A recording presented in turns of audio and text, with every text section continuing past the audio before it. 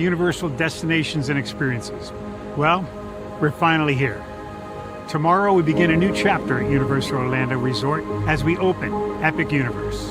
We built this place for you.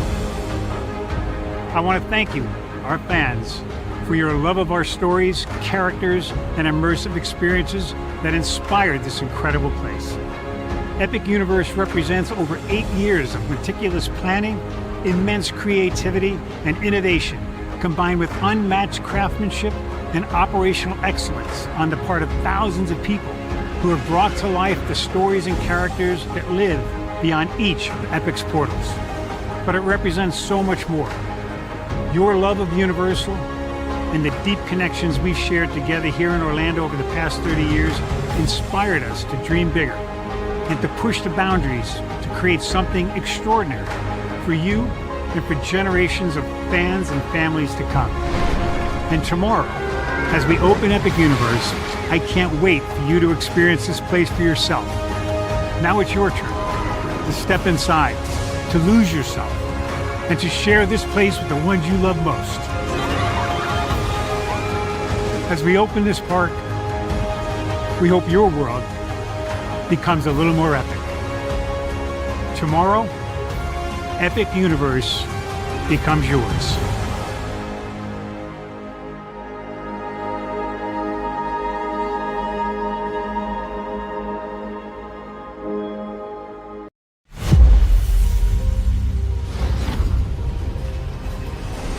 Beyond this gate, find gardens green and epic worlds to fill your dreams.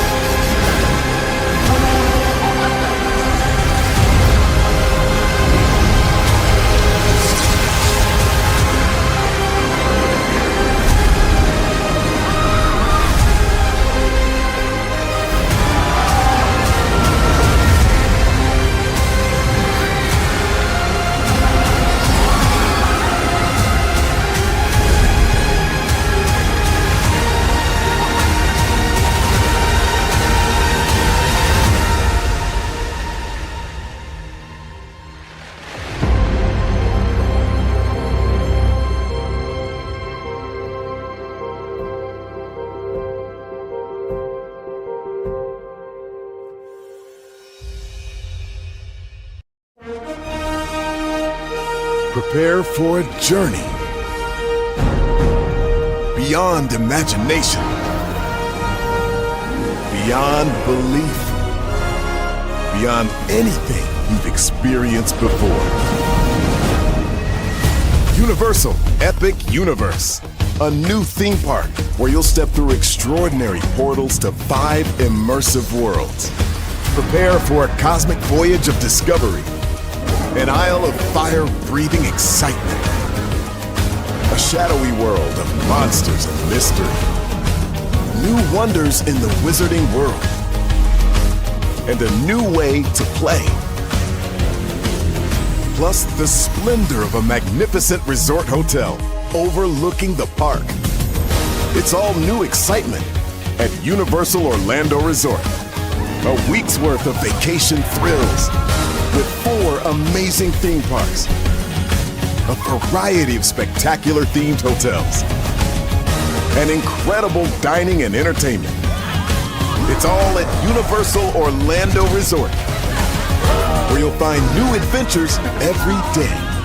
Explore the astonishing worlds of Universal Epic Universe at Universal Orlando Resort.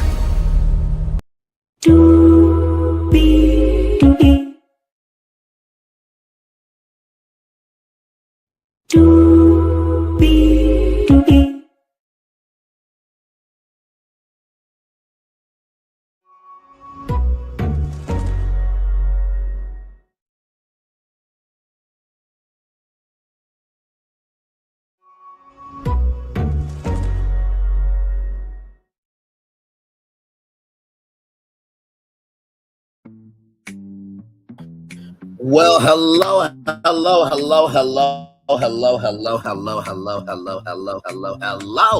To you, and you. Welcome into another edition of Braylon's Virtual Tour Live. Glad to have all you here. Shout out to the 8 people. I saw y'all. Know you were like, get to the content. I'm like, I have to transform the environment, ladies and gentlemen. So we are here to talk about Epic Universe because Reconstruct, shout out to him, a great content creator, and really that brother definitely deserves all the credit, love, and support because he put out a picture of a 54-acre parcel. Well, the gag, ladies and gentlemen, is that about 7 months ago, Florentin gave me some intel about that 54-acre parcel. And right above that was a space owned by Lockheed Martin. And I'm going to utilize my own content to showcase the fact that this story has already been covered. But I'm also going to pitch what could be for that space. So with that being said, let's get to it because higher is waiting, low is available. But either way, we got to go on tour. Yes, indeed, we do. Let me take down this iconic intro here. You see that virtual tour background? Yes, you do. You hear that virtual tour music? Yes, you do. And then there is, hey, everybody, welcome in. Glad to have all of you here. So we're going to start off with a video from Theme Park. He used to be Theme Park Podcast, but he has grown exponentially. I remember him in the early days. Very good dude. Let's watch him. And then we're going to get to my video, and then I'm going to give you a clue on what I could be pitching for that 54-acre parcel. But you gotta pay attention. I'm gonna play it 3 times, okay? Because I'm that generous. All right, let's get to it. Here we go.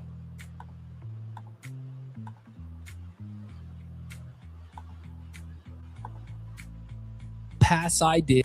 Universal is finally floating annual pass ideas for Epic Universe.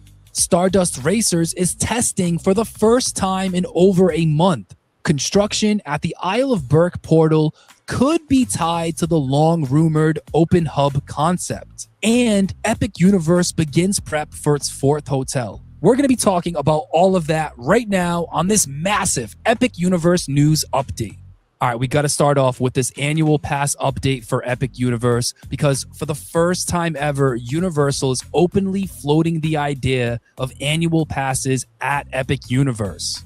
A new survey sent out to pass holders on March 23rd was asking Yesterday, fans to weigh in on 3 different ways that Epic Universe could eventually be worked into the pass system. This is a pretty big deal because up until now, Universal has not ever mentioned annual passes for Epic Universe. Most people felt like we wouldn't see annual passes until next year or even 2028. But maybe this is a sign that they are coming sooner than we think. Let's go over the 3 different pass options that they discussed in the survey. The first idea was a pass that includes Epic Universe access, but with a 3-year commitment. That's weird. Check In your browser. exchange, the yearly price could potentially be lower than a standard year-to-year renewal. That said, reservations would still be required for every visit, and of course, blackout dates would still be a part of the deal. The second concept was a separate pass tier that includes Epic, but with a more involved reservation process. Guests would have to go through multiple steps to lock in their visit, and once those reservations are made, they couldn't just be edited, they'd have to be canceled and then booked again. Blackout dates would apply here too. The third option wasn't a full pass at all, but more of an add-on made specifically for existing pass holders. This one would give annual pass holders 3 separate Epic Universe visit days within a set 3-month window.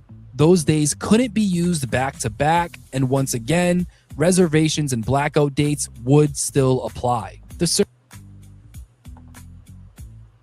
Okay, so let's talk about this, right?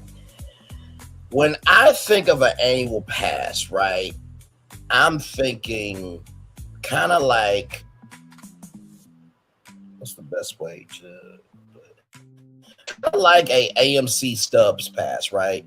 When you go, you get year-round discounts, right? If you do the multi-year pass, here's the question. Are you really going to use it? That's the big question, right? When you think about the other one where it's reservation based, where once you lock in your reservation, you have to go on that day. And as we know, life be life, right? So the fact that you have to cancel that and you still have to pay money for what you did and there's no way to get refunds. But then the add-on where you only get 3 visits a month.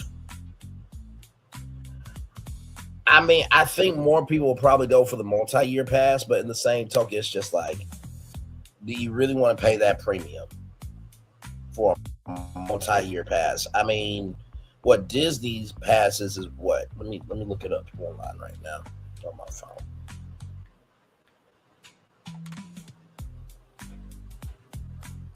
Disney annual pass.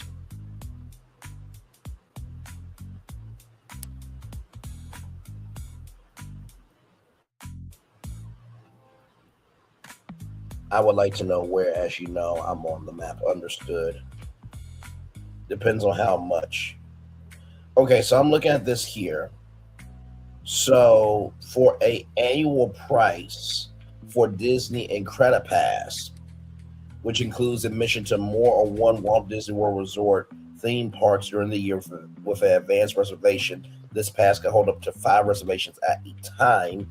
View annual pass reservation availability. No blackout dates apply. Standard theme park parking. Save on select night and up to 20% off merchandise in store. The annual price $1,629. You heard me, $1,629. One more time.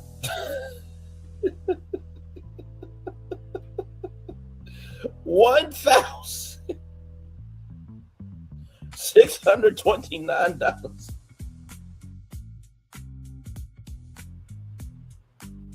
$1,629. I don't know. Really, $1,000 pass to go to Disney World anytime you want. I just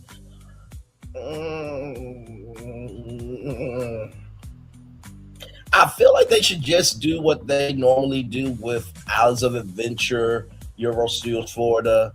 I don't believe there's an annual pass for Volcano Bay, although there should be. Okay. Just do what you normally do with that. I don't know why we have to have a survey when you guys know the answer, but that's just me. The Pixie pass, $400. Oh no, sorry, the one I brought was the Florida resident only. Exactly. So you gotta think about that, right?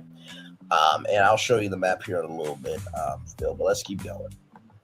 Survey also went beyond park access and asked about possible annual pass holder perks. Those included things like express for shows, early bird incentives, dynamic express pass options, exclusive park hours, and even a gift a pass type of benefit. Wait a minute. I want to go back for a minute.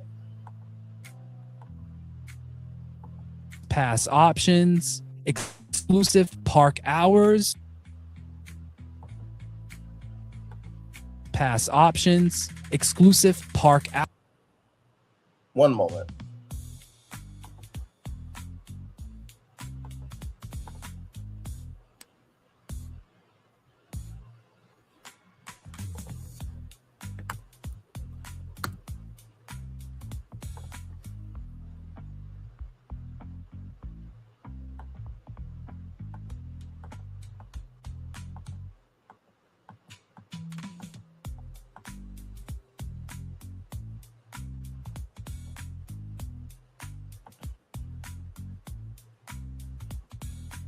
One moment, everybody.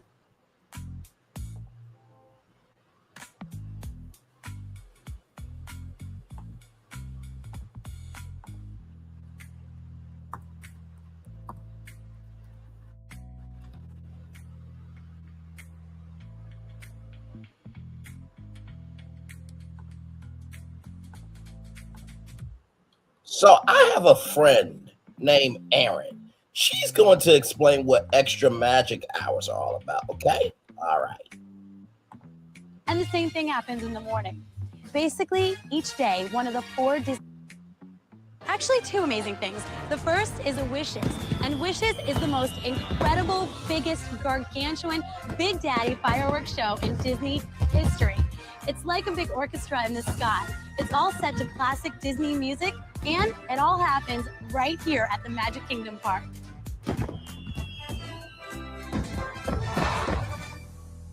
Okay, so the other pretty amazing thing I was talking about, it's called Extra Magic Hours Benefit. And it goes like this. When you stay at a Disney resort, you get all kinds of great extras. One of the great extras is extra time in the parks. The park closes, but you get to stay in the park for select attractions. And the same thing happens in the morning. Basically, each day, one of the 4 Disney theme parks opens an hour early or stays open up to an extra 3 hours in the evening. So when you stay at a Disney resort, relax. There's no need to rush. Now, thank you, Aaron, so much for that. By the way, shout out to Aaron, Dave, Stacy, and Luke, some of the greatest talent that Disney has ever had, besides Stacy and Must Do Disney. We stand for Stacy. We love Stacy. You come for her, you coming for us. Okay. Has it not been suggested somehow that maybe a thing called extra epic hours could be a thing? Has that not been suggested by anybody? I'm trying to think of who might have suggested that or predicted that or had the thought that happening. Just an inquiry, you know, just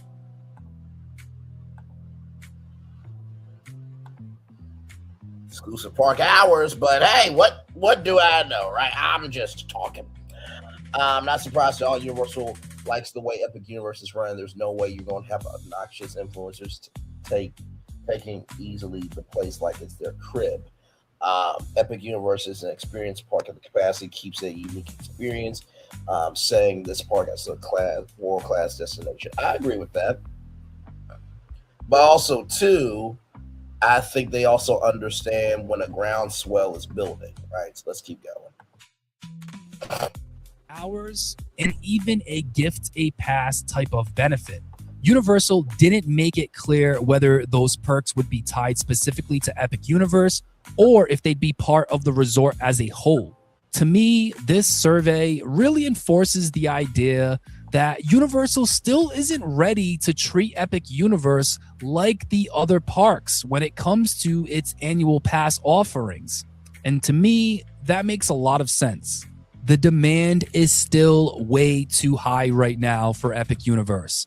They clearly don't need a standard pass model right now, but this does suggest that they may be looking at some kind of middle ground option for the near future. Then, maybe a few years from now, once demand cools off a bit, we can see something a little bit more traditional get introduced. Either way, this is one of the clearest signs that Universal is actively thinking about how Epic Universe fits into the future of the annual pass program. All right, let's jump over to the next update because we finally have some positive news when it comes to Stardust Racers. On Saturday, March 21st, Stardust was seen testing for the first time in over a month. Stardust originally closed in late February from what was supposed to be just a short downtime period, but that reopening date kept getting pushed back again and again. Most recently, the ride was expected to reopen on March 16th, but just a few days before that, Universal delayed it once again. This time pushing the date back to April 6th. Because there had been no visible testing at all, a lot of people were starting to think another delay was probably going to be happening. The only activity anyone had really seen were inspectors checking different sections of the track. But now we finally have a real... Now I want to pause it here because Erica talked about the power of the over-the-head handlebars, right? Instead of the clipped up, clipped down that way, because it's a very skinny, railing that you're holding on to and you could fall through the seat and stuff like that. So I wonder if they are updating the comments with that system. Could be a possibility. Let's keep going. Real sign of life. On March 21st, Stardust was spotted testing both trains separately, and then later they were testing them dueling. This is obviously a very good sign, and it gives at least some sort of real hope that this ride might actually reopen on April 6th. So for now, keep your fingers crossed. If Stardust Racers does reopen on April 6th, that would be huge news for Epic Universe during this busy spring break stretch. The ride is a major people eater, and when it's running well, it does a great job with absorbing crowds. Its return would take some pressure off of the rest of the park. It would help balance out wait times and overall just make for a much better experience for everybody at the park. With Stardust down for over a month now, there's definitely been a noticeable gap in the whole park's lineup, especially for those that are seeking a more intense, thrilling experience. Also, if you want the full story on this ride's very troubling first year, definitely go check out the Ride Report episode that I did on Stardust Racers right after you're done watching this video. Moving on, let's talk about the portals and the open hub concept, because there's a rumor that's just starting to get out there that I think is very interesting, but definitely take this one with a grain of salt for now. First off, for some context, the Isle of Berk entrance portal was recently closed off due to some kind of construction work. At that time, guests were being redirected through the side access area to enter and exit the land. Well, now we possibly have a reason for that closure. This comes from Len Testa and Jim Hill on the Disney Dish podcast. According to Len, he heard construction on the portal was to finish infrastructure for facial recognition systems. The idea supposedly would be to install that technology at each... Okay, so This is the system here. Let me see if I can zoom in on it. Yep. So as you guys can see there, that's what it will look like. That when you go up to the turnstile, facial recognition, your Epic Universe band or Epic band, which that could probably be a thing, and you will go through each portal. So Celestial Park will be free for everybody, right? That includes, the restaurants and everything else. But in order to get into the portals, you would have to actually have an 18 park ticket. And if you guys remember when we did our ride capacity ride, right? No, our ride capacity live, rather, excuse me. And we added those extra attractions, including a Celestial Cade or the Cold Freestyle Flavor Force big e-ticket ride, right? Imagine if those were in Celestial Park and Celestial Park was free, right? That would be amazing. Now, of course, to ride those Celestial Park rides, you would still have to have a paid ticket, right? So very interesting. This rumor has been out there for a while, but it could be a possibility, right? So let's keep going. Each portal entrance so that Universal could have the option to open Celestial Park by itself, almost like its own version of City Walk, while still keeping the individual lands gated off when needed. So pretty much it's the open hub concept that many of us have been speculating on since before the park even opened. We've talked before about how Epic Universe was pretty much designed with flexibility in mind. The portals already create very natural control points, and Celestial Park has always felt like a space that could potentially operate a little bit differently from the rest of the park. When you look at the wide pathways, the huge dining and shopping spaces, the large building currently under construction, and then of course the big nighttime show set up in the center of the park, it's not hard to imagine that Universal wants to use Celestial Park as a central hub of its own during possibly select nights, special events, or even slower seasons. I've also pointed out before that at the entrance of each portal, there are built-in connection points in the ground that look like they may have been designed for turnstiles or some kind of access system. So that does raise the question, could Universal already be testing turnstiles there, possibly along with the facial scanning technology? Now again, this is not something Universal has officially announced at all, so I would absolutely not treat this as confirmed news at this point. And the fact that this is being discussed by insiders like Len and Jim is definitely something to be paying attention to. These guys are proven insiders. They're definitely in the know. They've broken plenty of news stories in the past before. Yeah. Pretty much whenever these guys talk, I listen because you never know when it comes to updates from these guys. And yeah, like I said, this could potentially be what they're up to at Universal. And it will be interesting to see if any of the other portals are closed in the coming weeks and months. It's just, it would add another layer to that update. Also, this is the first time I'm ever hearing about facial recognition systems at each portal. But it does make a lot of sense when you start to think about it, because Universal's facial scanning tech has been working pretty flawlessly so far. Anyways, for now, let's just file this one under very possible, but still 100% unconfirmed. If true, though, this could be a huge step towards the future of Epic Universe and what that theme park could look like. So this is something I will definitely be paying close attention to over the next couple of weeks and months and however long it takes. But I definitely think that those guys are on to something. Peter Van here. You know, I thought growing up would be the worst, but then I found a way to All right, it's time for the final Epic Universe update. Universal may be getting ready for its 4th hotel in the Epic Universe area. On March 21st, aerial photographer Reconstruct. Now, this parcel right here that you all are seeing right now is about to come back around in a very huge way. And then after that, I'm going to play a clue. I'm going to play it 3 times.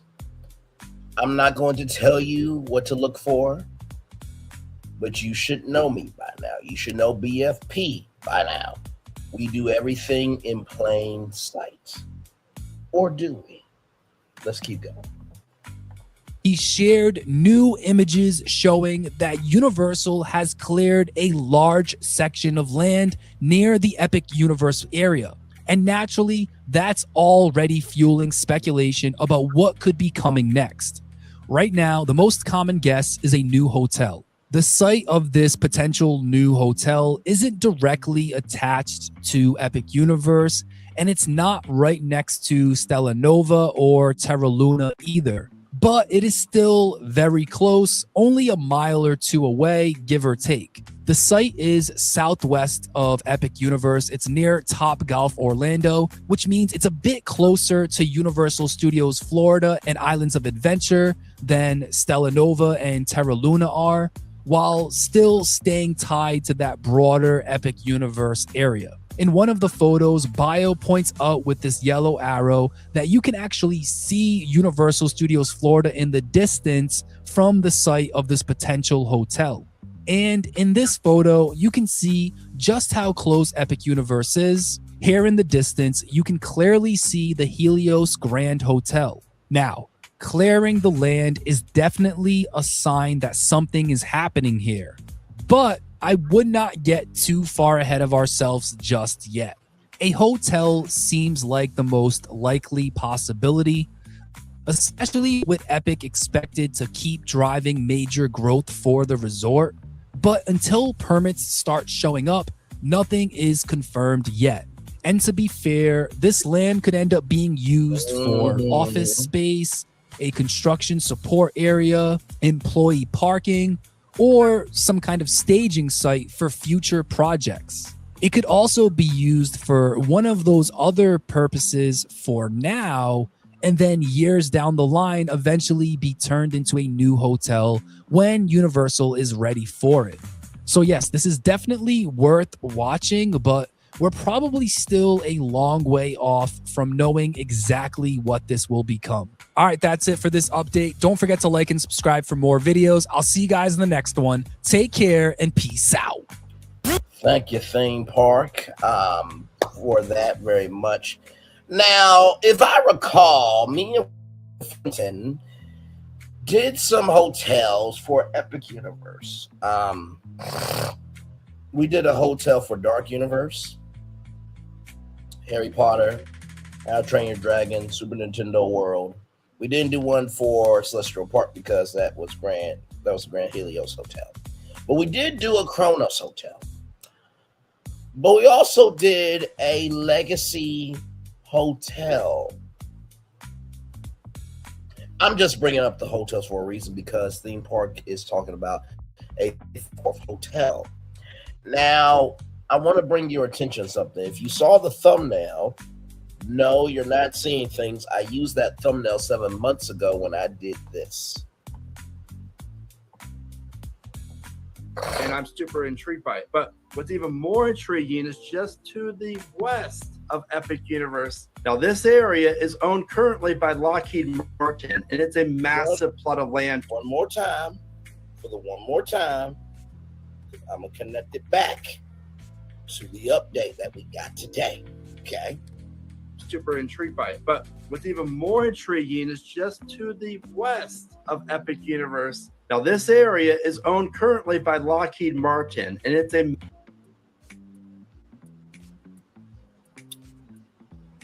When you combine this I article, love this right? moment right here so damn much. I really do. Especially this last sentence here. Investors seeking exposure to defense spending growth may find better opportunities elsewhere while Lockheed works through its operational challenges.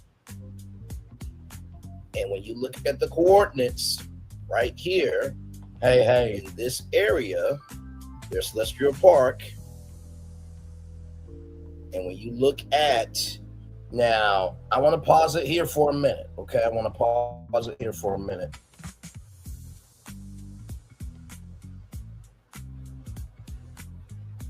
I'm not going to say nothing right now. I'm not. But here's Epic Universe. Over here is Icon Park. I'm just going to, in the words of Shirley Murdoch, as we lay with this information. Let's continue. Pay attention to the map, everybody. This here, what makes you think that Universal Orlando Resort is doing this and getting ready to buy that? Yeah. You see that? You see that shit? See, motherfuckers. See, if you understand the moves that are happening around you, you'll understand what you're seeing in front of you. If you understand the moves that are happening around you, you'll understand what you're seeing in front of you. If you understand the moves that are happening around you, you'll understand what you're seeing in front of you. See? Okay, now I'm going to let Brendan say that one more time and get some context, conjecture, and connection to why this is so big. Roll it. And for the overall resort, obviously when they bought this land, they have long-term plans or tentative plans with it. And I'm super intrigued by it. It was an exciting What's even more intriguing is just to the west of Epic Universe. Now, this area is owned currently by Lockheed Martin, and it's a massive plot of land, 200 acres. Who's to say down the road, Universal decide to approach them and say, hey, you know what? We want to buy this land. It fits within our portfolio. It's right next to Epic Universe. And right over here is the expansion that they just bought for 54 acres. Technically, Universal can fit 2 Epic Universes inside of this piece of land. That's how big it is. Now, again, will they? Maybe down the road. But this area, again, is so intriguing for the future of Universal Orlando. Because essentially, they could be building the new kids resort plus build a new major theme park on this plot of land with some more hotels and everything else. Like the expansions right over here. There's a lot to be excited about for this. And speaking of Epic Universe, if you're planning on going to Epic Universe, you're gonna want to. So. That being said, let's get to the news, everybody. Universal begins work on 54 acres next to Epic Universe. The next chapter is finally starting a deep dive into the West Parcel mass grading permits and what they mean for the resort's future. And shout out to Epic Universe updates for this. Let's roll on.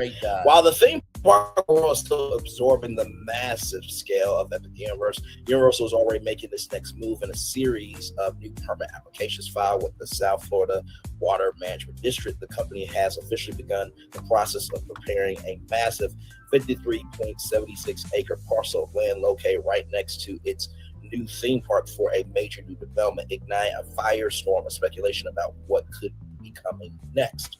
This is not a minor development. The project, officially titled West Parcel Mass Grading, is a significant and costly first step in turning a huge plot of vacant land into a shovel-ready site for a future project.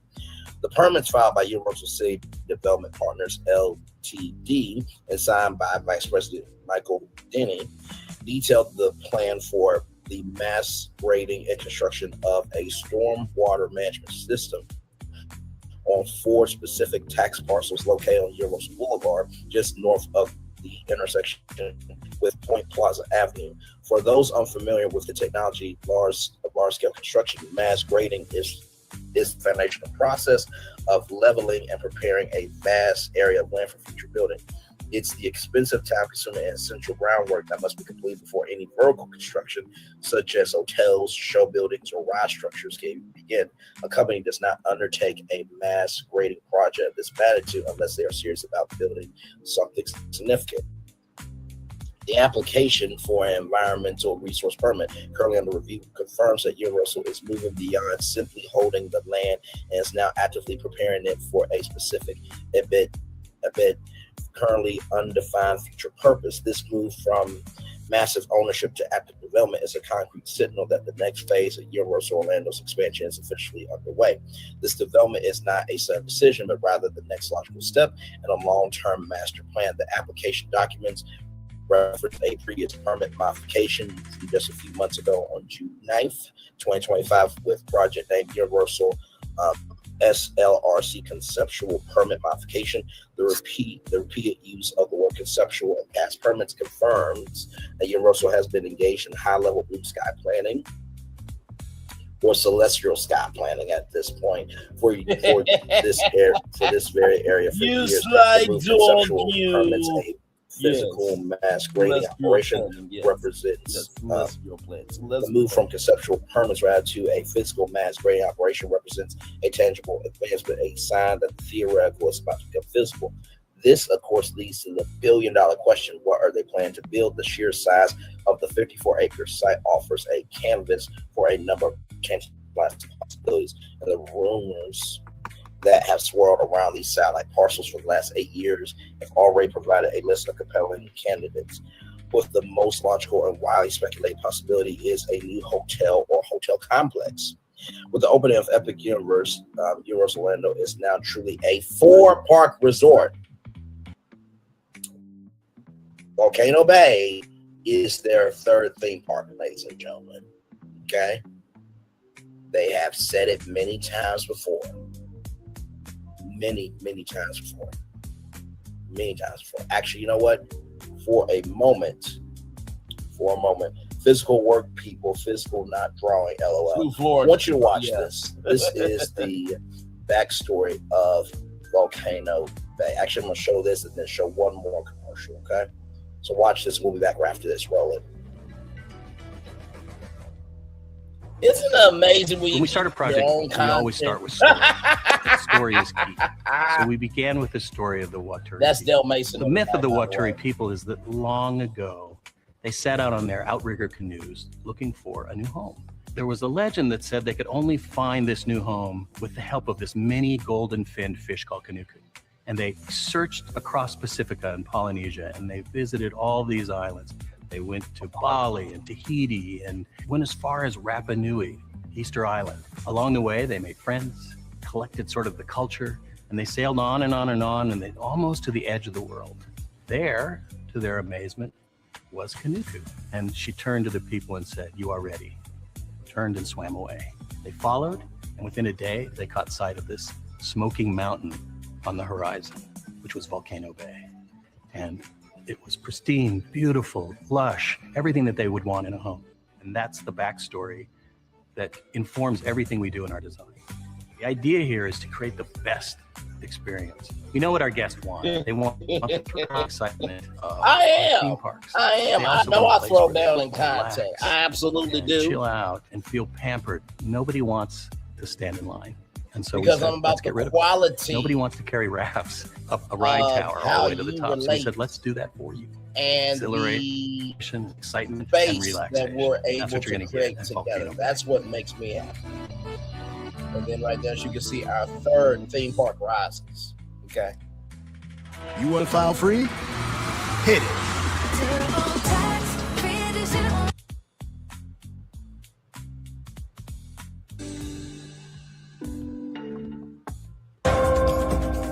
Welcome to Universal's Volcano Bay. A new wave of theme park. A new kind of paradise. That part right there. Here, time doesn't fly. It simply floats by. And when it's your time to ride, you go right to the slide.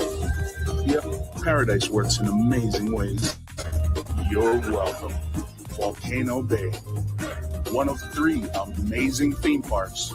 One of 3 amazing theme parks. Oh, can we please, for the love of God, recognize that Volcano Bay is their 3rd theme park? You saw that at the end of the story of Volcano Bay. Said our 3rd theme park rises. Okay, this is not to Fullerton. I love Fullerton very much. Okay, this is to all of you who cover the theme park industry. Okay, I know from the outside looking in, it looks like a water park.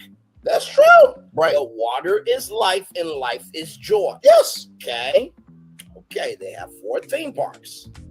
Let's move with some intelligence. Okay. All right, let's roll on. Said that as calmly as I can say. I did a whole live on it about Volcano Bay. Moving on. Before we move on, I do want to showcase this video too, just to add some extra to the extraness that was already given. Here we go. Prepare for a journey beyond imagination, beyond belief, beyond anything you've experienced before. Universal Epic Universe, a new theme park where you'll step through extraordinary portals to 5 immersive worlds.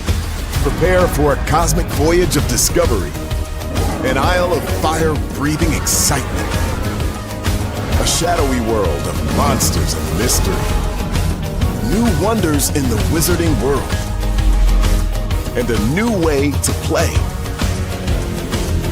Plus the splendor of a magnificent resort hotel overlooking the park. It's all new excitement at Universal Orlando Resort. A week's worth of vacation thrills with 4 amazing theme parks, a variety of spectacular themed hotels, and incredible dining and entertainment. It's all at Universal Orlando Resort, where you'll find new adventures every day. Explore the astonishing worlds of Universal Epic Universe at Universal Orlando Resort.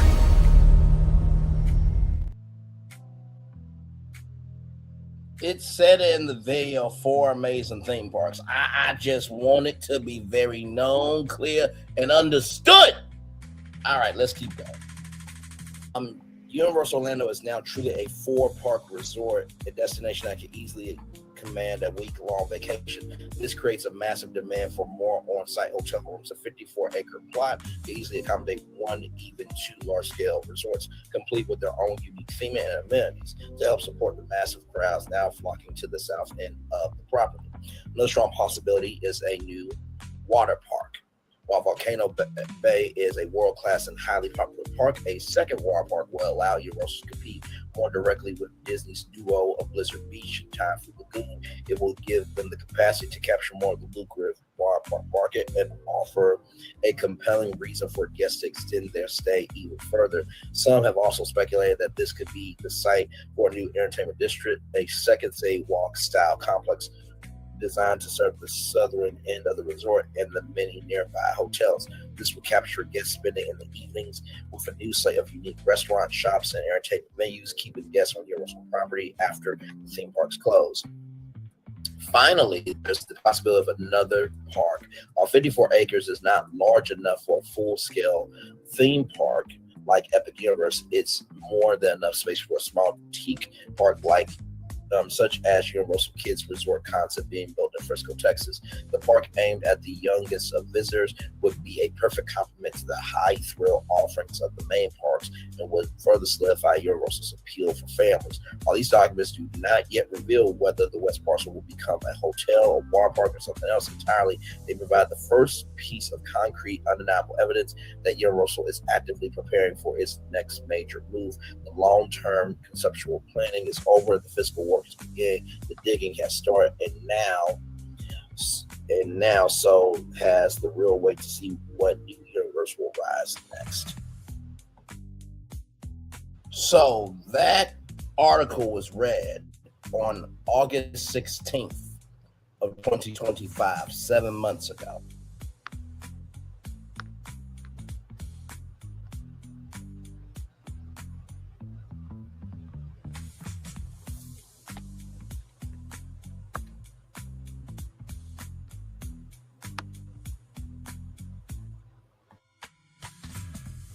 So I just wanted to showcase that. That's not to pop the helium in by Reconstruct's balloon.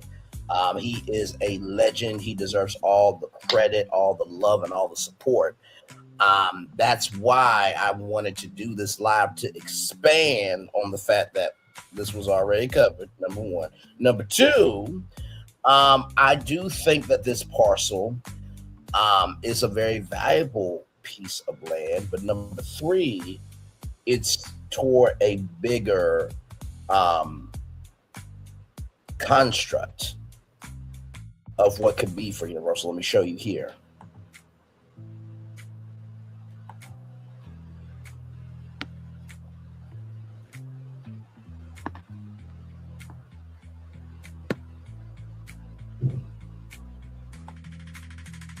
So as you can see, if you look right here, hang on, give me one moment.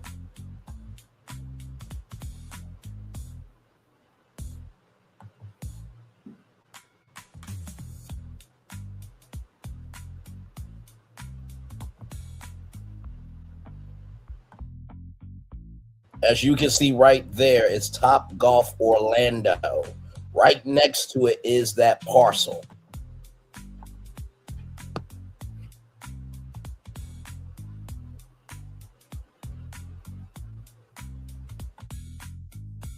So you can see right there is that open parcel right there next to Top Golf Orlando. Now, let's look at the left and what's there.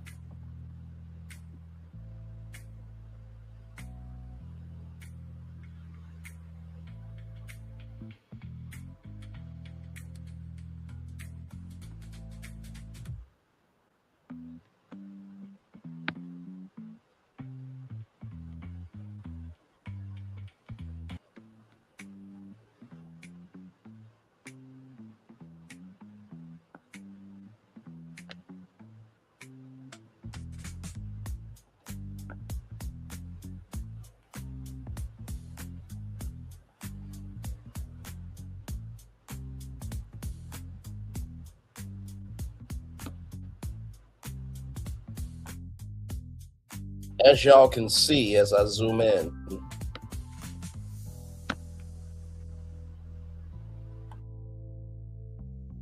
right there is Icon Park.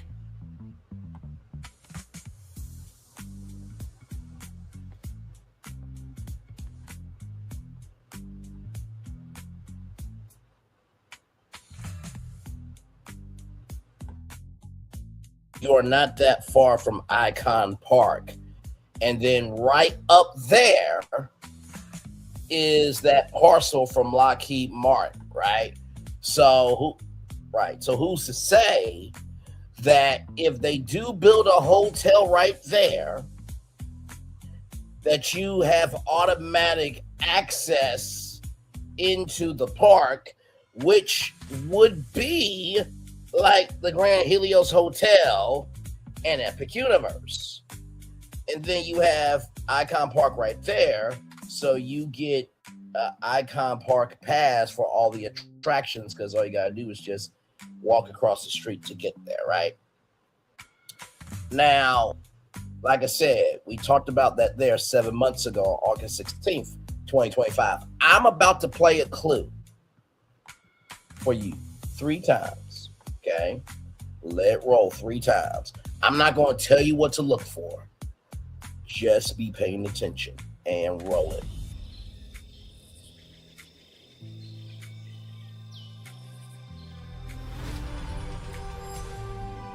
Here you leave today and enter a world of Mickey Mouse! A world of princesses.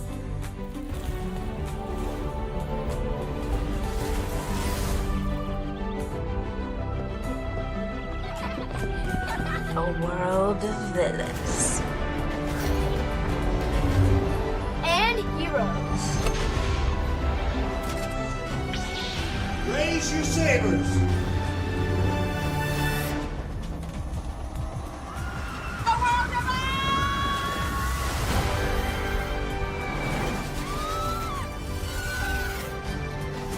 A world of other worlds.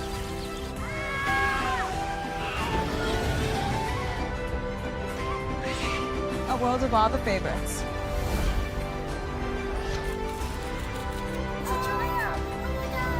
A world of throwbacks.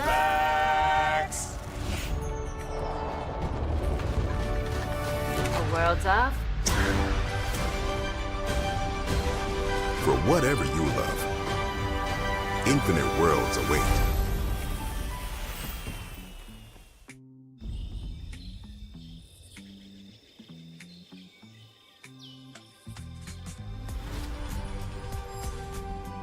Here you leave today and enter a world of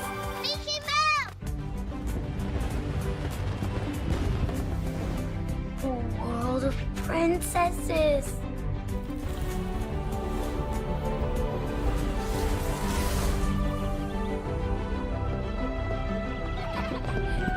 A world of villains.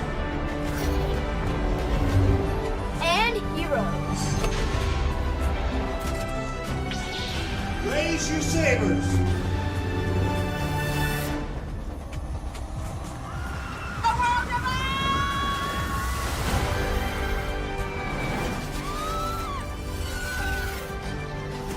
A world of other worlds.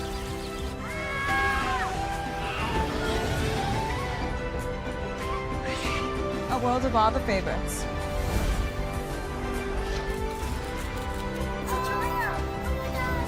a world of throwbacks.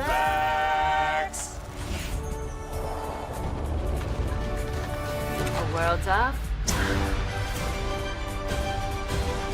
For whatever you love, infinite worlds await.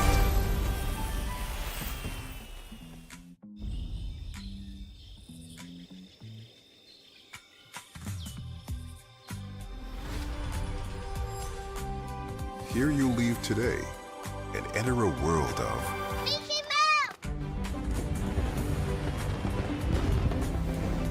A world of princesses.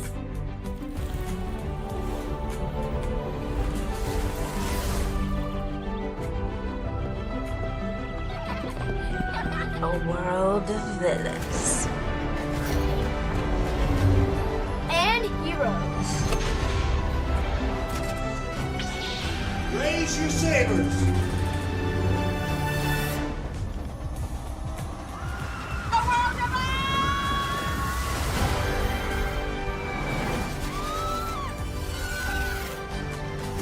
A world of other worlds.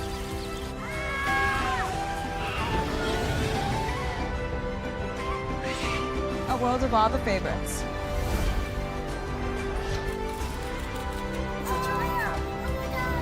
a world of throwbacks.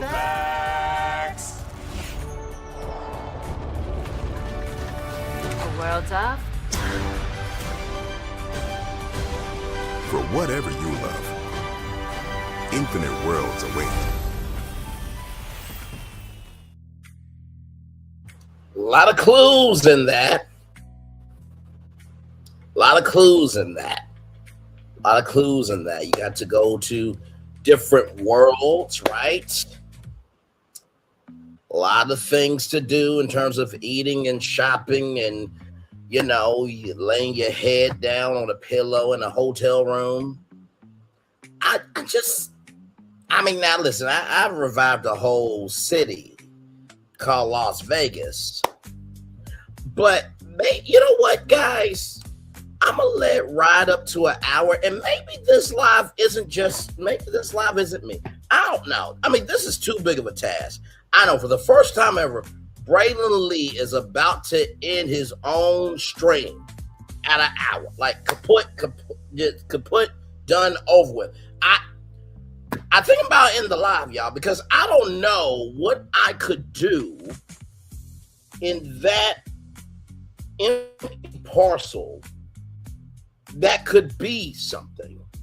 Man, I don't know. No.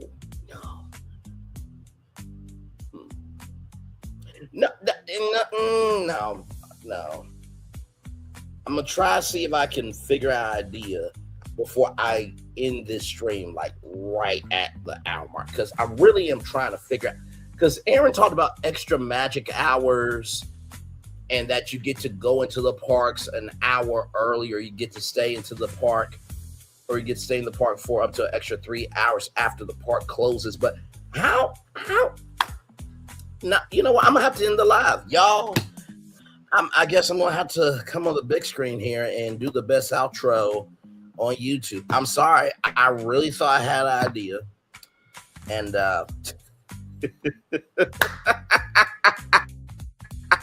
you know what? You know what? Hang on. Give me a moment. You know what? Maybe I need to hear that announcer's voice one more time. Let's Prepare for a journey beyond imagination, beyond belief, beyond anything you've experienced before. Universal Epic Universe, a new theme park where you'll step through extraordinary portals to 5 immersive worlds. Prepare for a cosmic voyage of discovery, an isle of fire-breathing excitement, a shadowy world of monsters and mystery, new wonders in the wizarding world, and a new way to play. Plus the splendor of a magnificent resort hotel overlooking the park. It's all new excitement at Universal Orlando Resort. A week's worth of vacation thrills with 4 amazing theme parks, a variety of spectacular themed hotels, and incredible dining and entertainment. It's all at Universal Orlando Resort, where you'll find new adventures every day. Explore the astonishing worlds of Universal Epic Universe at Universal Orlando Resort.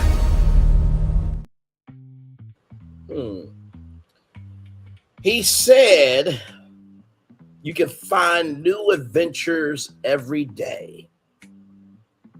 He did say that.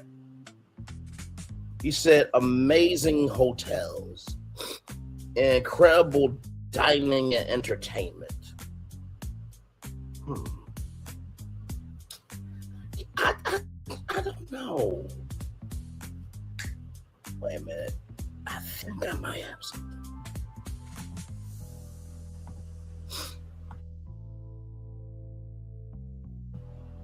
So we all know that this site is 54 acres, right? Did y'all really think I was about to end the live?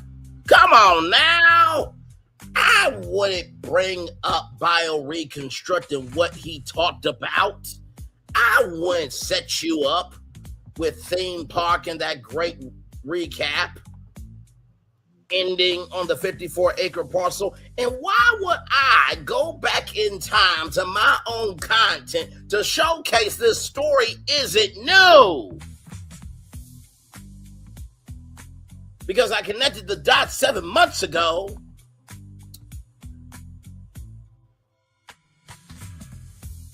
Braylon paid attention to that guy, unlike anyone. Thank you very much. And I do pay attention to a lot of other people. The other people may not really think are important, but like I said, anybody can do quantity. It takes somebody to be about quality. That's neither here nor there. But with that being said, why would I go back in time to showcase that I connected the dots 7 months ago? And why would I play that Walt Disney World video 3 damn times? And why would I play that video that sums up Epic Universe? Because I wanted to. You know, yes and no. Okay, so yeah, that's a great video, but let's dig deeper here. Aaron said that you could go into the parks an hour early or stay in the park up to an extra 3 hours. Now, theme park talked about in that survey about extra hours, right?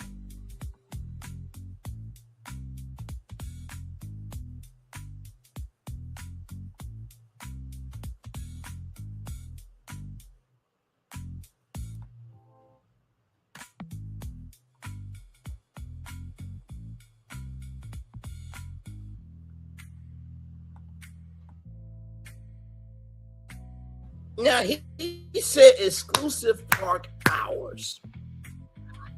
Well, what if extra celestial hours don't come? And the only thing you can do right now for extra hours is if you go to a special event at Universal, or if you're a pass holder, there are special hours there. And then let's not forget about Volcano Bay nights, right? But since you can only go into the park at Universal an hour early, but within that hour, you can get on select attractions. The only a gag is you can't stay in the park for up to an extra 3 hours. So I wonder if there's a way to make those 3 hours in the park after everybody goes home actually happen.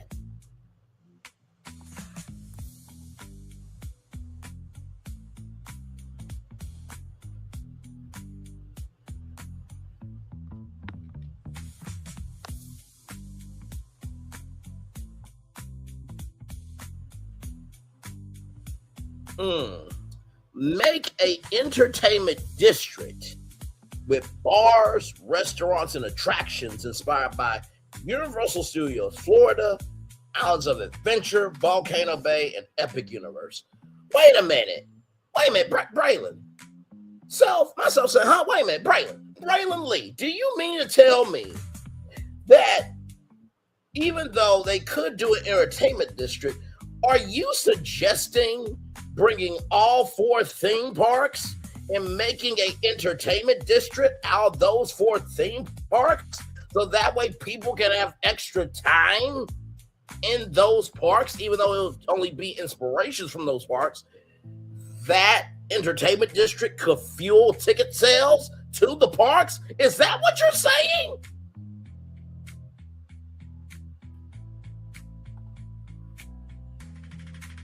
Yes. Yes. That's exactly what I'm saying. It was funny because when you think of that guy named Michael Eisner, he wanted a restaurant called Splash off of the movie Splash, and Eisner was always good for making properties a part of parks and stuff. So bringing all 4 parks together as an entertainment district doesn't sound like a bad idea.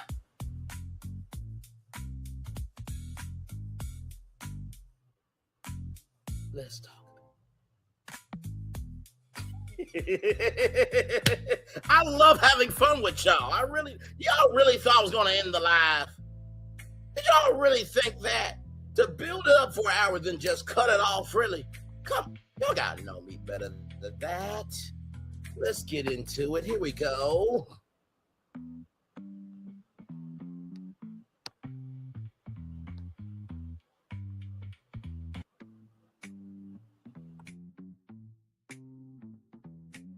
All right, so here is overall vision. Transfer the 54-acre plot into a vibrant, immersive entertainment district featuring themed restaurants, bars, and nightlife inspired by Universal Studios Florida, Islands of Adventure, Volcano Bay, and Epic Universe. Signature attractions, interactive experiences, and live entertainment to draw both tourists and locals. A seamless getaway connecting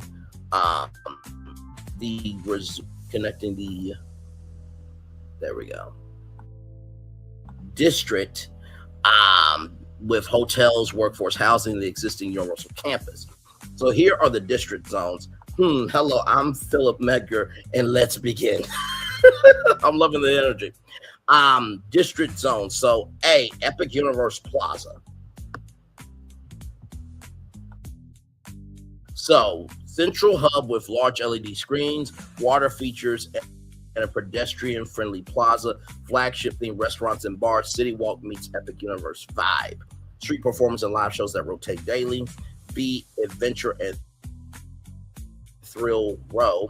outdoor thrill rides or interactive attractions, mini roller coasters, virtual reality experiences inspired by islands of adventure. Pop-up seasonal attractions, Halloween horror nights and summer music festivals, themed dining carts, Jurassic, Marvel, and Wizarding World mini food stalls. And when the park is closed,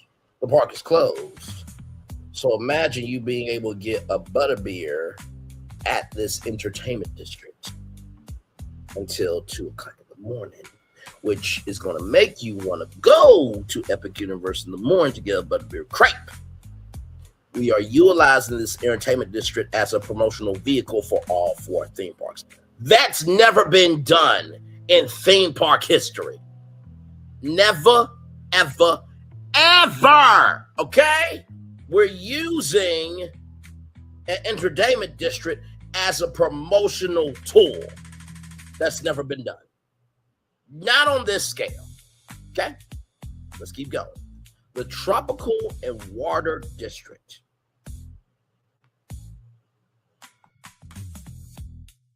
Water-based attractions inspired by Volcano Bay, splash zones, water bars, and tiki lounges. Family-friendly attractions like lazy river dining experiences featuring snack bars. And before anybody says, well, Braylon, I think you're going a little too far, I would suggest to you the Blue Bayou at Disneyland with Pirates of the Caribbean connected to it. Please and thank you very much. Nighttime projection shows on water screens. D, Studio and Cinema Quarter. Many Universal Studios experiences, behind the scenes tours, walk through movie sets, themed bars and lounges inspired by Universal's iconic films, small scale, immersive, virtual reality, augmented reality tied to blockbuster franchises. Love seeing this after compiling something. What do I always say? If you understand the moves that are happening around you, you'll understand what you're seeing in front of you. My advice always comes back tenfold. Always. Let's keep going, everybody. Nightlife and rooftop zone.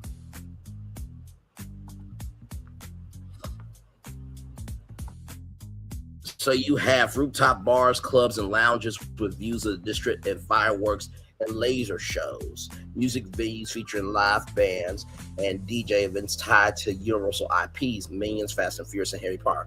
Give me a moment, won't you?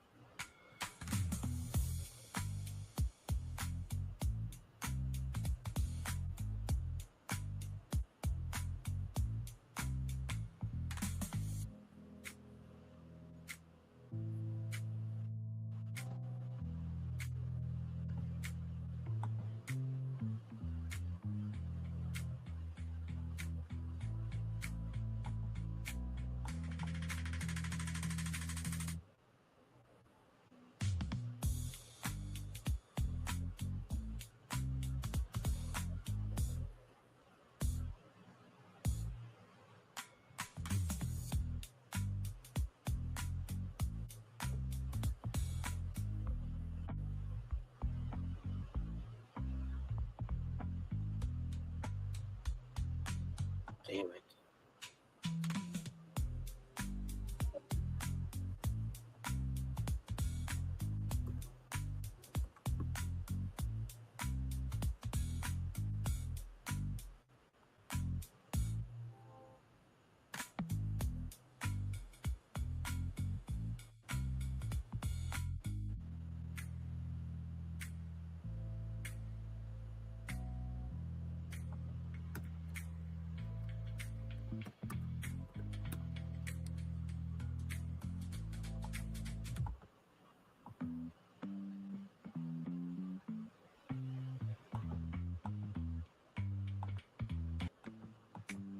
Damn it, I was trying to find.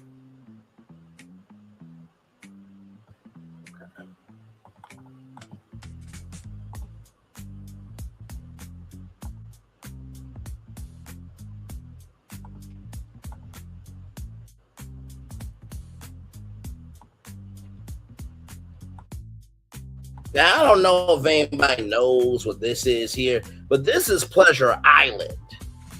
Does anybody remember people be on the roofs of Pleasure Island? It will be New Year's Eve every night. I was trying to find a specific video, but y'all know how YouTube is.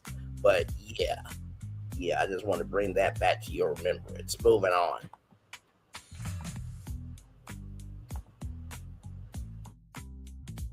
So key features, immersive theming. Every area echoes the style of Universal Parks with cohesive branding and attention to detail. Integrated hotel access, pedestrian bridges or shuttles connecting the district to the nearby hotels and Epic Universe entrances.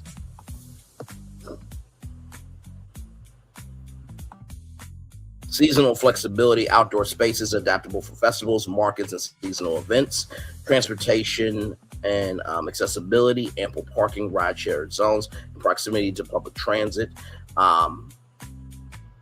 merch and retail, theme shops with exclusive park merchandise and collectible items, potential partnerships, collaborate with Universal creative teams to license IP for bars, restaurants, and attractions, use local Orlando entertainment, culinary town for live shows, seasonal programming, and dining concepts.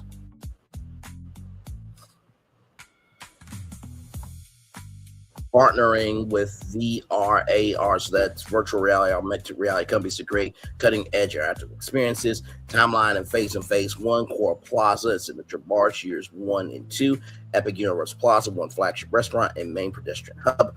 Phase 2, Thrill and Adventure Zone, Year 2, 3. Small attractions, outdoor rides, interactive VR virtual reality experiences, Phase 3, water and nightlife expansion, Years 3 and 5, tiki lounges, water attractions, rooftop bars, and seasonal events, Phase 4, full integration, Year 5 plus, complete district with seamless connectivity to hotels, Epic Universe, and surrounding Universal Land. Now, here is the visual map of that.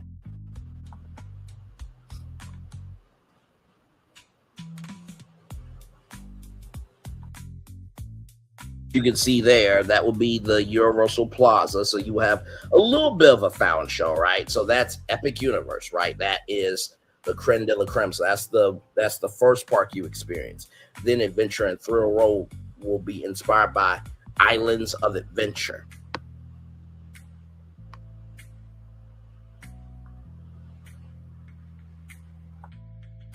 The Tropical and Water District will be inspired by Volcano Bay. And then Studio and Cinema Core will be inspired by Universal Studios Florida.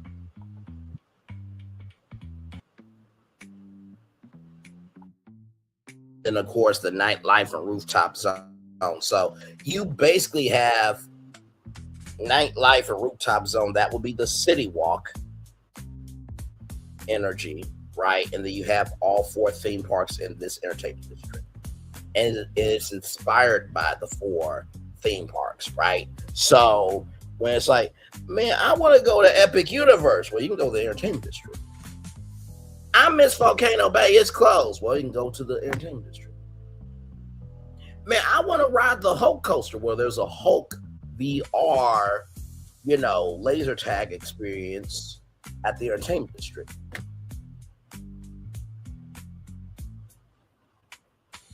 Mommy, I want to go see, I'm trying to think, what's that? Universal Studios Florida. I want to see E.T. You can go see an E.T. lounge at the entertainment district.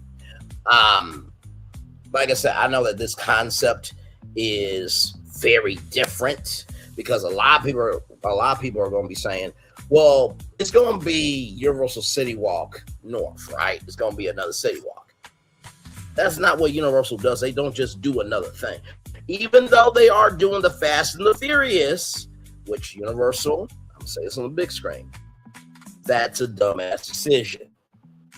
You should bring the Rainbow Road roller coaster, Universal Studios Florida, they replaced Jimmy Fallon with New York City Town Hall indoor attraction with Pikachu trying to power York City because you are doing this partnership with Pokemon. So that'll be a whole Nintendo thing there. Then you bring Nintendo to Islands of Adventure with Zelda, and then you got Super Nintendo World at Epic Universe. You're welcome. I'm available for hire. But sincerely, they're not going to do a Universal City Walk North. I feel like if they did this, and here's the thing, right? Because I watched the HHN panel, right? And I watched it from Orlando Attractions Magazine. And what the three people were talking about was how Jack and Oddfellow are the nucleus. And then that goes out into all the parks. So when I was researching this idea, I'm like, okay, Universal's already doing that. So imagine you have these 4 different theme parks, right? And they all have different intellectual properties and experiences. You guys remember that mini model of Epic Universe? Think about all the concept art for Universal Studios Florida, Islands of Adventure, Volcano Bay, and Epic Universe, and even concept art for City Walk. Imagine if there's some concepts that never got the light of day into this entertainment district. And because all 4 parks will constantly be evolving, that means this will be a constantly evolving entertainment district. So as long as the parks are up to date, this entertainment district will be up to date always. Come on now, this is what I do, ladies and gentlemen. Boom, baby. There it is. But of course, that's not all I have for you all. Let's get to Google Gemini here, because Google Gemini also had take as well.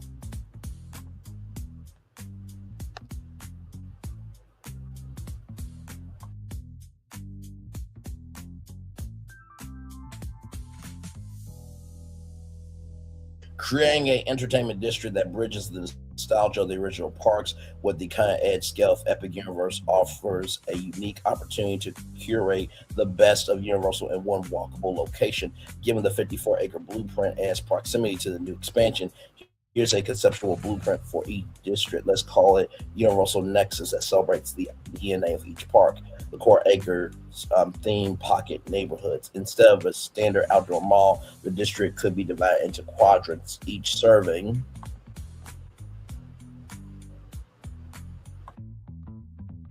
as a culinary atmospheric tribute to its respective park. So the soundstage role will be Universal Studios Florida, the attraction an indoor high-tech museum of movie magic. Now, wait a minute, hang on a sec. I'm trying to think. Wasn't there a damn park in Orlando, Florida? I'm trying. Oh, it was what damn it, what was it? It was Disney MGM Studios, and then it became Disney's Hollywood Studios. Now, I'm trying to think. Turner Classic Movies, yeah. Listen, I got this. Okay, I don't need y'all help. Listen, I appreciate y'all, but I got this thing. What? Oh, the Great Movie Ride.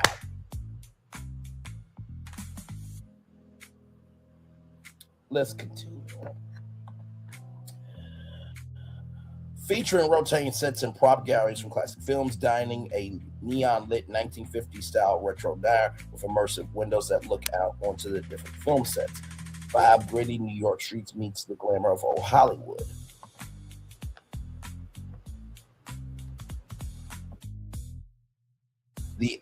The adventure outpost, Islands of Adventure attraction, a multi-level ropes course or exploration trail woven through massive artificial rock work and waterfalls designed for all ages. Dining, a port of entry theme, international marketplace offering street food from around the globe. Think Greek gyros meet exotic jungle spices. Is that like a world showcase? Rolling on.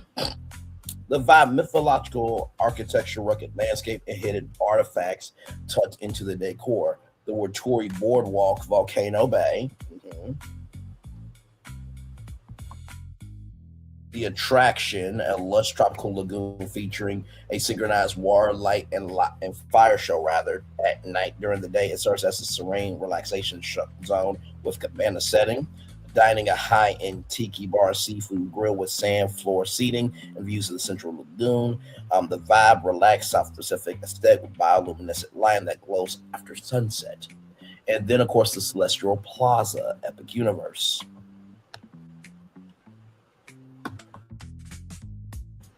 Listen, this is what Google Gemini popped out. The attraction, the Kronos Arcade, a massive virtual reality and gaming hall themed to the portals of the new park, acting as a tech-forward entertainment hub. Dining, a steampunk-inspired gastropub focusing on molecular mixology and future-forward comfort food. The vibe, astrological motifs, gold and brass accents, and Grand Connect sculptures. Layout, infrastructure concepts.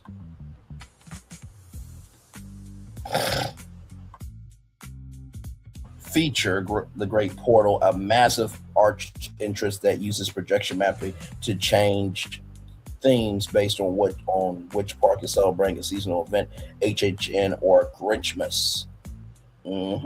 Transit hub, a dedicated electric tram or people mover, lanes connecting the district to the directly to the Epic Universe gates and nearby workforce housing.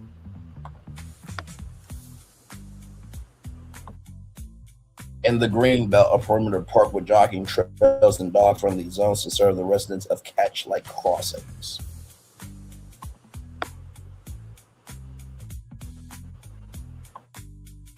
So, nightlife and late night strategy. To differentiate this from City Walk, the focus could be on themed speakeasies. Imagine a hidden door in Soundstage Road that leads to a 1920s noir lounge, or a secret cave in the Adventure Outpost that opens to a high-end whiskey bar. So let's keep going.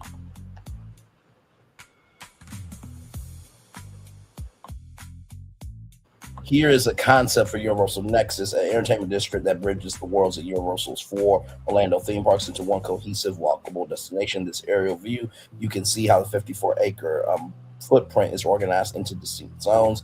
We've integrated the core anchors from our blueprint. Number 1, Soundstage Row at top left, a classic Hollywood museum of movie magic with a neon lit retro dinner. Number 2, Adventure Outpost in the foreground, feature a multi-level ropes course and the port of entry international marketplace. Number 3, Victoria Boardwalk, the Central Lagoon for spectacular night light and fire show. And tiki bars in this Celestial Plaza, the grand entrance in upper right, anchored by the steampunk Kronos Arcade. This design focuses on walkable green spaces and water features, seamlessly connecting the surrounding area while reflecting the scale and ambition of the nearby Epic Universe expansion.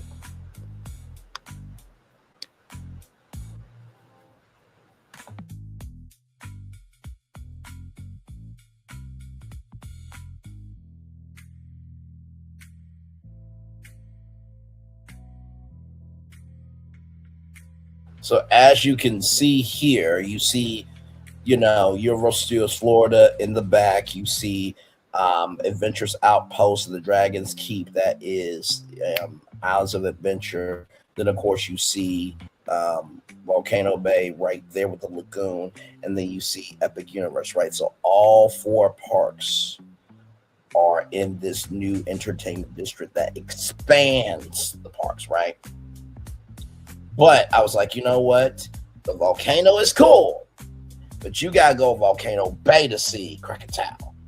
Can't rebuild that. That's an original thing. So what if, because the Wattori people, right? What if you could go to their village? Gotcha.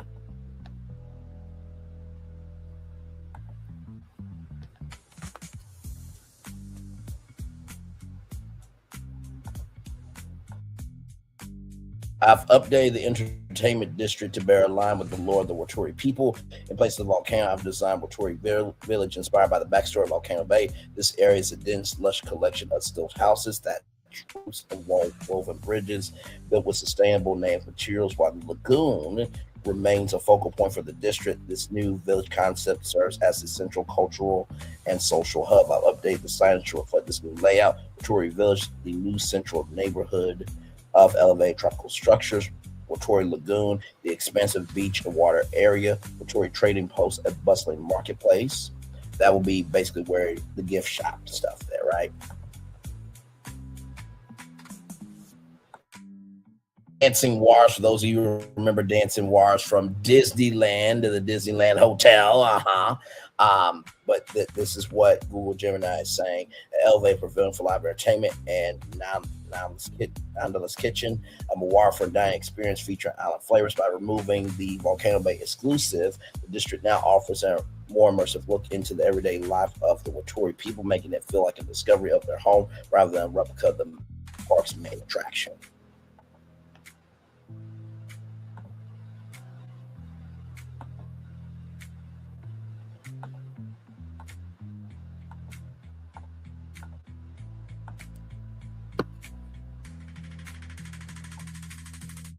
And as you can see here, what I really wanted to do with this is because people do not understand the storytelling that Dale Mason, that incredible team at Universal Creative did. So I thought instead of the volcano being that Krakatoa, because you know about Krakatoa, you know about the daughter and who she loved and how the father put him in the sky and her tears became, the water, right? You know that story, right? But this is where you get to see their village, you get to see their home. So the home expands out into islands of adventure, right?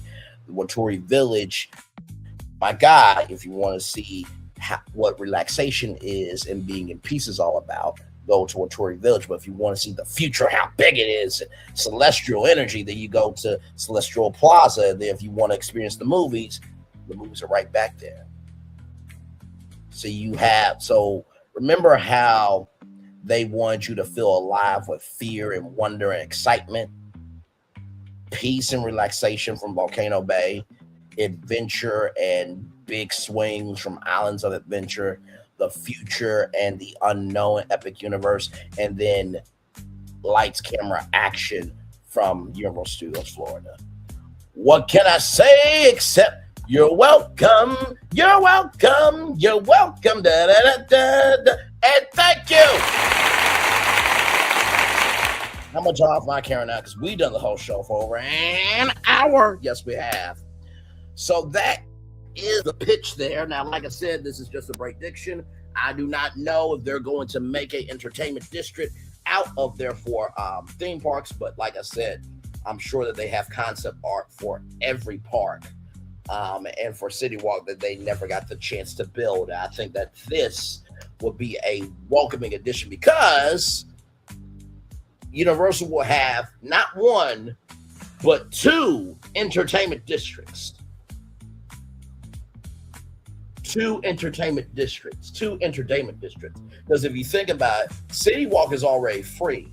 So now if you're bringing the 4 parks in an entertainment district where people could go to it for free, of course, you got to pay for some experiences there, but if they really love the atmosphere of all 4 parks in an entertainment district, then the experience is going to be amplified when they actually go to the parks. So, no, Fullerton. I need, okay, all right, listen. That is Wattori Island, okay? Listen. But no, like I said, I'm very proud of this concept.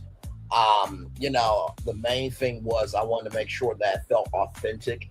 And like I said, people don't know about the Wattori people. And so I was like, that would be a great anchor for this entertainment district. Because when you go to Disney Springs, which by the way, Disney Springs was supposed to be Hyperion Wharf, but that never came to be. It's like a lot of shit Disney does that never comes to be fucking anything, but that's neither here nor there. But the point is, Pleasure Island should have leaned into the pleasures of experiencing Disney from an adult point of view in the middle of the night, where Pleasure Island is for the grown adults that are really kids, right? They want to have their own version of Disney.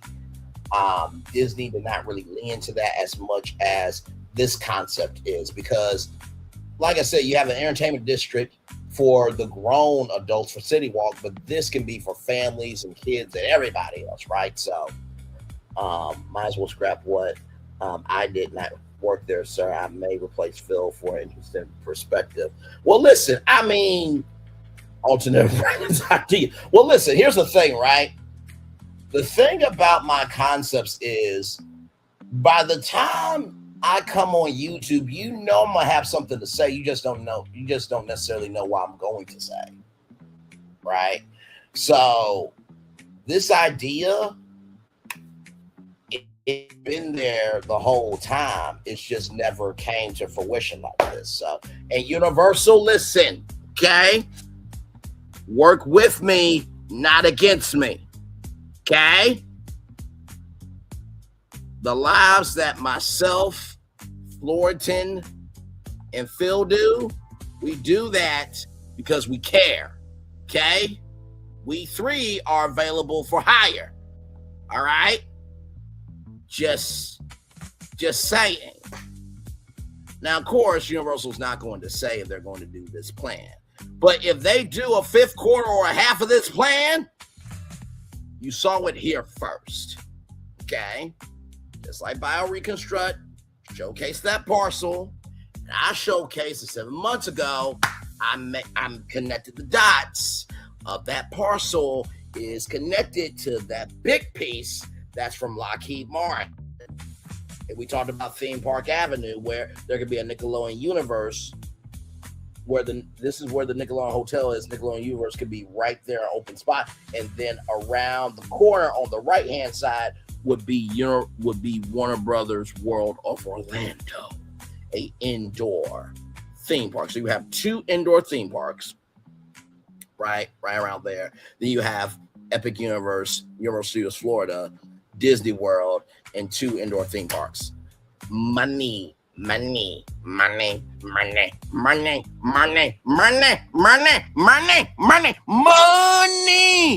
Hello, I'm King Julian, and Braylon is right. You all will be making lots of money. Ah! Back off camera.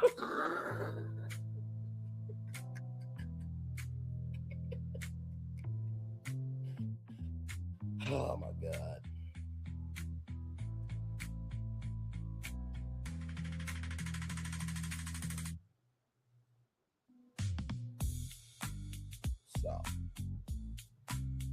So yes, indeed. So there it is there. That is the idea.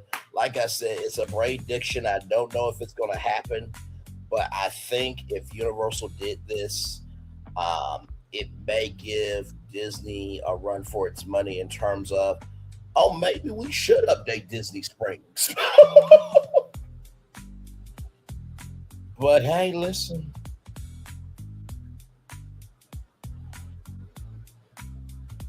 Listen. Oh, man.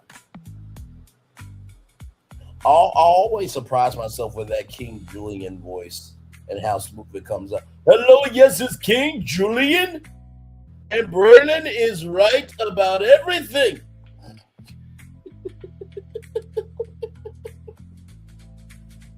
Oh, my God.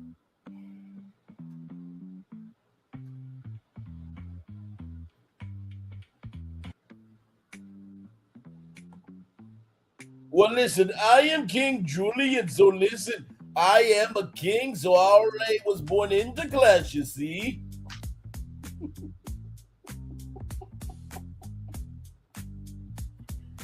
Oh, my God.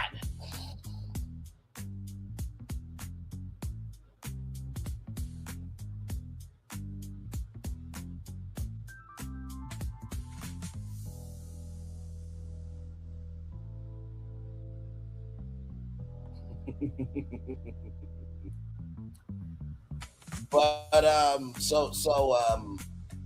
now Phil, listen, whatever you've done, I know it's gonna be amazing. So please don't get rid of it, because I do want, and this is the thing too, right? The thing that I love about us is that we all inspire each other. So whatever you did, Phil, now I don't know if what you did was on the level of this, utilizing the property that's already there to make a new idea, but whatever you've done, I'm sure it's great. That's something that I don't want to do to our group is if somebody did the work on something, put it out. If there's nuances, okay. Because sometimes nuances can expand conversation. You know what I mean? So.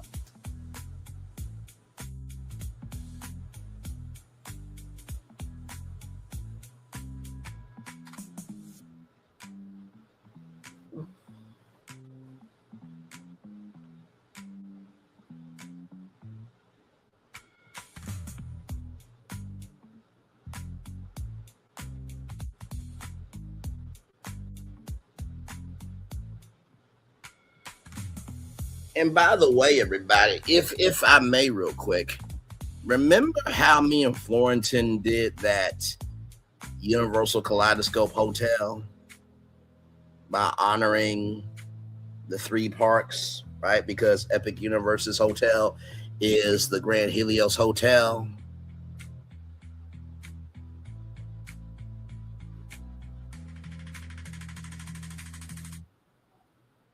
What do I always say?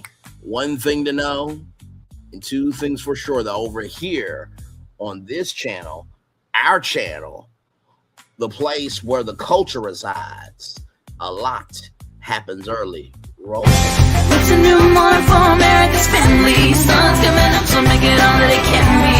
You know a lot happens early. I'm Harry Smith. I'm Julie Chen. I'm Maggie Rodriguez. Morning everywhere. Come on, get up. I'm Russ Mitchell. And I'm Dave Price. And it's a little early for this. Now this it's a new morning for America's family. Sun's coming up, so make it all that it can be. You know a lot happens early. Every day's good when you're starting it off right. But whatever happens in the daylight, and a lot happens early. Can you feel it when I say? Good morning, everybody. Are you girls ready for the Jonas Brothers? We have an early show exclusive. Yes. A lot happens early. Dirty. Early. A lot. A lot. A lot happens Early. The Early Show, weekday mornings on CBS. It's a new morning.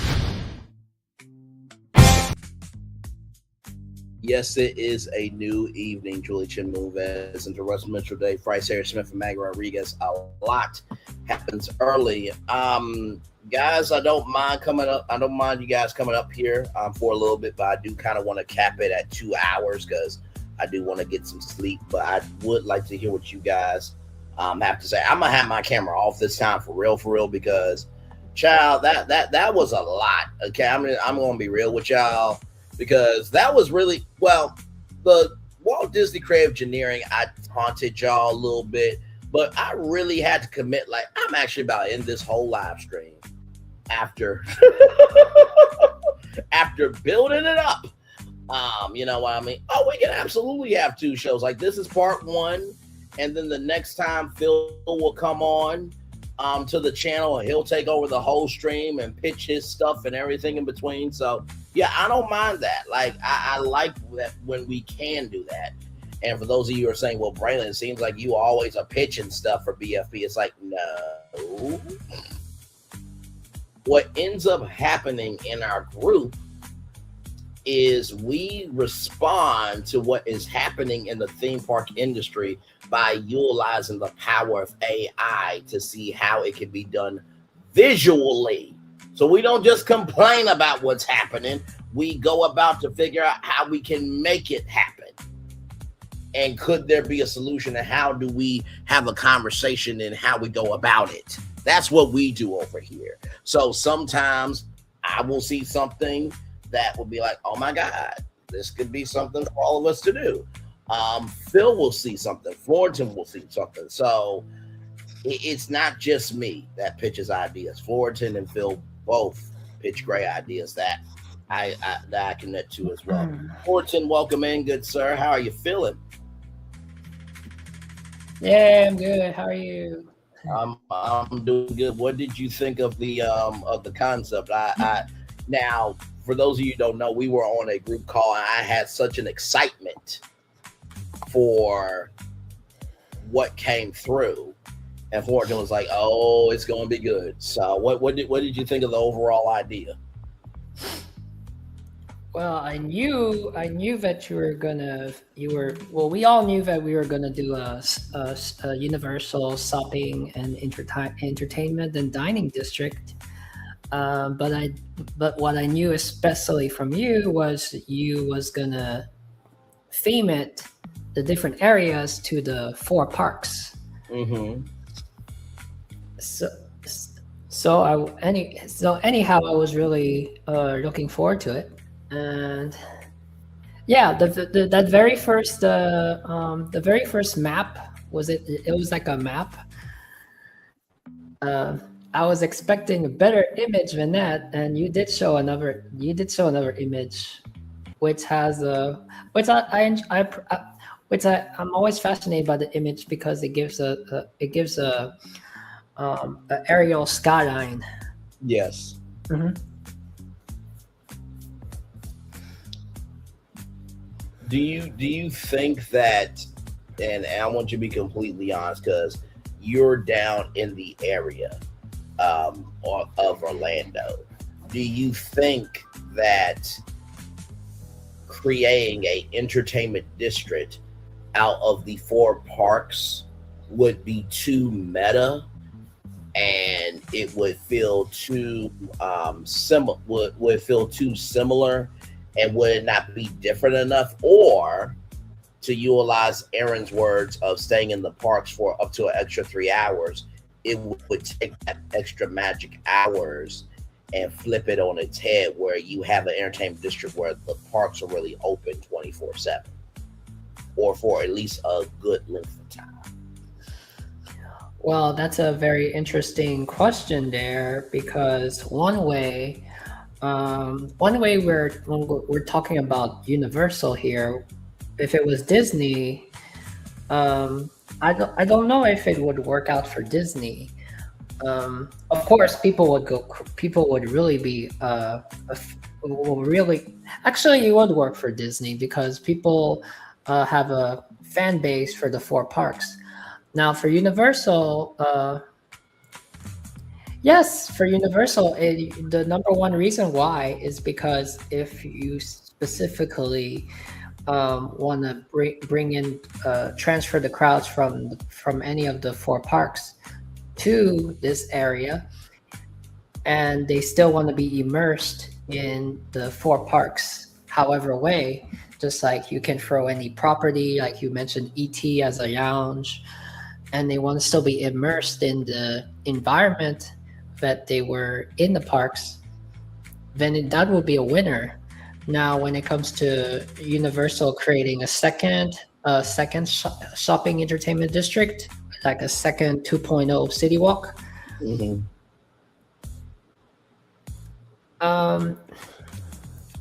You don't want to make it too much like Disney Springs either. Mm-hmm. So it all depends how the finishing result is, because you don't want to make it too wacky either, that like you see the 4 areas of it, like just like you say, you cannot have the volcano from Volcano Bay as an eyesore, and then the next thing you know, you see one of the portals. It has to. That's what is fashion. That's what's interesting about it. If that's what's interesting, I'm looking forward if we each did a different unique concept for what a different shopping entertainment complex would be for Universal. Yes. Because there are many. It'd be interesting. We don't even know like the route they would go. We don't want, the thing is, you don't want it to be too basic. You don't want it, but at the same time, you don't want it to be too basic, but at the same time, how do you make it interesting? But how do you make it interesting enough that it stays within the world of Universal? Mm-hmm. And that's why. Yes, go ahead. I was going to say one more point. It's like if you were going to do it for Disney, and if you're going to do the theme it around the 4 parks, you would not like have like a spaceship Earth, and then you would have like a Cinderella Castle mini icon. It would, but I think what I mean is more how the buildings are architectural inspired. Yes. Yes. And that's why, and that's why I went with, okay, I'm not trying to recreate the 4 parks into this entertainment district. I am taking inspiration from all 4 theme parks while also recognizing the concept art from all 4 theme parks that maybe have never really made it into anything. Because if you remember from Magical Hygiene, shout out to them when they went to the Universal, the Art of Universal, right? There was a concept art attraction that never saw the light of day.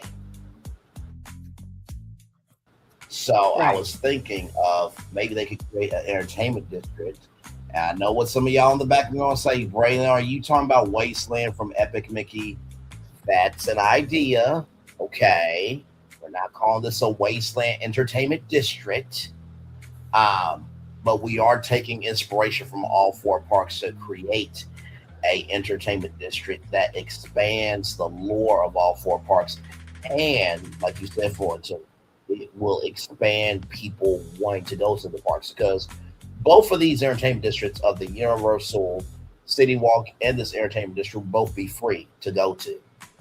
So if the kids really love Waturi Village, then they're going to just love it more when they go to Volcano Bay.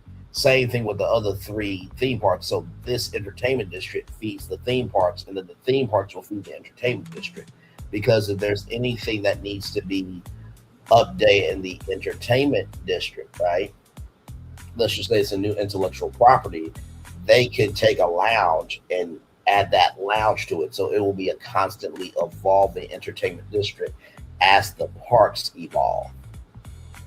So as long as the parks are maintained with creativity, then the entertainment district could never die. But I do say that Universal has amazing opportunity the exact same way that they did with Epic Universe, because Islands of Adventure, it was the first time they were able to do that, because instead of building a studio park with all studio buildings, but when it comes, and then Epic Universe was the very first time where they could, they could build a park however they wanted. They got the space, and that was the Epic Universal, the first time that Universal could really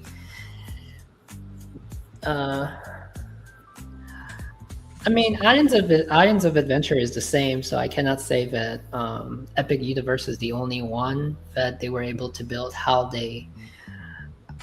but actually build it from their all new creativity, because the difference is Epic, they were able to they were the first ones to invent the portal and invent it, and it was a unique, and they were the first ones to have a hotel connected to the park. Mm-hmm. So when it comes to building City Walk 2.0, it's gonna be exciting for them, because they're not stuck with the boundaries of the entrance of Universal. They're gonna have all the space, and I think they're gonna make this shopping entertainment district more immersive. They are 100% not gonna do the same way like City Walk, but they're gonna make it. I think they'll make it they'll be inspired. They'll take inspiration from Disney Springs, but they'll make it to the next scale, even better. Actually, you never know. They could take what they did with Wizarding Paris and make it that grandiose if they wanted to. They absolutely could. Hey everybody, welcome in. I'm Braylon Lee. That's Fullerton. Phil was up here, but he was trying to get his device connected. What we're talking about here is Reconstruct talked about a 54-acre parcel that Universal is getting ready to potentially do a fourth hotel. I pitched tonight and doing a entertainment district inspired by all four parks. So we're not bringing all four parks into a entertainment district. We are taking inspiration from all four parks and making a completely new entertainment district that not only expands the lore of all four theme parks, but when the park closes, guess what? If you miss any of the theme parks, you just go to the entertainment district, and the theme park experience continues on, which I don't think has ever been done in theme park history to this scale. And the entertainment district would be feeding the theme parks, and the theme parks would be feeding the entertainment district. So let's just say, like I said before, camera's gone, tech understood. You can even come up here with audio, that'll be fine too, Phil.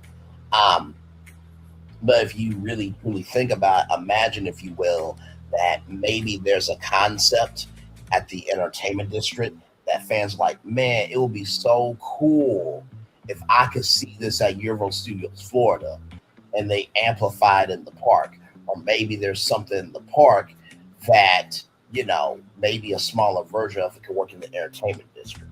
So now you have both platforms feeding into each other, which, like I said, on this scale, I don't think it's ever been done before.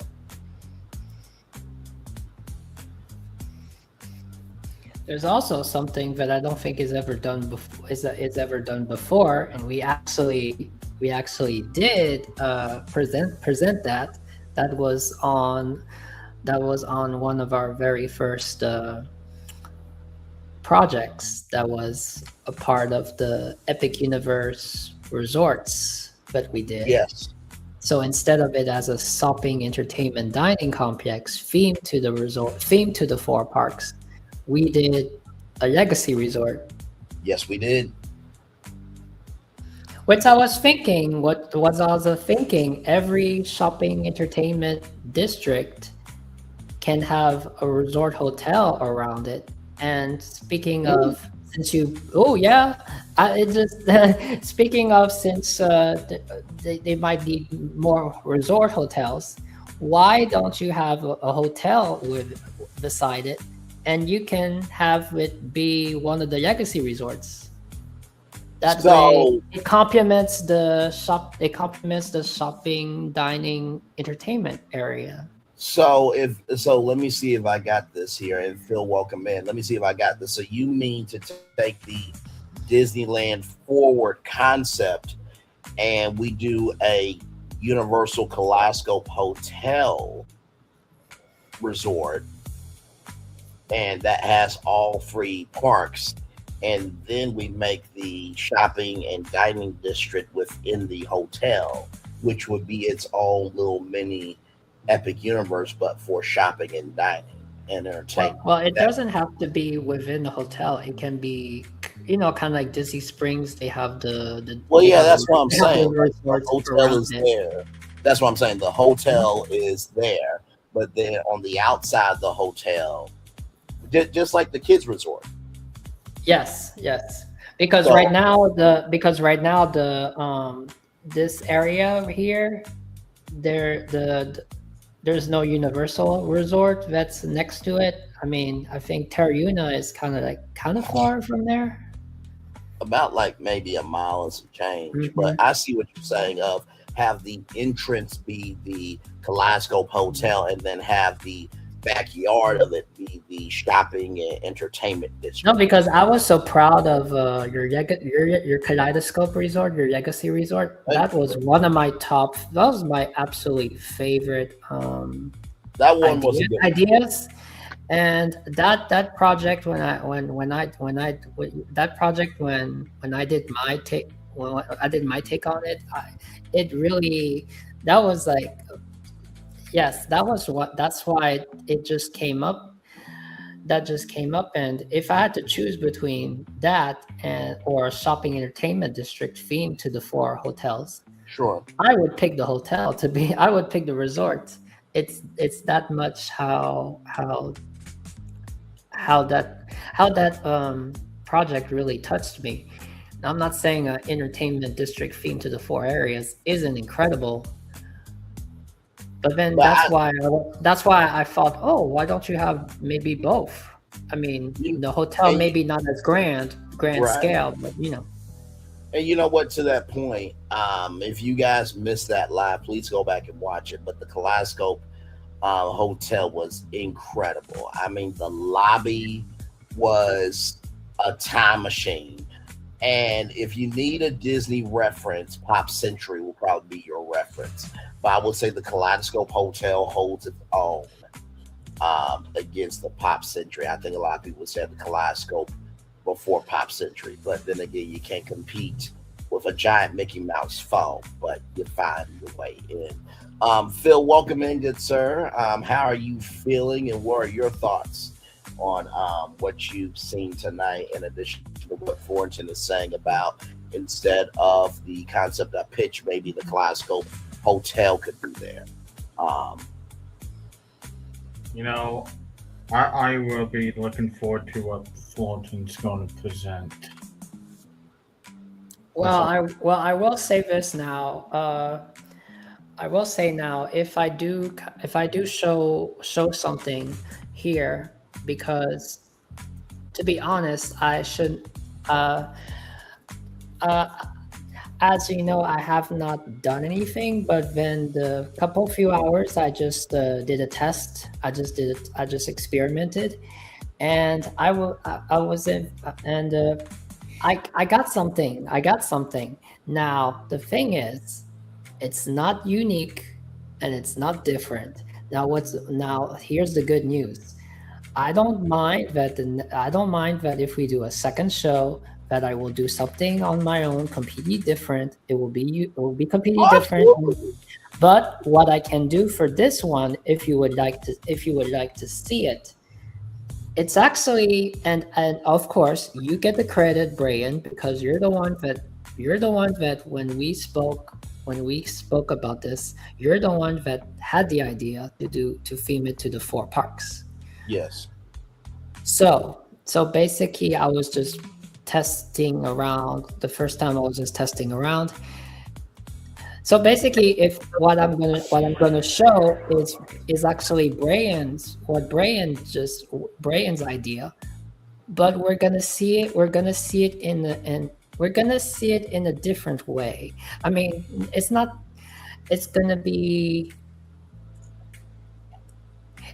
another version of the exact I look forward to it. And this is the thing too, right? The way that I cover the theme park industry, and we talk about this in the group chat in addition to a lot of other stuff, but the way my mind works with giving theme park commentary is how the fans are viewing it will determine how they will embrace it. You guys know how I always say linear television showcase what people could be curious about, but streaming reflects what they embrace. It's the same thing with theme parks. When it comes to the fans and the fandom, when Universal and Disney pitch something, that is the curiosity. But watching social media showcases how much they embrace it. So that's how I utilize my media perspective. So how I see people, viewing it from their memories and how it connects to, what they've consumed of media, goes to my commentary and how I deliver my point of view. But no, I'm looking forward to it because there's always a different point of view. Now, that was the antithesis of it, to take all 4 theme parks and do it. But Floridan may have, okay, you know what? Maybe there might be 2 theme parks that can be an overall anchor, and then you have different elements of the other 2 within the 2 big theme parks. There's different ways to do it. So I'm looking forward to it. I really am.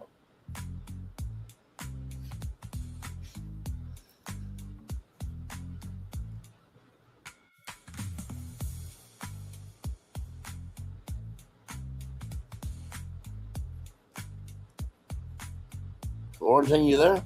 Yes. Okay. Like I said, I don't know if that's the pit. I don't know if that's the concept or not. I was just saying that as an idea, y'all. But one thing that we do over here at BFP Imagineering is we are really supportive in each other taking swings. So even though Florentine and Phil will be pitching something completely different, but it'll be within this realm, I want them to swing from the window to the wall because they may do something that might beat my idea. I'm never too humble to say that I can be beat. Not one time. Well, I just did that. I just did that before the show. So one way I cannot feel that I cannot even say that I just did the same thing that you did because I did this before the show.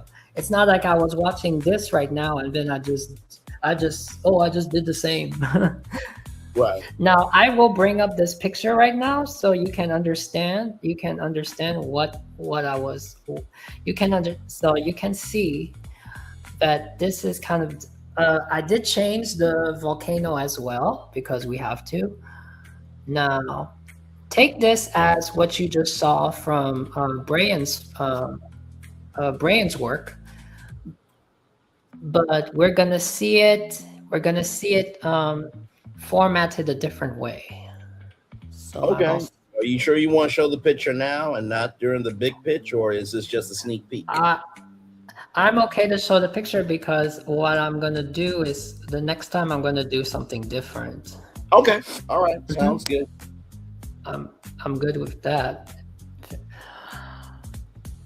And I'm really excited to show this image anyway. Okay.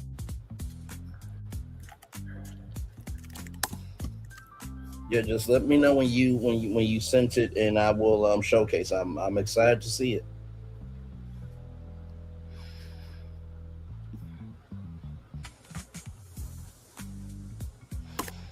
Here it is. It's coming right. Okay, let's see here. Oh, wait, is that? No, yeah. Wait, this one's mine. Hang on. Okay, let me. Hey, Phil, welcome in. Let me remove this one because this one. Oh, so now you get to see Phil. I mean, Braylon's. This is Braylon's right here. Oh yeah, yeah. So here we go. Okay, wait a minute. This is completely different here.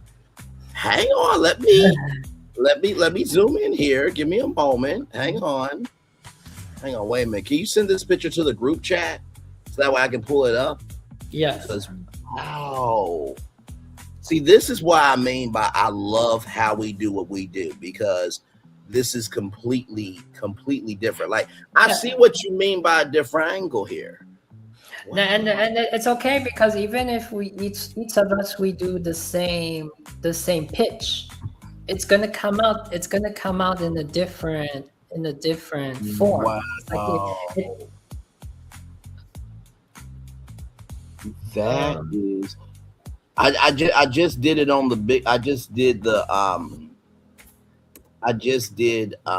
big screen on StreamYard, so it made it bigger. But as I'm looking at this here, y'all, I'm seeing the Universal Bridge connecting Icon Park because, as you all know, next door is Icon Park. So I love the pedestrian bridge. It seems like the Universal Studios is right there in front with the red carpet. So that is amazing. And what I did was very small. I mean, you see like the waterfall right there. Like it seems like this is Polynesian resort cabanas just elevated.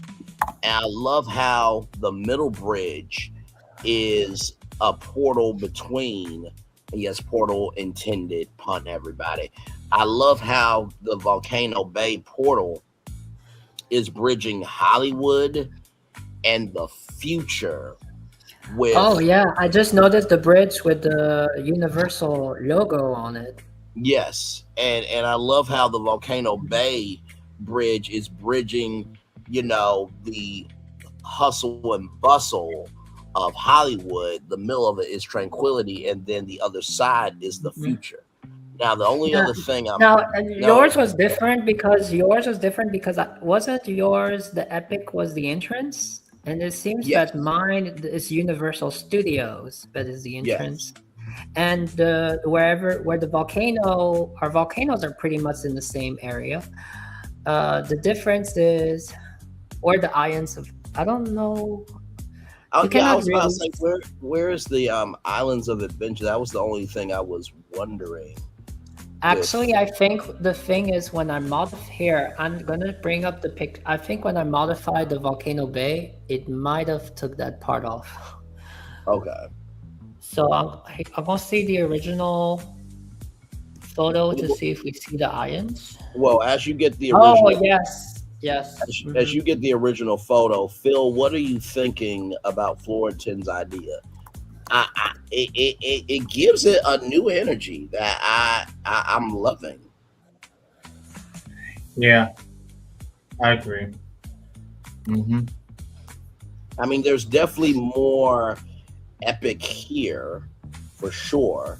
And it looks like it's more of an expanded, like what I did was very, I'm not going to say it was very minute, but it was very cohesive. And y'all don't get at me about that, are you saying that Florence is not cohesive? No, what I meant by that was it's 54 acres. So you have to make sure everything is right and tight and it feels like a pinball machine, right? But here, Florentin allowed it to breathe.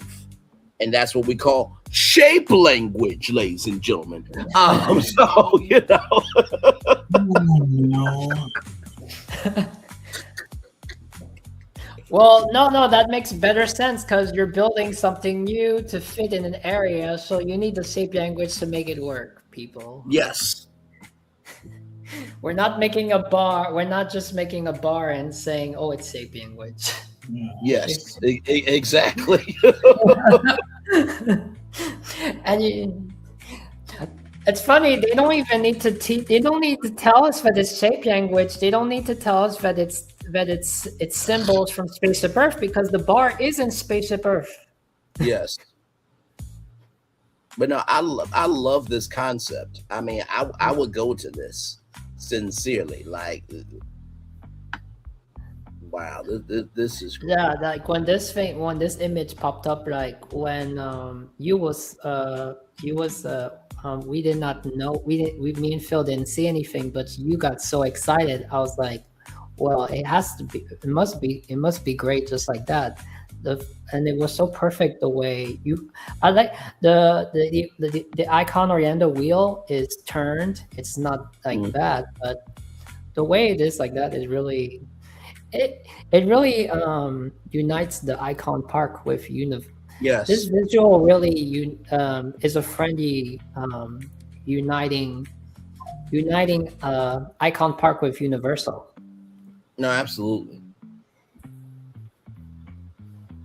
You have the original picture up with the Islands of Adventure?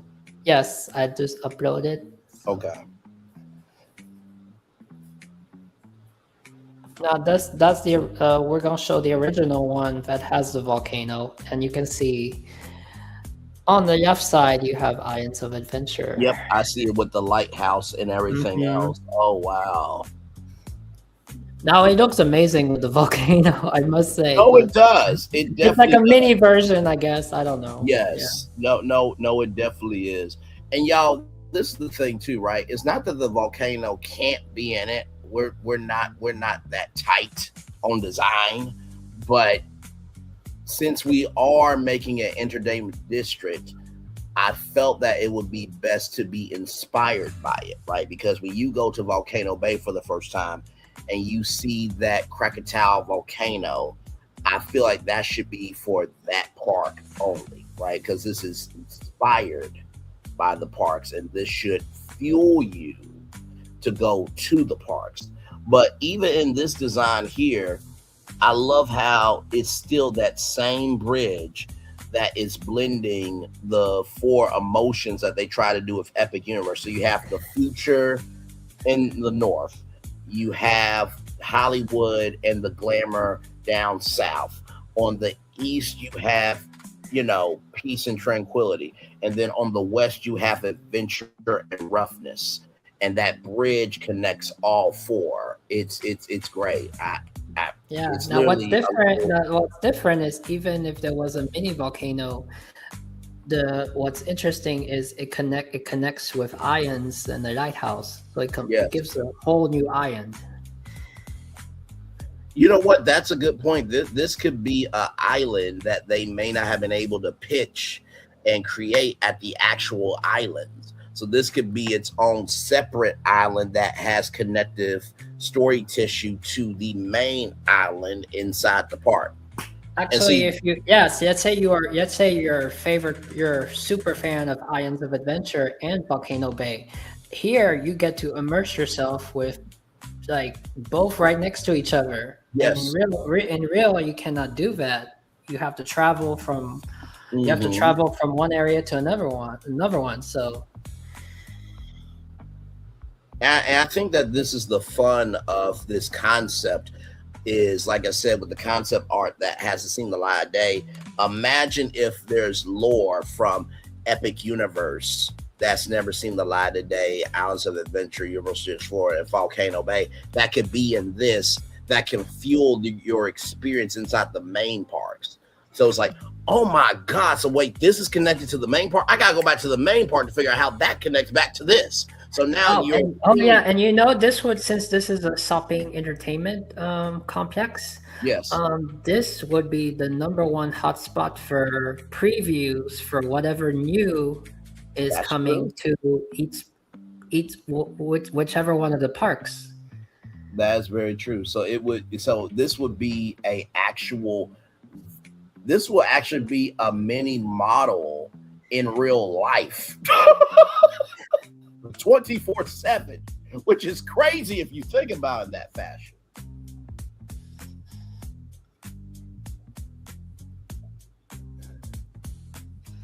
So it's just like if there's any new attraction, it's like, well, I can just go over to the entertainment district. That's a mini model of all 4 parks anyway, and see how it's going to happen in a lounge. And you know what? What if there was a experimental lounge in every part of this entertainment district? Like that lounge is dedicated just for new concepts. Like it's a limited time lounge.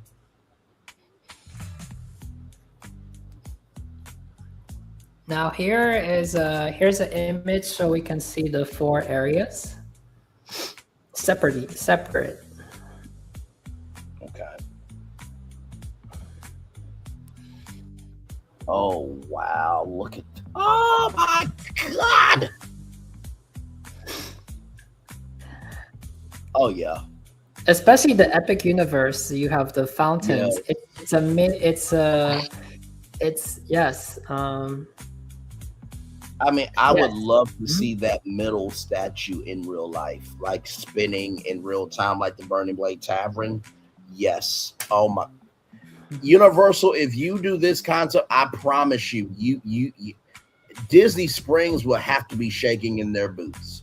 Oh, you know that this would be a hotspot, like when you first arrive from the airport, and when you first arrive, you cannot go to the park. You're going to the park the next day, or this is at the end of your trip, and let's say you're sad because it was your final day at the park, and then you still have an extra day, and you're just like, oh man, I wish it was not over. I wish I could.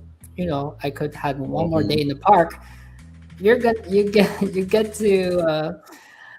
can come here for your final souvenir and actually have a taste of the park that you loved so much. Right. And then not to mention too, the parks do close, so this could stay open to 2 a.m. So it's like, oh man, Volcano Bay is closed. Well, I could go to the entertainment district, still go to Volcano Bay. Yeah, and this gives an opportunity, like if you have another friend that came at another time, or family, groups, and let's say they were separated, and groups. Some went to Epic on this day, and some went to Epic on this day, and then they're like, we wanna they can for once they went to separate days, but then they can for here they're together and they can just let's just have a little epic experience together. So they go to the epic side and have an epic dinner. And not to mention too how much this will alleviate the parks. So that way, if it's busy in all 4 parks, you have a whole nother, entertainment district that recreates the inspiration behind all 4 parks. So I know. I mean, can you imagine as pass holders, we have blockout dates, and they'll block out my birthday because my birthday is on spring break. Yes. If your birthday is on holidays, if just imagine if this was at Disney and you did an Epcot. It doesn't matter, then. You cannot go to Epcot, so you go to this. And not to mention, this is photo. Did I mention that? All 4 parks, the inspirations behind all 4 parks, we're putting it into an entertainment district that you can go to for free. So like Thornton said, you ain't got to worry about trying to get a ticket and waking up and this, that, and third. It's there all the time. And this is a great way to test if you want to do you like this enough to go to the parks? Because if you like it enough for free, you're going to pay that money. And it's just like, oh, this is times 10.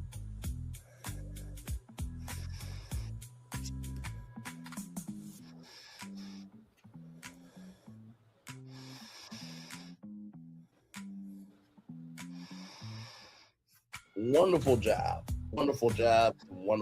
I cannot wait to see more of your pitch for sure. Hey, Phil, welcome in, good sir.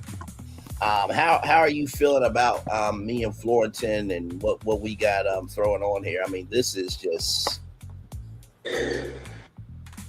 As I was telling Florentin, I must have really missed the ball majorly or something, because I tried my best and I just cannot make the greatest pictures like I used to.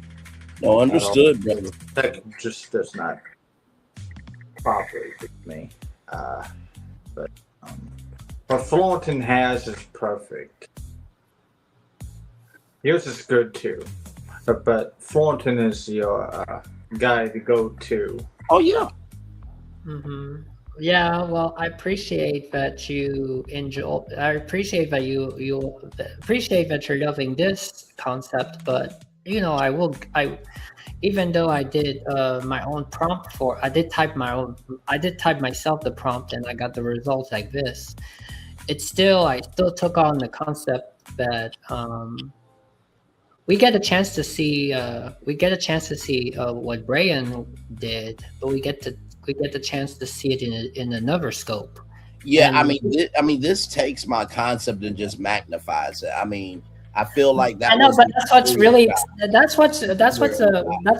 exciting about it. Is like if I have an incredible concept and I do the bet and I have my result and then I tell you two to do the same concept as me, and then all of a sudden Braylon or Phil has like the concept that I dreamed of, but it didn't. But the concept that I dreamed of, and then or Phil's came out. And I was like, that's it. I don't know if that's how they do that when they have different people they have different concepts on different concepts, and then that's the one. Oh no! Listen, I feel like mine was an aerial shot of what the overall view would look like, and Phil, you can let me know if I'm off with my take here. But I feel like it was an overview aerial shot. And this is how it would look inside. I mean, it's at massive scale. Yeah, I think yours was kind of like the concept art that like that they pitch in the beginning. It's not like the blue sky, and then mine is more like the final concept art unveiling. Yes. Mm-hmm. I have that epic picture also here. And like I said, there's no way in hell that nobody would not go to this. I'm sorry. There's just no way. Oh my God. Phil, are you seeing it? Look at this shit. Yeah, I see it. Oh, there's a monorail. Wait, there's a monorail going through the... Oh, that's the background. Look at that. Oh my God. Like if Universal actually did this, like Disney Springs would actually need to be scared. Sincerely. Because all Universal is doing is using their own property and making an entertainment district out of it. That's it.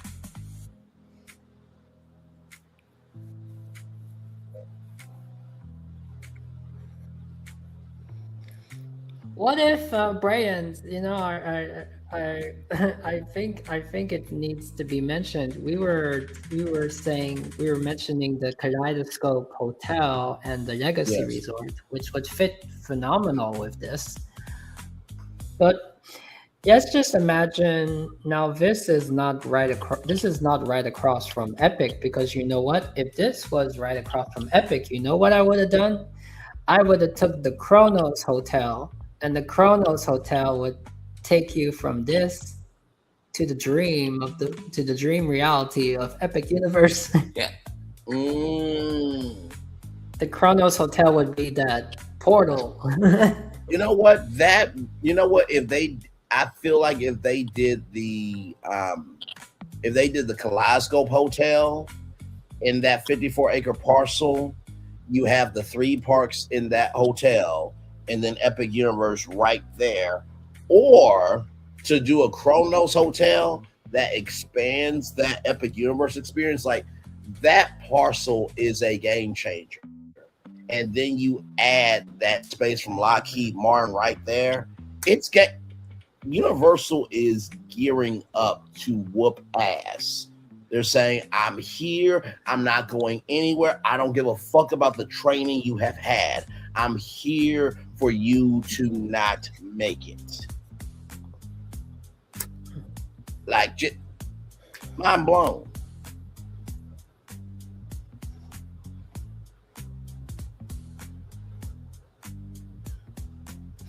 Can we see Braylon? Can we see your image one more time? Yeah, sure. Hang on.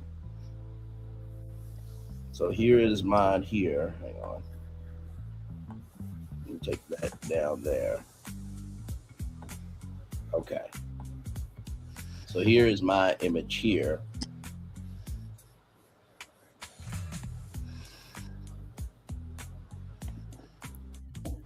That wasn't as detailed, I will say that, but this was more of like the overview of just how it would all connect. The main thing was I wanted to make sure that with Volcano Bay was that the Wattori people got their chance to be known out loud. Now this is yes. The Wattori people is in the design of Volcano Bay, but you never get the chance to really meet the people behind Volcano Bay. So this would be an extension of Volcano Bay. See, now this is nice because this is turned in another direction, and we can see the Topgolf on the right. Mm-hmm. And like I said, if you take this is amazing too. I'm sure if maybe you could generate some more images, then this thing can come to life itself.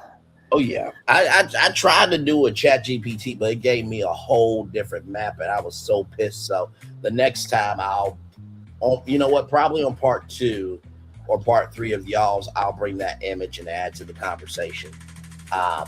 But yeah, when I asked it to remove the volcano and just make the Wattori village, I felt like it was finally a complete image, because I think Florentin, you and me have the same similar track mind of the Volcano Bay piece is the connective tissue that allows you to, go from peace to, stardom to adventure to future, but all leads back to the center of peace. which is kind of a spoke hub concept, except it's more based on emotionality than an actual spoke or hub. Yeah, because the Epic, with Epic Universe, Celestial Park is that beautiful, relaxing space, but here you don't have Celestial Park. The Epic is more kind of like the studios section. It's, and then what you have instead is you have the volcano area with the ions area connecting together. And I guess the volcano area is the new celestial part, the new celestial area of this complex. Yes. So the center area is where you would relax. Correct. Center area is where you will relax. And then and I think the studios and the Epic area is where it's going to be bustle and the nighttime. So it's actually the best of both worlds, because with especially this image, you have the city walk. You have kind of a nod to the original city walk. So that doesn't make this. The studios helps because it, and the Epic side helps because it doesn't make the city walk outdated.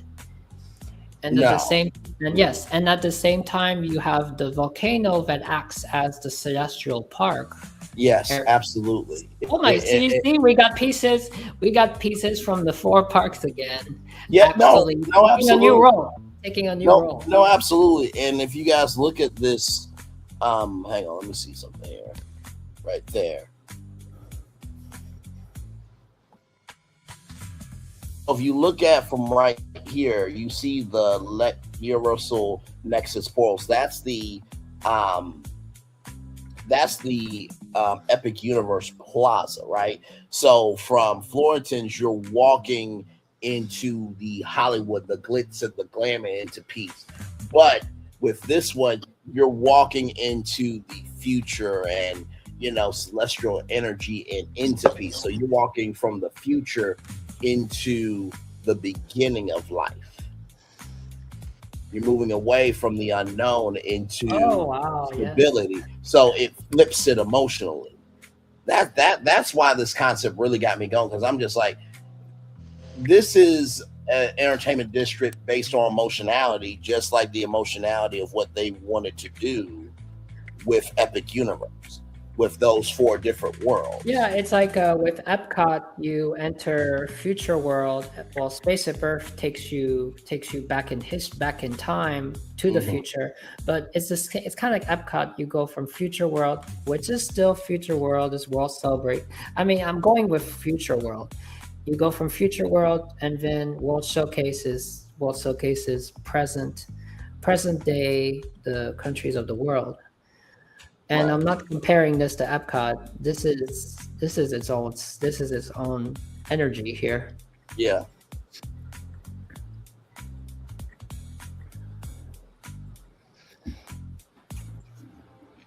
And like I said, y'all, there will be a part 2 and a part 3, because I'm looking forward to seeing more of Florentine's more fleshed out, completed idea. And Phil, whatever you had, please bring it, because I feel like this concept, it makes you think of how to push the envelope. Because I can tell you this, I did send it to you. You did? Yeah, I did. Okay. And like I said, I did not think that I was going to combine the 4 parks. I was thinking of a long-term. I'm quite a detailed logistics person, and as well, I was thinking of I had 4 themes to go by, and it seemed like I was too focused on things of Epic Universe. Yes. In this concept, so. But you never know, Phil. Maybe you're not proud of what you have, even if it's not the completed product that you want. But that doesn't mean sometimes that maybe Braylon or I can see that and we're like, whoa. that's something that really interests me. Or Yeah. now, Brian, it looks like yours has one entrance. I'm not gonna say it has one entrance. Maybe there's another entrance. But when you see the one that I generated, mine is like you can have an entrance view through the studios, and I think there's an entrance through Epic from the back, and perhaps the bridge that connects Icon Park, that can be a direct bridge to the Volcano Islands area. Oh, this is expanded. This is nice. Yeah, so you do have at least Look at my two little friend over there. here trying to figure out things.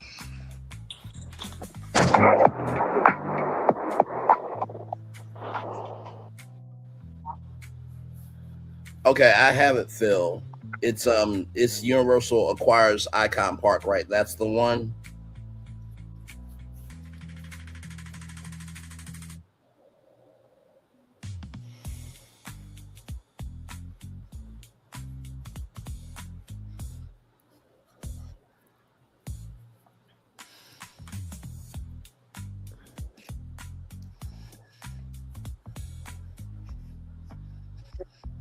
Like I said, Phil, let me know when you're ready, because I do have it.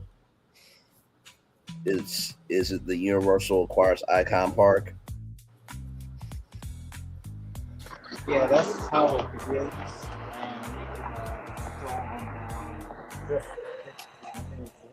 Part of it, where this.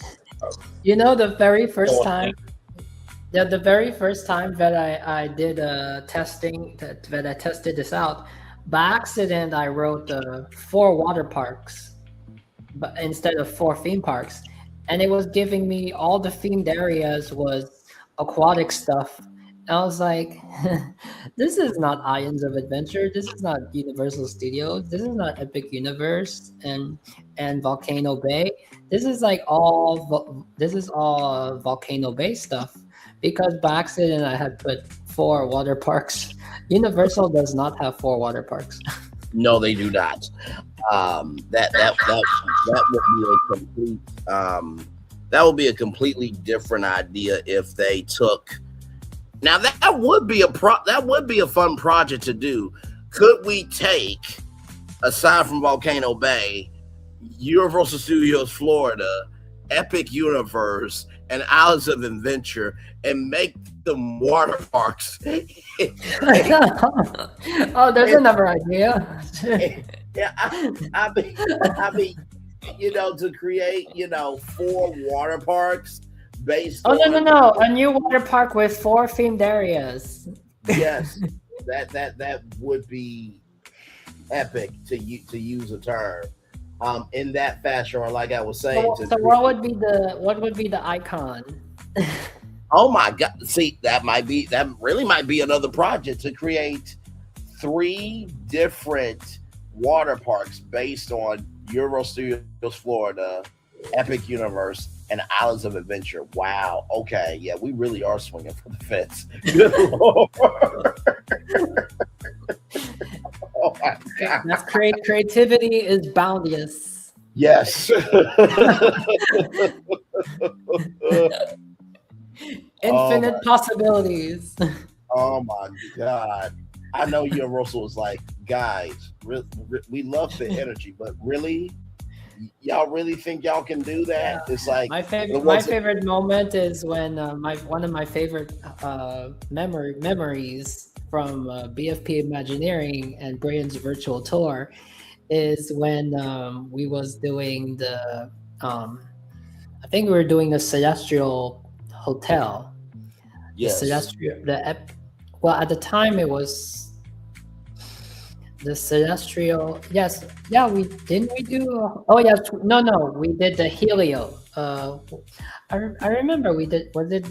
Yes, we were redoing the Helios Hotel, and I think weren't we doing a Celestial Park Hotel?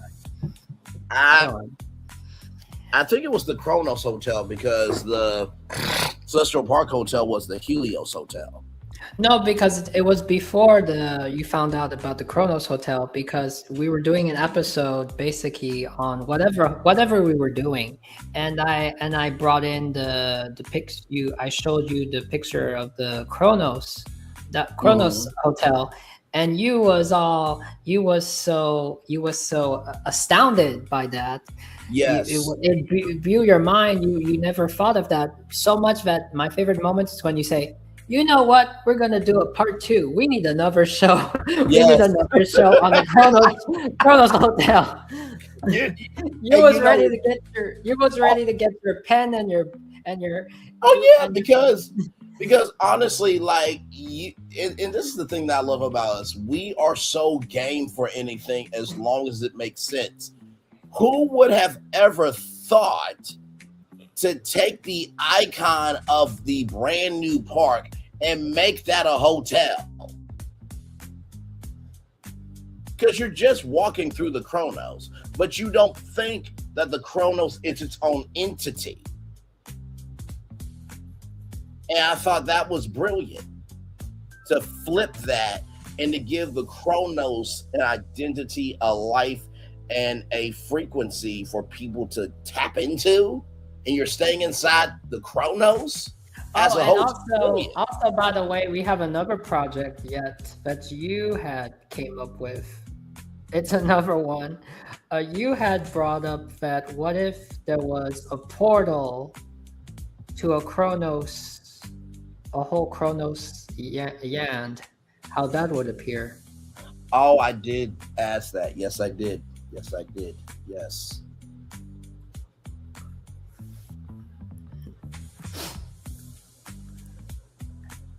So yeah, we was ready to wrap the show up, and then that came about, and nope, you was ready to get that paintbrush, buddy. Listen, I had some great inspiration for the canvas. I really did. Phil is getting himself together here because he also back to the Imagineering drawing board. Yes, Phil is getting himself together because he also has his perspective as well. And looking forward to it as well. Now, while we wait, do you want me to read some of the prompt from this? Yeah, go ahead. Let's help Phil out. I know that he's not. Technology can be a pain in the ass, y'all. Okay, so we do protect each other up here. So.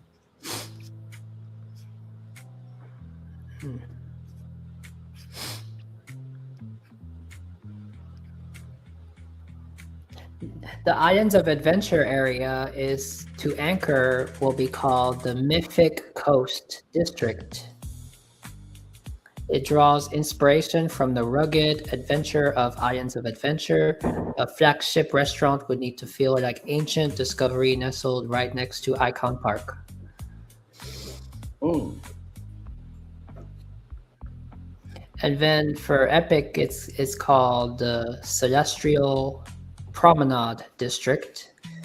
Is designed to capture the wonder of the cosmos and the mechanical beauty of the stars, serving as the thematic anchor for the aesthetic of Epic Universe.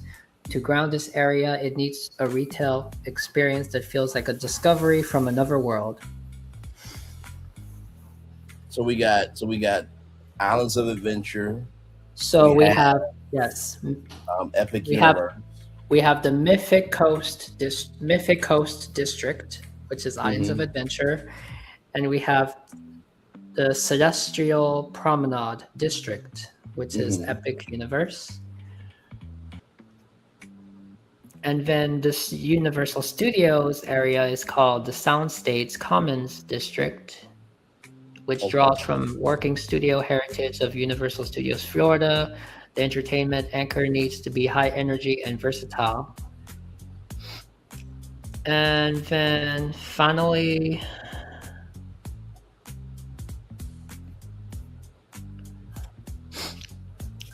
I think it's on the top, the volcano area.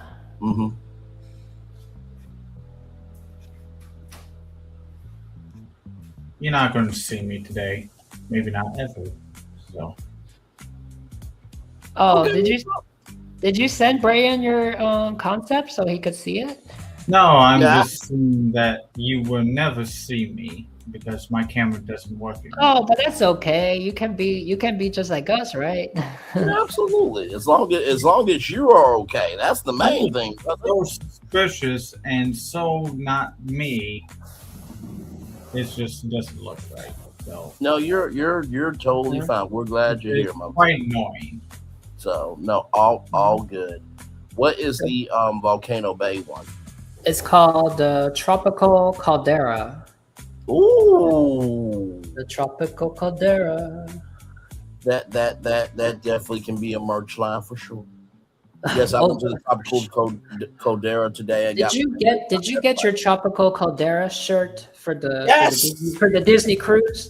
Yes. Oh, you want to cause a Disney fire on cruise, don't you?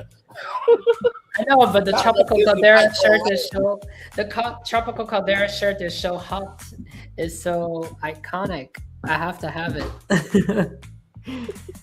as my gear. What is a part of that district? What is a part of that district? Yes. I don't think I have a description for that one. Okay.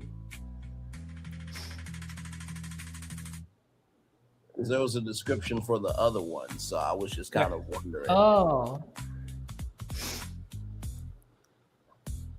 Well, if it's not there, let me type it in. I'm sure it'll give me one. Give me just 1 second.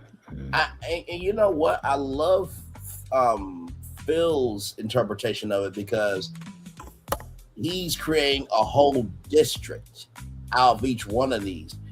And districts are their own mini Times Squares, right? So you're creating 4, and Phil, correct me if I'm wrong, good sir, but you're creating 4 different Times Squares based on the environment. Yeah. And if you know Times Square in New York, that's a big mamma jamma, to use some words. So I love the fact that you said, listen, each of these are districts, and I want these to be as expressive as they can be. Yes. So a district is a great interpretation too, because it's more niche and centralized, where that district can only be that district, but there is a possibility that that district could clash to another district, but it's not going to clash so much that you don't feel it overpowering one district to another. So that's a great interpretation. Okay, let's pop up. Can we bring up the screen share so we can see it together and read it? Did I get by the way, did I get that right, Phil, of that description? Yeah, you got it interpreted just right. Just let me know where you want me to begin if I did. Yeah, whenever you're ready, Phil, go right ahead, good sir. Yeah, if Fulton's got something, I'll let him go first. Well, I'll just finish reading the for the. The Todera. We have yes. So to fully realize the tropical caldera, we need to lean into the ion time philosophy that makes Volcano Bay so successful, but pivot it toward a more relaxed resort style environment where you can spend hours without needing a bathing suit. Since this district is meant to be a companion to the Everfree, here is how the specific sublocations would look and feel. The Watori Social Club. This is the district's anchor lounge. Instead of a standard tiki bar, it's a sprawling multi-level structure built into the side of the secondary caldera, seen in the ground view image. Guests sit on carved koa wood furniture on a floating deck that hangs over the lagoon. The vibe is a lo-fi iron beats play through speakers hidden in the rockwork. Every evening at sunset, a traditional Krakatau fire ceremony occurs where the waterfall at the center of the district glows with red and orange bioluminescence. The magma mule, served in a custom-designed ceramic volcano mug that smokes with dry ice. And then you have Puppy's Pufferfish Provisions, located near the Lava River Lagoon. This is a premier quick service spot specializing high-end Pacific Rim fusion. The menu is a focus on poke tacos served in taro root cells and grilled pineapple glazed ribs.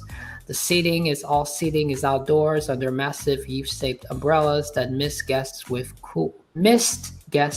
a cool tropical rain every 15 minutes to combat the Orlando humidity. And then you have the yes.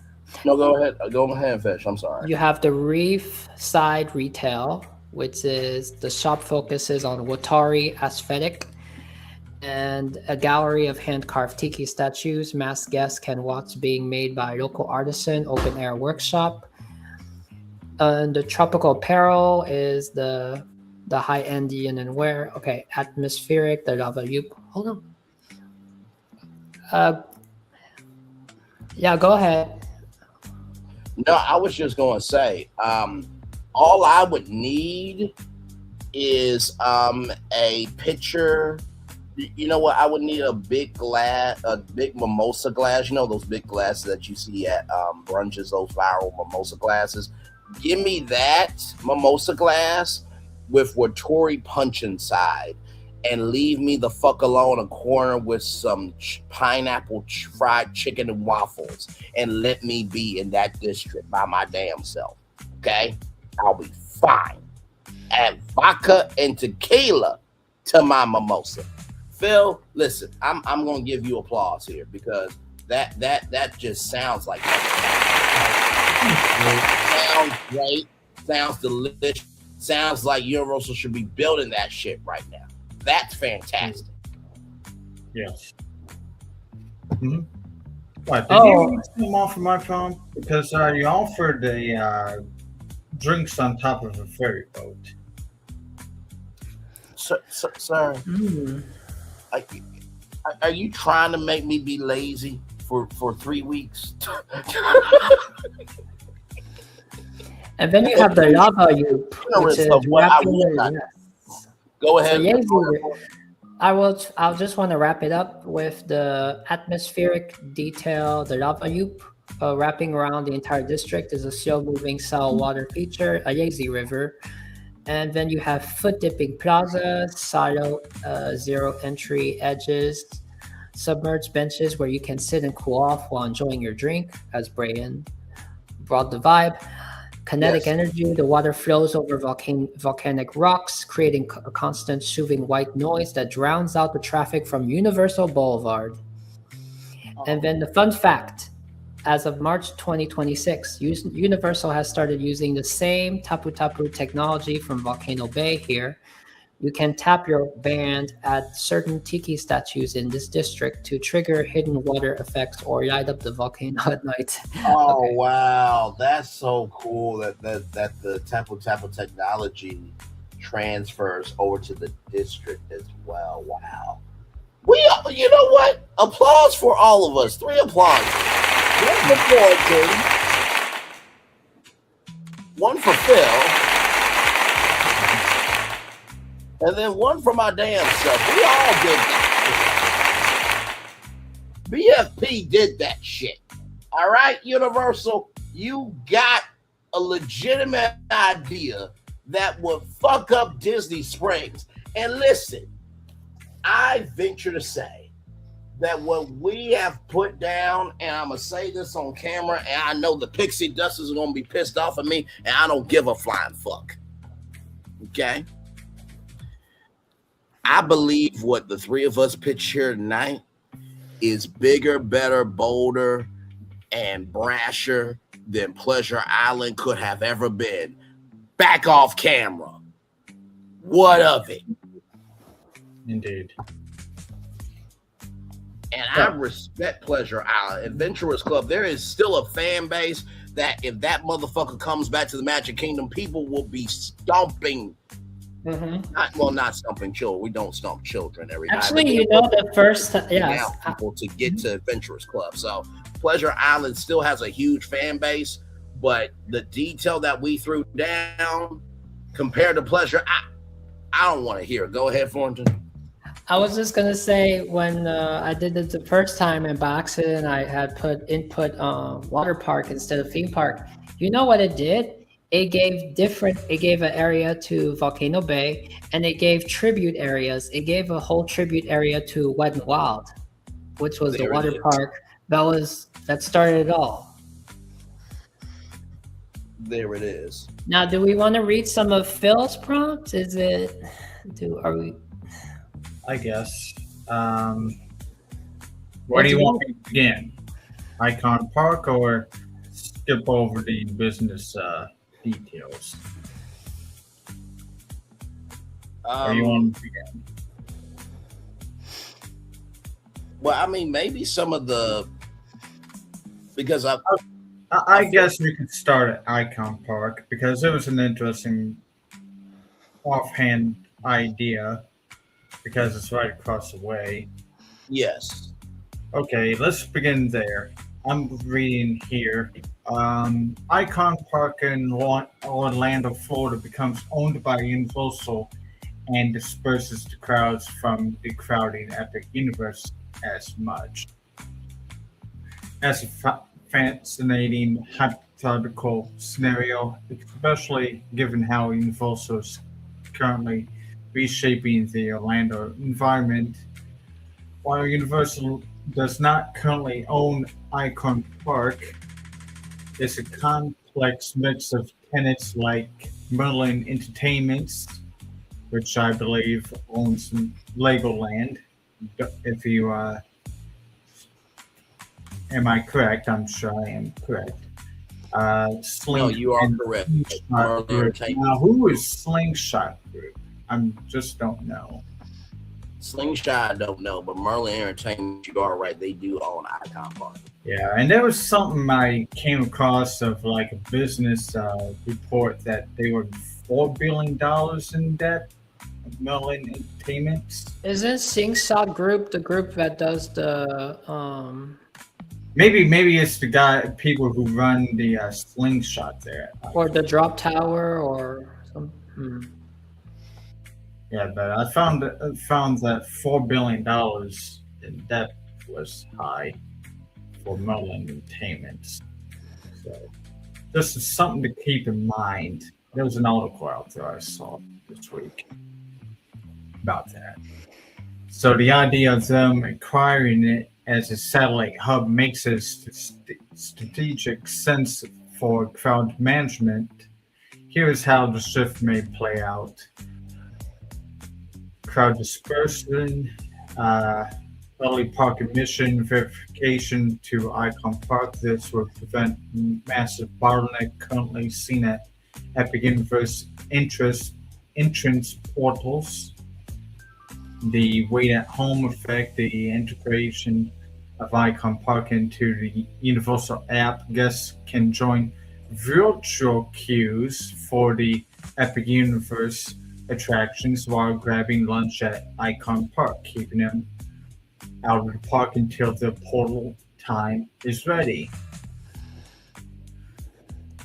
And branding the Orlando Eye. I mean, they could incorporate a mini Nintendo pop-up or a mini Dark Universe preview center if they want to satisfy the fans. I was about to say, to add to your idea, and let me know what you think about this. Could they do a wrap on each pod of like Nintendo and Epic Universe and different characters? So that way, when you're on the Universal Eye, you're able to see, the characters and stuff, or maybe something to that degree. Sure. I didn't go into it because at some point when I read it, I was like, I'm not sure if I'm going to try to retheme the Icon Park. I'm just going to, at least for now, just say that we are going to be the invisible hand of Icon Park for now. No, understood. Just as just a suggestion. It is a good suggestion. Because I did think about how there's wraps for NASCAR and stuff like that to wrap each pod with a character on it. But yeah, go ahead. I'm loving it so far. So we got virtual queues for some of the attractions at Icon Park and how this can be a alleviator of a tool from Universal up to this point. Solving the Epic Universe Island problem, as you mentioned, relief valve. If the park hits capacity, we've also offered Icon Park credits to the encouraging guests to leave the park for a few hours, dispersing midday hate and crowd peak. Transportation, we may see the Stella Nova and Terra Luna shuttles adding to the dedicated loop to Icon Park, making the iDrive an extension of the resort. Now, there's a story about it just keeps on popping up. Yeah, BFP Imagineering is definitely a thing in the in the prompts now. Yep. Yeah, yep, it did that to me too today. Same here. It actually, for me, it said, would you like me to make a BFP Imagineering logo to go with it? Well, yeah, thank you. I'd like to see your logo too. Good. I'm moving tomorrow. So it is practically Project Satellite acquiring the Icon Park. So the 20-acre Icon Park complex on International Drive, by integrating the hub into the, actually, I think that's actually called Universal Drive, but I'm picking. This site will serve as a universal drive terminal, bridging the geographical gap between the campus of the Universal Studios Hollywood Central and the campus that also doesn't know what I'm talking about there, but campus of Epic Universe on the other side of Lockheed Martin, who is out to the east of here, not south. Offload non-attraction guests, ticketing, dining, retail from the Epic Universe portals reduce, as I mentioned, inventory, add 40 plus designer retail and dining outlets to the Universal portfolio without utilizing existing park acreage. So, awesome. The wheel, Universal Horizon, if you wanted to rebrand it, 400 observation wheel, featuring AR portal viewers that allow guests to see into the themed lands of Epic Universe from afar, which yeah, that's great. I like the name, Universal Horizon. Yes. And the plaza will be City Walk. They already called it City Walk before I gave a prompt for City Walk. Right. See, this is why we need Westcott. Because, like, come on, Universal. Come on, Disney. Universal is doing City Walk East and City Walk West. Yeah. So, anyways, secondary entertainment district offering Universal quick queue dining, allowing guests to stay within the URL ecosystem while off property. Museum district, which is basically Madame Tussauds and Sea Life, into the rotating preview center for the upcoming DreamWorks and Nintendo expansions. I will say this though, to that point, when you think about Sea Life, most Universal fans think about Jaws. And when you think about Universal Studios Florida and the studio tour, you think about celebrities.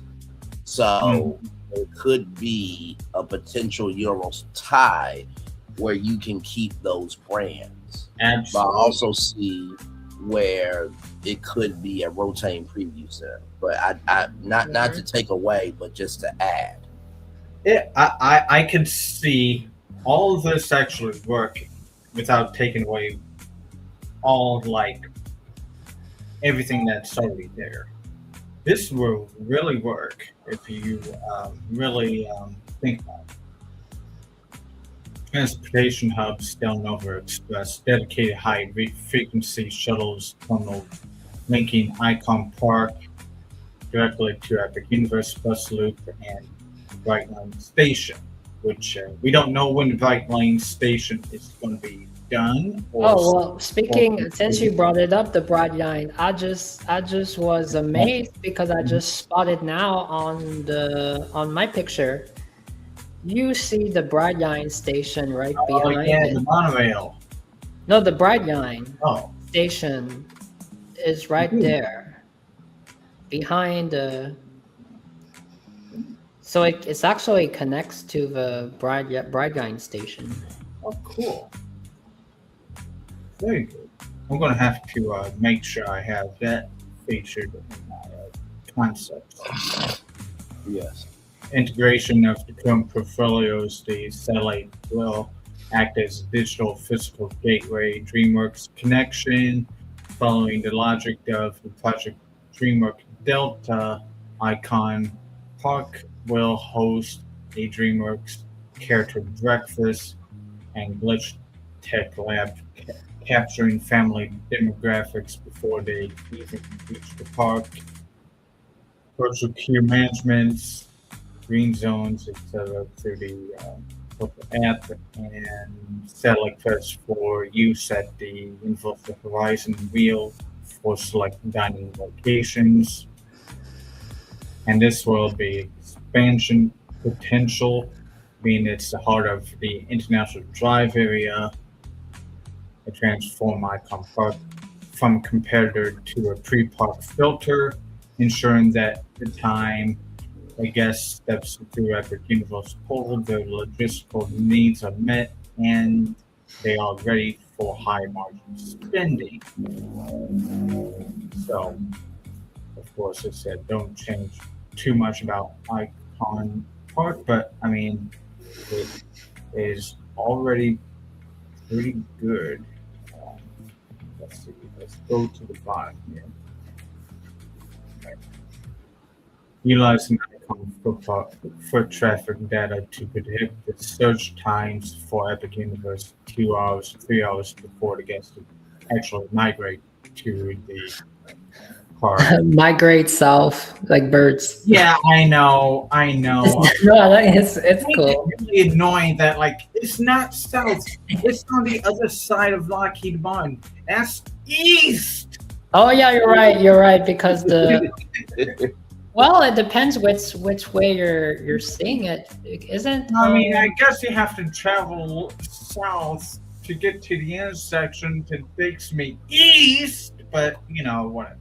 No, it's true because if you go from the Helios, you go south, and the entrance to Epic is kind of tilted, anyways. So I have to go down probably a little less than a half mile south to get to the road that takes me east, but you know whatever. So next step, status quo. Refine the logistics of the travel. So basically, we are the invisible hand. This is all makes money for Universal and for funding our projects, let's just say. All right? Would that be understandable? Just put simply, I think. I think so. Because it's Project Trojan, logistics and finance. That's prepared by BFP Imagineering. BFP Imagineering. Yes. That is hilarious. Yes, indeed. Yes. Yes. Even though it was just only prepared by me, but you guys may do this too. And the goal was to turn the Icon Park into a primary offset terminal for the universe. And I mentioned a Boeing connection in phase 2, and talks about the latest information about the Shingle Creek Transit District has selected a Boeing company to begin negotiations for a tunnel system. So there's more news to come about that. As mentioned, the Icon Station, we propose a underground loop station situated directly underneath the Icon Park parking garage, allowing the guests to stay at the 150 plus nearby hotels to walk to the Icon Park and listen to the Epic Universe Helios Grand Station in under 6 minutes, bypassing the iDrive surface traffic entirely. Now, I don't know how that's going. By the way, can you guys can still hear me, right? Yes. Okay, I wanted to say this real quick.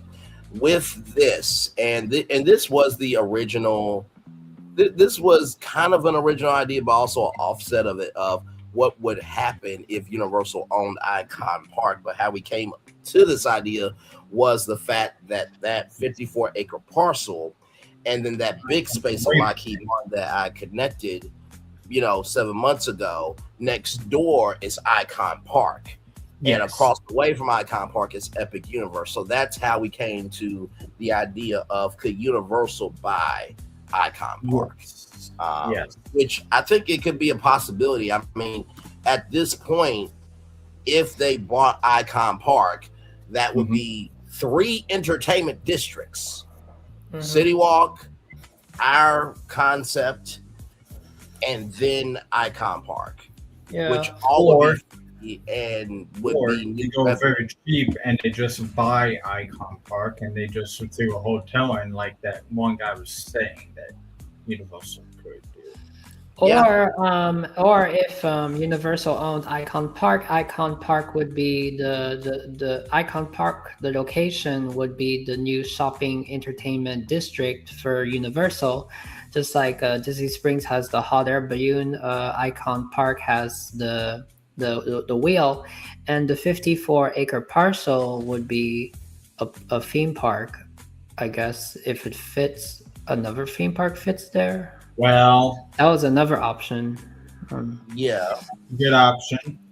And when I get down to a really beautiful map I made, I'll explain it. Okay. Electric satellite fleet.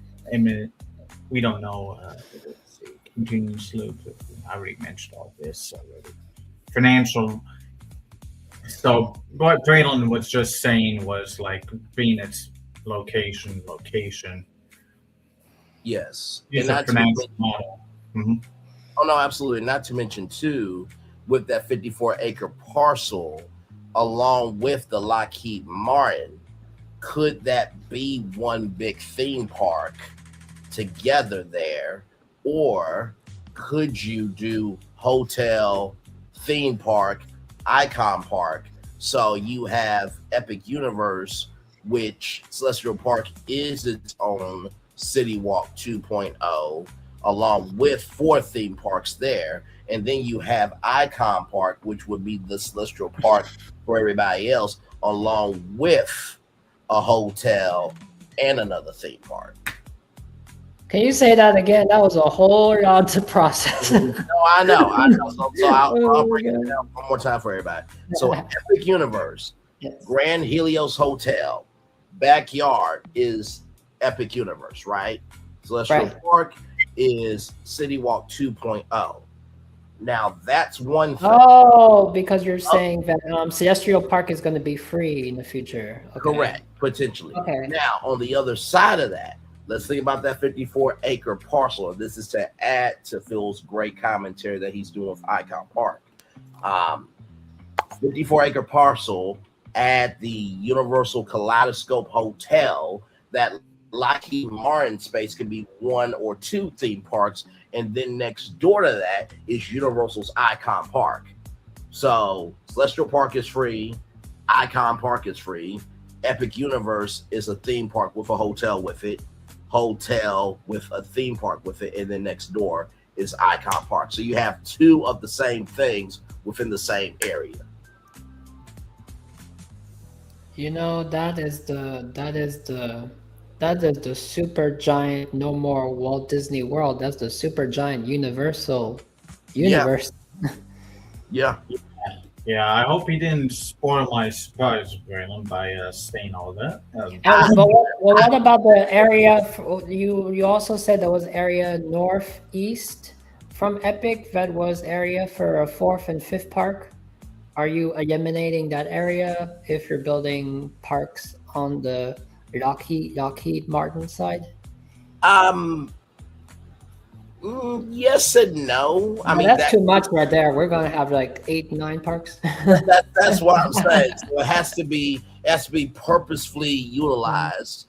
Yes. But because we're talking about Icon Park, I wanted to showcase the parallels, because if you go back to a live we did, and Florian's mind was blown about this. If you think about Volcano Bay and Cabana Bay, which I know what you're thinking, did they have both bay names in it? Yes, that's one thing.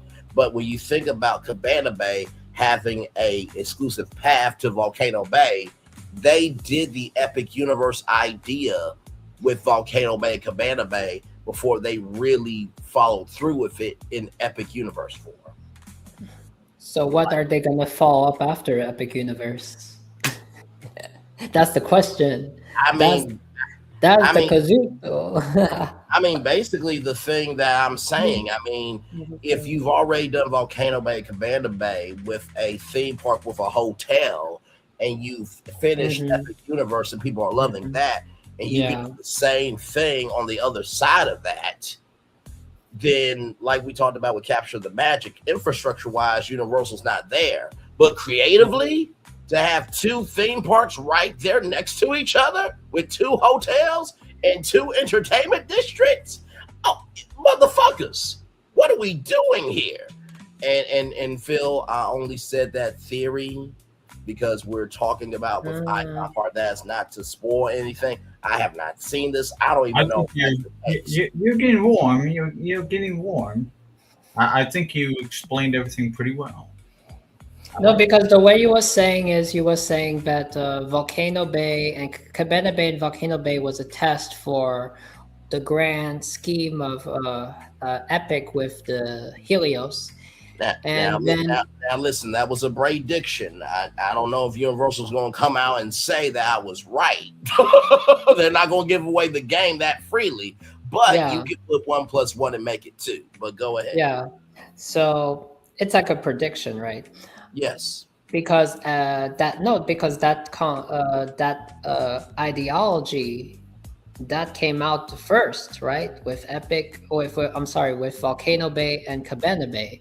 Correct. And the fact that both of them share the same name, the same bay, and so then Epic came out with its hotel. So the way you were saying it, I thought, okay, so if they tested Volcano Bay and Cabana Bay and they achieved Epic Universe with that, now if you have another one, that's gonna have to what is the next step to make that one as impressive as Epic? Because that's why we had the conversation. How would you make something that would top Epic Universe? Now we're not saying that this new park here would have to beat Epic Universe, but actually what you were saying, which I saw it a different way, you was mentioning now that if Celestial Park becomes free, so it becomes itself entertainment city walk. Correct. And then on the other side, you have another park with either you have Icon Park or you don't have Icon Park, but you have another shopping entertainment district by Universal. That's what you was actually saying. Now you have two parks next door or within that have a shopping entertainment district. Correct. And the same as the old property has it too. Correct. With 2 hotels as well. No, you're absolutely right on it, my friend. Very well done. Like I said, if I'm Universal Creative, I'm saying, oh shit, and oh shit. The shit is, oh my God, this is exciting. I love this idea. The other shit is the fact that they could be working on this and we're saying the quiet part out loud. And I would be worried because how the fuck did y'all come up with this before we released it? I do want to say, I do want to say that if Universal was to do a partnership with Icon Park, or they bought it, of course, if they bought it, then they could do it. But if they wanted to do a partnership, because since Icon Park is so close and you wanna help out. That's why Icon Park has a phenomenal name, Icon. And the dream would be, the old properties, you can call any name, legendary, phenomenal. What would be if you had to pick a term for the old parks, what would you call it? Nostalgic. Does it even have a name? The old Universal area? Not that. Something that describes it. Well, putting that aside, yes. Yeah. Putting legendary. I'll just say legendary because let's say you have legendary and then you have epic, and now on the other side you have iconic. No, absolutely. So with all that being said, Phil, back over to you. I didn't mean to take away. I just wanted to add to that because I see where the bouncing ball is going potentially. But over to you because it looks like the major anchors and what you're about to do here looks very interesting. Yeah, so basically, we do not evict what's already there, of course, because we going to lease the property now, and everything gets to stay there.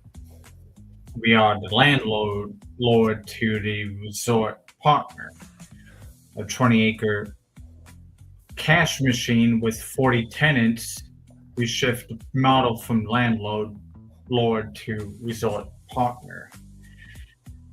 Major anchors of Merlin is the Real and the Sea Life, the Triple N, plus maintaining existing leases where tenants pay all taxes, insurance, but add the Universal cross-pollination clause. Universal collects the rent plus the ticket sales of the guests who bundled a wheel ticket with an Epic Universe pass. That's the Universal's benefit to them. Dining, Yard House, Old Red, and Sugar Factory. The City Walk Extended model integrates these restaurants into the Universal Dining Plan and app. The benefit to Universal is Universal takes a convenience fee for every reservation made via a Universal app, despite not owning the restaurant. And in a category, once again, replace the Crazy Golf and Ante Museum, and management strategy of it will be data sharing leases. New leases require tenants to share guest foot traffic data with Disney creatives, and Universal's benefit is real-time search alerts.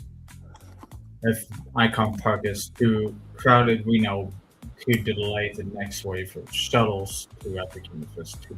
And I do love this real-time surge alert, Phil, because what that will do is... I know, we just had somebody talk about surges that it was somebody who had an A and an I in his last name channel. You're talking about like crowds? Yes. No, and it's interesting that you bring this up because think about HHN, right? Coming up the 35-year anniversary, and to the horror community, well done. I mean, get to 35 years of anything in any industry is a huge accomplishment. But with that being said, imagine, if you will, with them leasing Icon Park for them to be able to do HHN brand activations over there, and they could use those surges to be able to, make Grinchmas and all their other events to balance out the surge of how you have the event in Icon Park and the parks and everywhere in between. So, no, that's a great tool. Absolutely love it. And also, too, you think about annual pass holder discounts that will be at Icon Park along with that, because I saw the dining plan.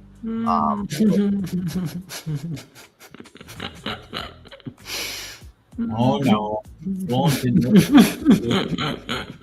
You all right? I was being serious with that. That was a compliment. I'm just connecting dots here. No, that's a laughter of what? That's a laughter of an image of if Universal owned Icon Park. I did not dare to make an image of that. It's incredible. Okay, all right. That's my reaction. Okay. Oh, okay. Incredible. Stop for a moment and see what this is. Do I have to drop it down and come back up? Oh, you guys want to see it? Yeah. It's ridiculous at the same time. Well, I'll stop my screen to see if you pop it up. Hold on. Bring it up. Let's see this. Okay. Did I save it in the folder? Yeah. By the way, that's the only image I found to use on my avatar because I have no. Yeah, that's the first time you guys hear me react to an unveiling, because usually it's Braylon or it's you. I hear all the times. The moment I hear Phil laughing, I know something's good. Well, here's an example of if Universal owned or purchased Icon Park.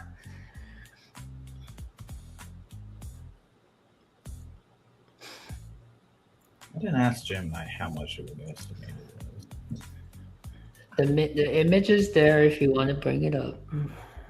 I bet you the price tag would be probably in Universal's favor. I mean, they're getting a creative partner that would sustain Icon Park for a very long time. I think so. I mean, this would be just like great.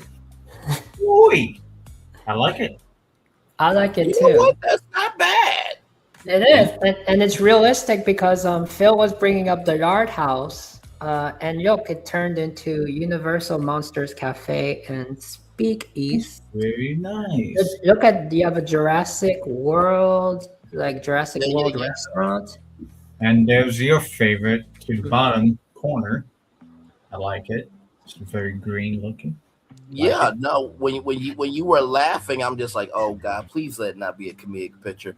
But this actually looks really nice. Like I could see this in real life and people going to it.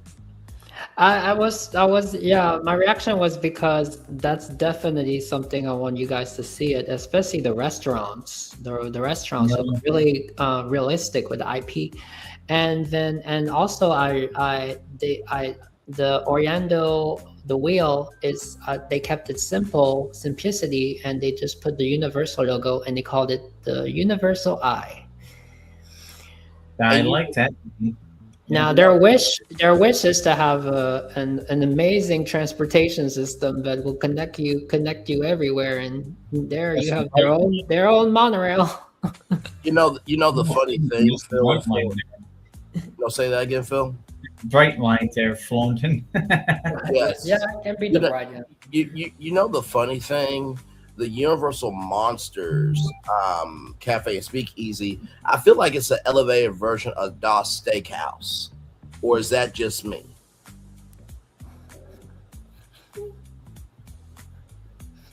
You know, it does. The exterior of it does resemble the chocolate factory, the chocolate emporium at Universal.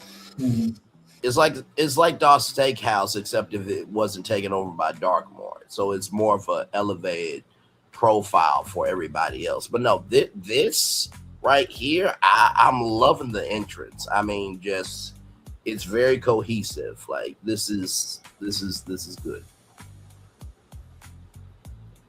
Great.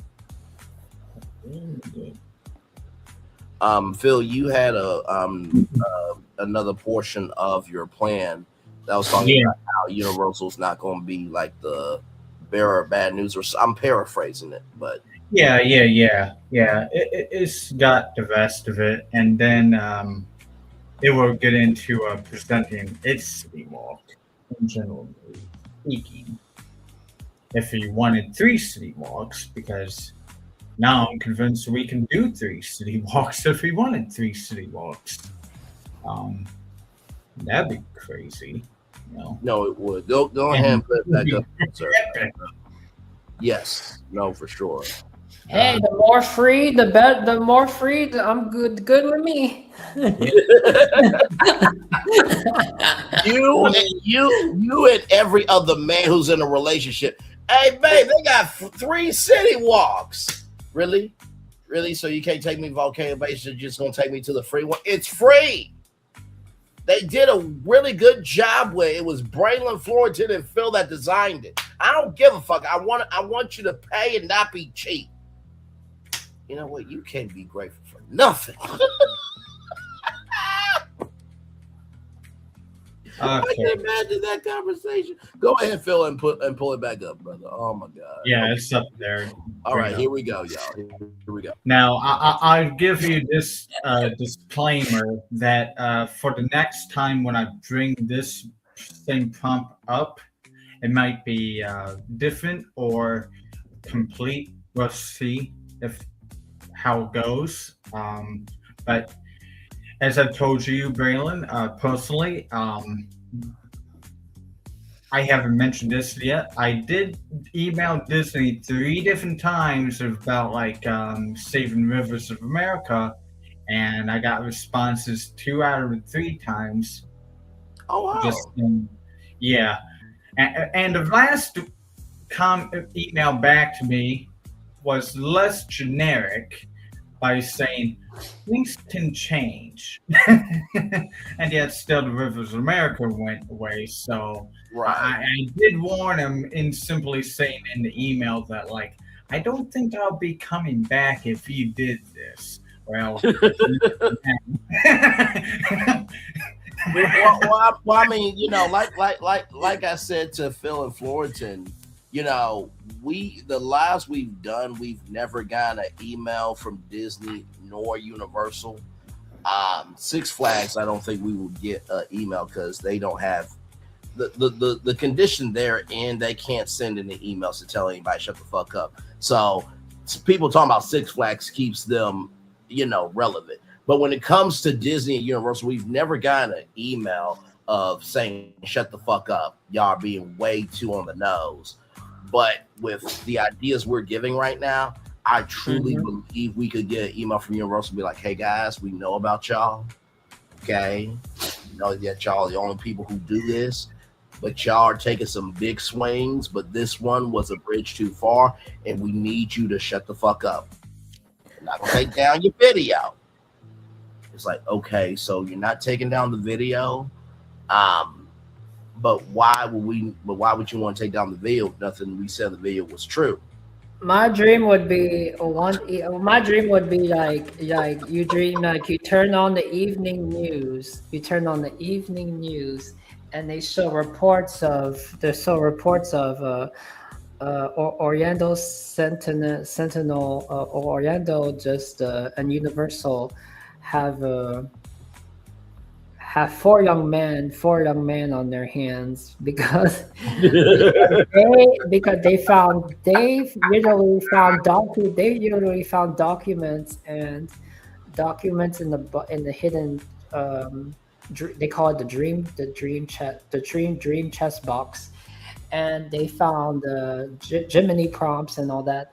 They actually from the year 2004, for example, and they were back then pitching Epic Universe, and they got everything correct from the name of the rides That's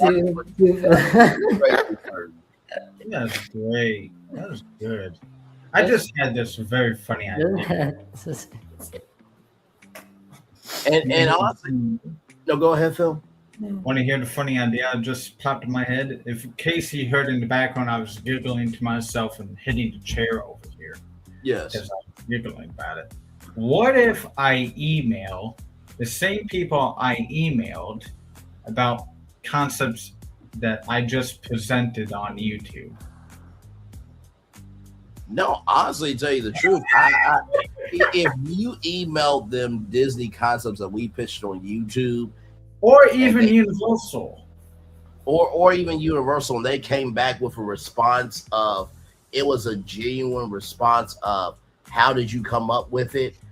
I would actually be worried, because then it's like, okay, either we're going to be hired on, or we might be in a lawsuit of, maybe we said some things way too close on the nose. Yeah, I may consider for the first time emailing Universal and asking them, like, hey, are you interested in Icon Park? Like, it would be interesting to see what they would say. Now, of course, I'm going to give you the media PR spin. We can't confirm or deny anything. And if they were curious, it'll be like, well, what makes you say that? It's like, well, there's a 54-acre parcel and next door is Icon Park. They would say to you, well, that's a coincidence, Florentine. Wow. Yes, 7 years from now, 7 years from now, me and Braylon, we're gonna be hearing this from his favorite male voice for Epic. They're gonna use him again, and this time, you know what he's gonna say? Experience Universal's iconic universe. Yes, just west from Epic Universe. No, honestly, it could happen. But you know what, Phil? I will say this. I think with Mark Woodbury and Universal Creative, it's one of those things, just like I always say, just because we're not being seen by everybody doesn't mean we're not being seen by who needs to see us. So we keep going and we keep being strong. We keep throwing down, because all it takes is one. Yeah, I was gonna say all it takes is one to make it do what it do. So yes, so if this happens to go viral and people start talking about it, and then it somehow gets to Universal Creative, and then Mark Woodbury sends an email of like, you know, we want to take down your video, but we would just rather fly you guys in, because we watched all 3 hours. Yes. We resonate with a lot of what you said. Then it's like, oh, so us saying the quiet part out loud actually worked out for our benefit this time. We're not in trouble. This is great. This is very good. But then we would have to sign an NDA of whatever they say to us, which would probably be, motherfuckers, y'all were way too close to the stove and we need you to shut up. So we will be the only three to know what's going on of the plans we're saying that they're actually doing. So like, that you guys want to see this? This one is a very realistic. I was gonna bring another one, but here we keep things professional and realistic. And this one is a night. This one is like a poster on the wall, and you dream about it. Understood. Well, before that, let Phil read this part because he's been trying to read it for a while. Sure, we'll keep it as the finale. Do it. Kind of. BFP strategic add value add by keeping the branding of Icon Park. We've also asked the PR headache of taking over the city of taking over Icon Park. Financially, I'm guessing that's what it means. Financially, the property pays its own acquisition through the existing high occupancy leases like the unusual machines warehouse and retail kiosk. Essentially, the tenants of Icon Park are eventually that I can't read anymore. You're The good. transportation infrastructure of Epic Universe. So here's a practically a general idea of what that would be, I guess. Here's a short loop from the Icon Park to Epic Universe. All right. We got the image up. Oh, Just wow. Actual notification in the pitches. Crazy work. Oh, my God. That's cool. Oh, yeah. Oh. See, Epic Advisory. Park is busy. Current wait time 120 minutes. A actual notification in the pitch is crazy work. That's awesome. What is that? Why is that color bar up there? The Fast Pass shuttle. So, okay, all right. Geographical. Okay, let me go read all this out. Across the road in purple outlined here is going to be 48 acres of parking garages to handle thousands of new guests. In red is another Universal City Walk, but this time it's going to be called the Universal Iconic City Walk.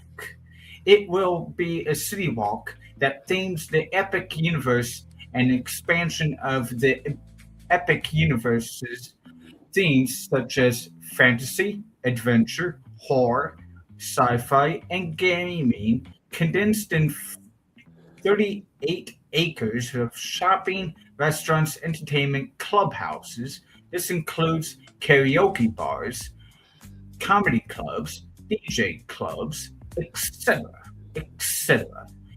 including some rides within the iconic City Walk and potential Universal Ferry within the 47-acre lake highlighted in blue to deliver guests back and forth between Epic Universe or even the iconic Universe Park. Outlined in yellow is the potential iconic Universe Park. It will be a 2,038-acre Universal Fifth Gate Park on the future former Lockheed Martin complex. Once if Lockheed Martin moves further to the outskirts of Orlando or potentially Lakeland. The orange line is the guest walkways. Create this concept in details, including a phase 2 of the 9-acre expansion of the iconic City Walk once after Icon City Walk is completed. That's amazing. Wow. There is that. If you can see. No, go ahead. I mean, first of all, just to this is why, like, me and Florentin, we met from La Renee Creole, and then Phil came on board. And I'm good with concepts, but to be this detailed, to know what each line means and how to incorporate, like, this is city management planning level, ladies and gentlemen. I just want This, You know, this, yeah, me and Phil, me and Brian, we knew each other from the chat in different channel streams. But Brian and I we met first on Brian Virtual Tour, and we even started, pitching to do BFP concepts. And I'm the one that I think I brought up. Let's do some image generation and some images. And then Phil popped up, and the moment that Phil came around, I said, yes, we welcome Phil as a guest, even if it's a one-time guest, and he just give it a try at the concept, try to see if he can make 1, 2. But me and Brian, we never expected that the Phil that just entered would be the cream of the crop. Right. I mean, and like I said, y'all, I feel like me and Florentin are more concept based than what Phil does, with knowing city management skills and how to be this minute in the details.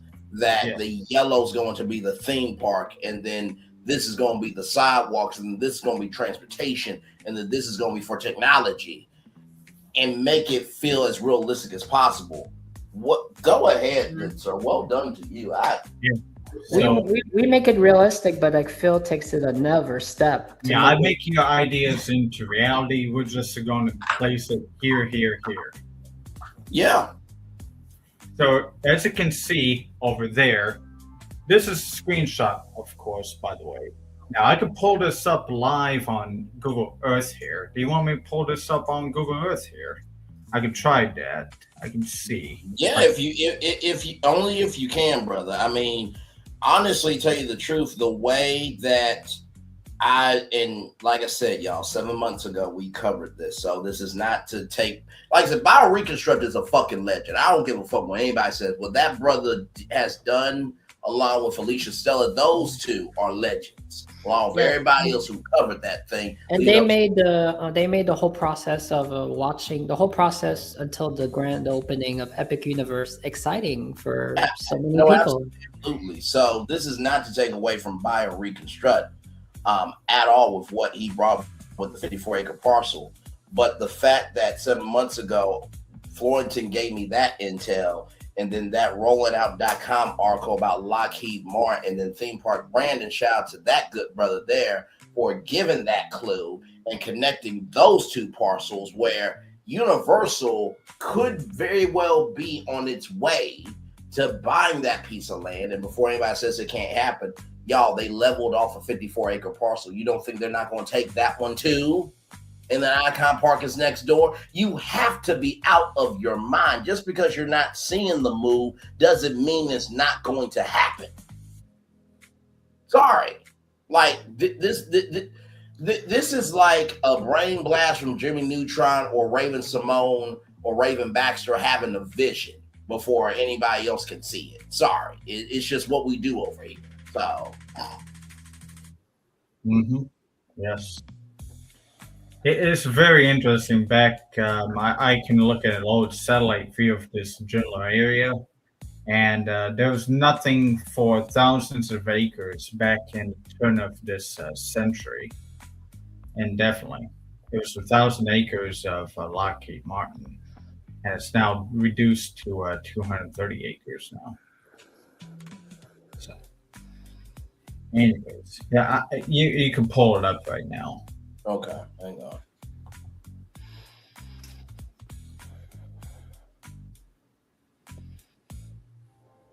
Okay. So here's basically my backstage area. I mean, I also have a Walt Disney World master plan. That's another story for another day. Understood, good sir. Understood. I didn't know Google Earth was dropping it down like that. My Lord. The magic of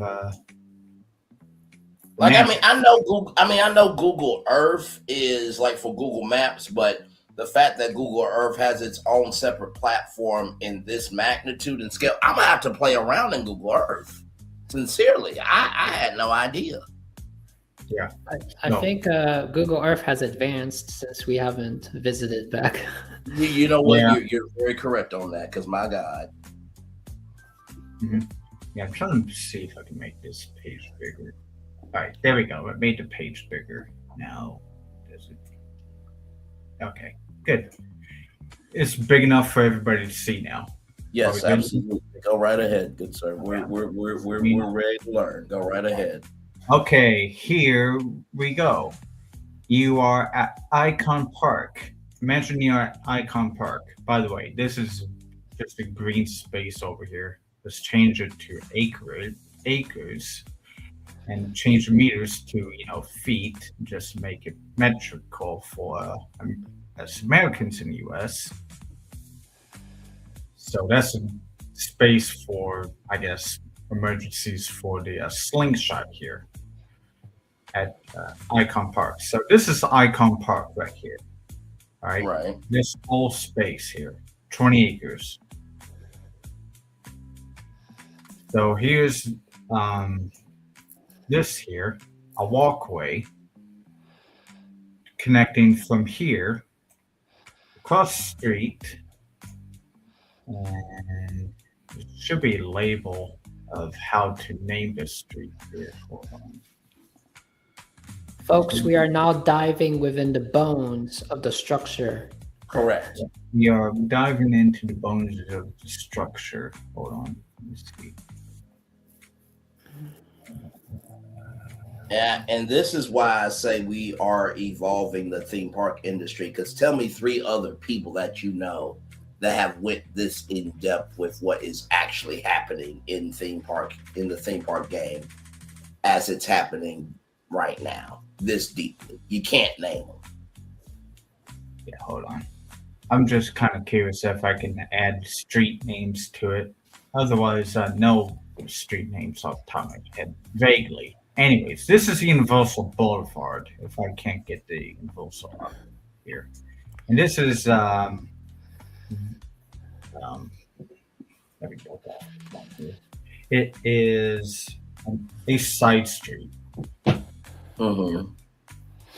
I need to pull this up. Give me a second on the phone here. Yeah, No, I'm excited about this. Like you said, Florence, so articulately as you often do, my brother. We are really in the minutia, the bones, and the entity of how this is all connected. Okay. 1 second. Let me get down to here. Where are you? And by the way, y'all, I think the reason why this may be polarizing on YouTube is because this stuff is done behind the scenes. It's never this public on this big of a platform. But what Phil has done here is what Universal Creative, Disney Imagineering, what cities do across the country and around the world in private. So I just wanted to add that context, conjecture, and connection of, well, wait a minute, why is Google Earth being pulled up? And why is Phil, circling this, that, and the third? Universal Creative is doing the same thing for expansion plans in Disney too. So it's just different on YouTube because it's not normally done. But we're 3 different musketeers up here, so. Yeah, anyways. This is the intersection right here of Universal. This is Universal Boulevard. Okay. And this side street here is Via Mercado. VIAMERCADO.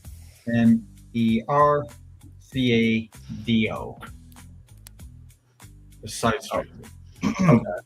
So this is a pedestrian bridge to avoid, cross traffic because cars. Okay. And for safety, of course, and people congestion and car congestion. Right. So they come across the street here, and as I said here, here's your 48-acre parking garage that could. It said 15,000, but I could probably fit just a little bit more. We'll see. I don't know how much I could fit into. So the purple is the parking garage, correct? Yes, 48 and a half acres of parking. Okay. Okay. Now, I don't know how much the Disney Springs parking garages had occupied. They built like 3 or 4 of them, of course. I know they're pretty big. 5 levels high, just like my prompt had said they were going to be. So, yeah. Anyways, this is a walk bridge that was 1,000. Well, okay, maybe not that long. But it is actually 900 feet, elevated 40 feet above the ground for cross traffic. Clearance. And this will be a themed walkway if I went back to the prompt anytime soon. To that when you get off at the end of this walkway here, you enter nocturnal area. As you said earlier, themed lands of the city walk. You step out of here, you enter this Times Square like of a land. And this land, though, is themed to the horror side of, let's say, Epic Universe. Okay. But to generate that feeling of like you're going to enter this land as you go from Icon Park to there, let's throw in something that some very few people know about. There was a ride back at Universal Studios back in opening day, which they implemented. Any one of you have heard Albert Hitchcock? Oh, absolutely. Alfred Hitchcock ride the movies. To give some context, conjecture, and connection, everybody, there was a attraction at Disney. And for those of you who wonder why do you refer to Disney, because Disney and Universal are competitors, and so there are similarities. But follow me here. There was an attraction, and please correct me wrong if I'm wrong, gentlemen, of Superstar Television, where guests could be a part of different skits and to showcase the minutia behind television making. With Alfred Hitchcock, we all know that he has done Psycho, Rear Window. He is a very foundational pillar.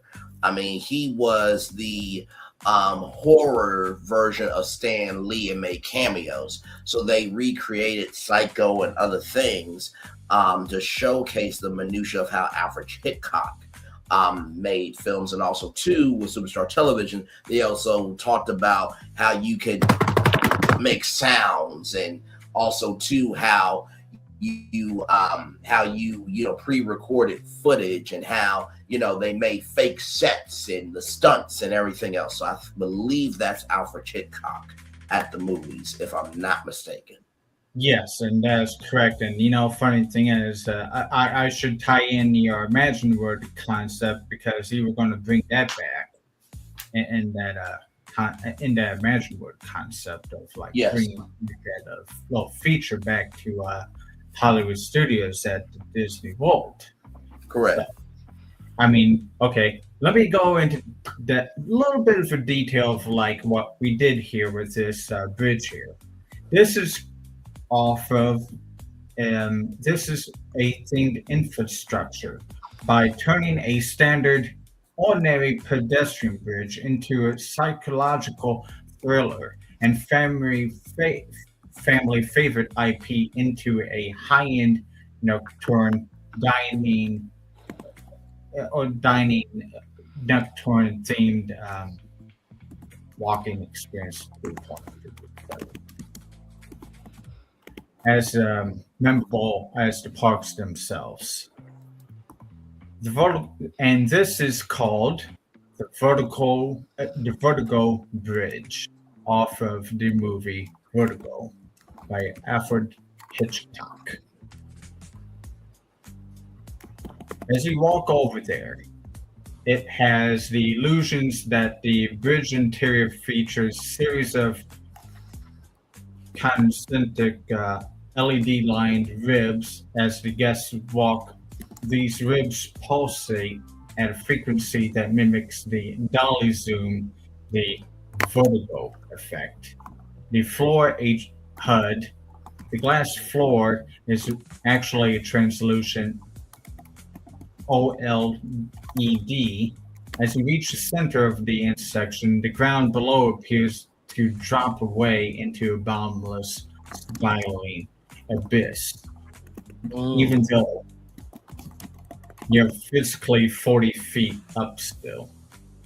The audio trigger here is a directional whispering speakers of Hitchcockian violins mixed with low-frequency hums create a sense of mounting dread that resolves only once you step out onto the solid ground of the City Walk's land area of horror, the nocturnal area.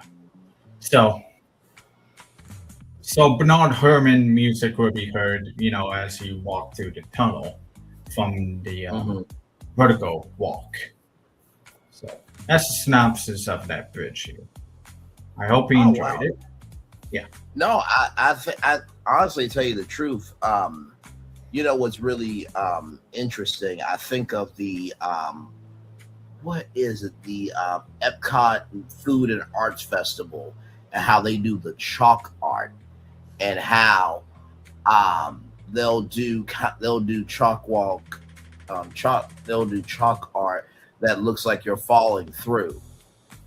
And also too, you think about the Sky Slide. I think that's in Chicago, where you're sliding down and you look below, and it's like, no, that's actually below.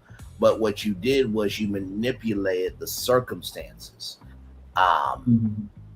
to really put that mindset in a horror state of mind. Now, let me ask this: with your idea for how this will go, and because of how creative Universal Creative is, would the teams from those lands also work on your concept? So like Danny Elfman, would he provide the soundtrack? Oh, yeah, and definitely Danny Elfman would do the soundtrack for it, because he did the soundtrack for Dark Universe. He replies himself for this land as well. Okay.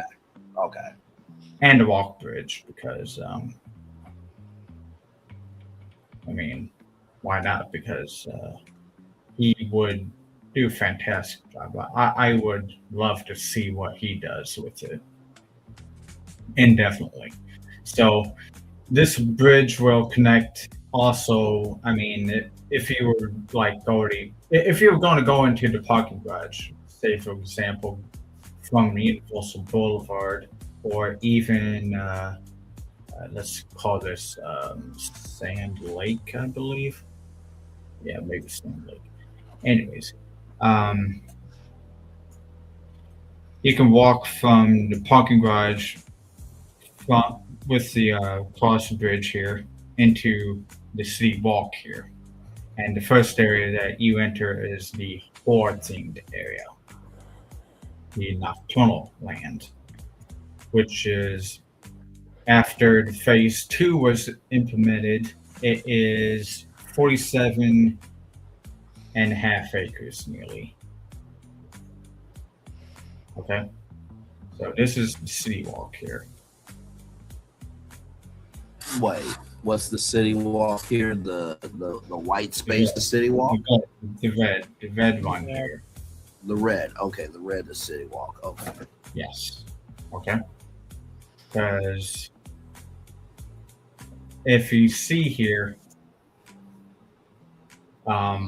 this area here is part of what was allegedly highlighted by you back in August. This Yes. was here. Well, this is water. So I decided to keep the water here for a purpose of themed ferry boats. Water taxis. Water taxis. Yes. Yes. 47 dredged area, 49-acre dredged area for water taxis. A water taxi which will be a length of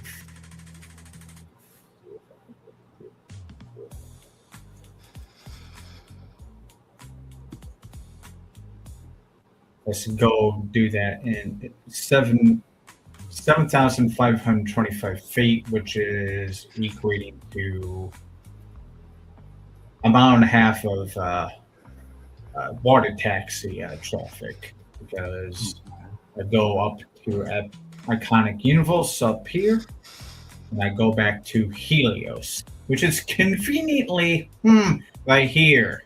Wow. Yes, that is amazing. Like, that is convenient. Like, how things just work out perfectly. No, absolutely. There's the Disney dream. No, for sure. Now I see this edge here close to that water, and ladies and gentlemen, that middle part right there looks like it's cut off, but in the middle of that lake is allegedly where the fireworks will be firing off from. Yes. Right on here. That strip there. Right here. Mm-hmm. So. And right now it says Comcast. Yeah. So this is the this line here is now is the water taxi gonna go above a bridge, or is it going to be a tunnel? It might be a tunnel. It's going to be a tunnel underneath here, because they may. This is already elevated here. Mm-hmm. So That's the main road. The road again. They may raise a Kirkland Road here a little bit more to or maybe, I don't know. We'll see what happens here. Because this road does need to connect to Helios here. What if the stop is there and it's a walkway bridge that you walk to Helios? Yeah, well, this is well, that's good thing you mentioned it, because there's the walk bridge right here. Okay. Walk bridge over the canal straight for the water taxis, and also you thought of everything. You thought about walking paths. You thought about the transportation. Because I was wondering with that end right there, right here. Yeah, I mean, I had a connection just to a little shortcut going from the city walk here. Let's call this the fantasy area of city walk, right across the little Lagoon Bay area right here. Get to the other. So from City Walk, and it's going to go around Top Golf, and then it's going to go all the way to that ending spot where the fireworks bay is, and then that's that's another boat station right there. If you wonder why there's a triangle indentation right there. So that actually going to be a hotel right around this area.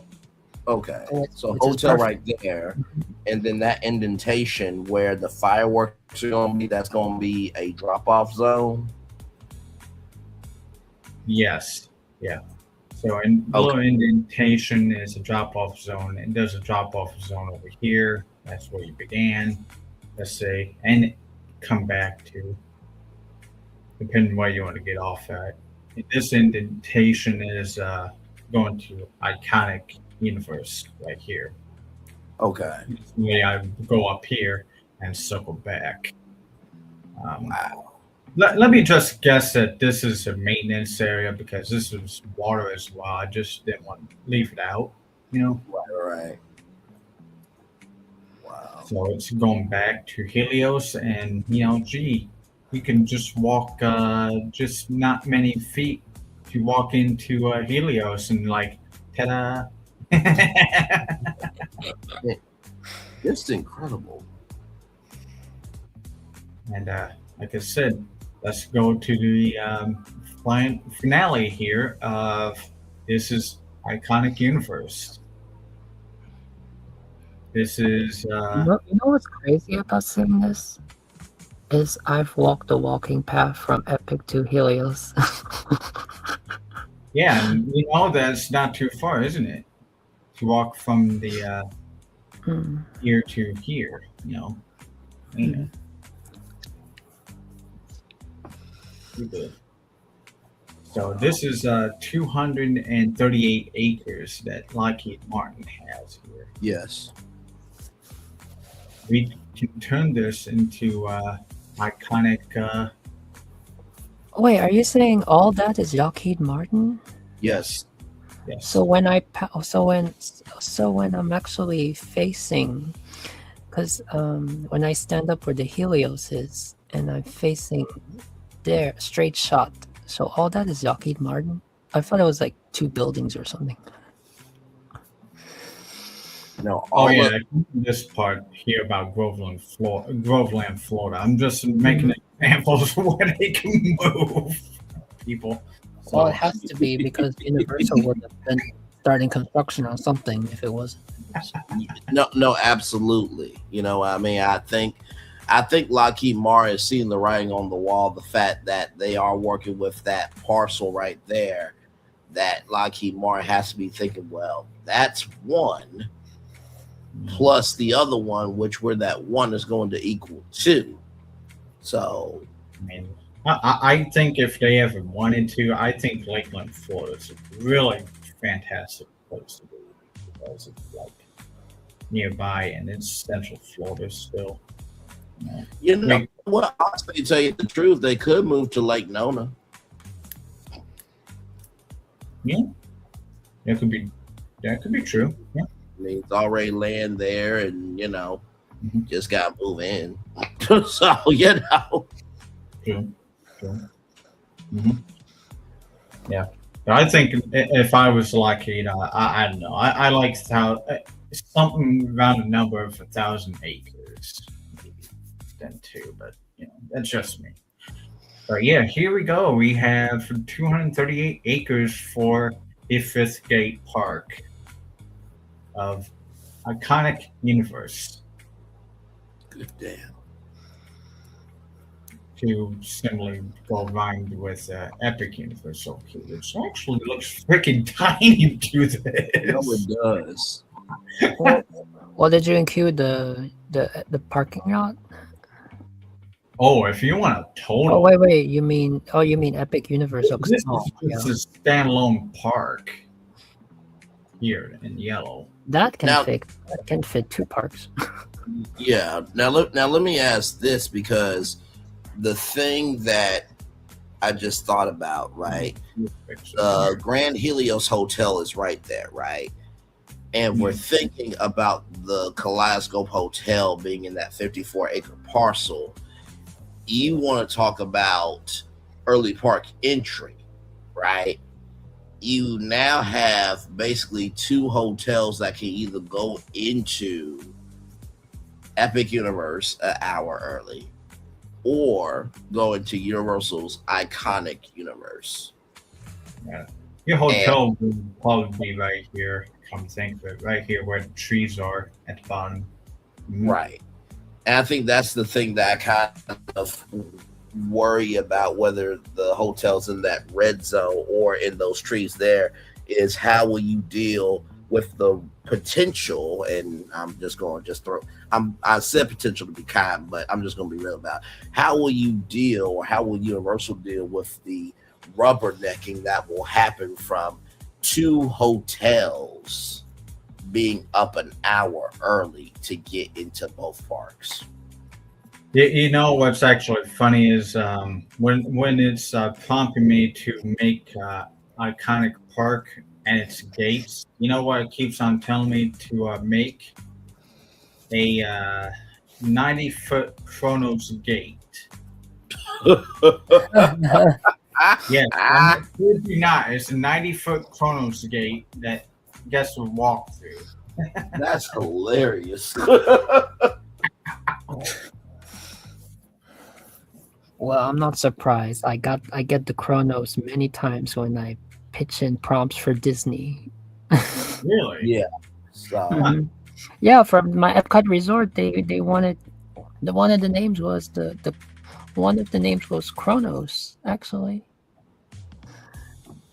Wow, that's crazy work that you got a 90-foot Chronos. So let me ask this: based on your detailed assessment, do you think that if this plan happened, and I know you did your good work, so I know it would work, do you think Universal could handle that rubbernecking happening from 2 hotels going into both parks an hour early every morning? They could. What do you think? No, I'm just thinking about, like you said, the throughput and the employees, and how you would have to know the surge alerts of what attractions would be popular in this new park that could alleviate Epic Universe. I mean, that is a good question that you asked that, because the guy you were reacting to was just only a few weeks ago, where he proposed that utilize all the tiny spaces that were there at Epic Universe with yes, attraction ideas. Yes. Yeah. The ride capacity. Yes. Mm-hmm. So in answering your question, maybe so. Yeah. This could help, I guess you can say, because you open this, people will be drawn out of here, and they will go back and forth. Yeah.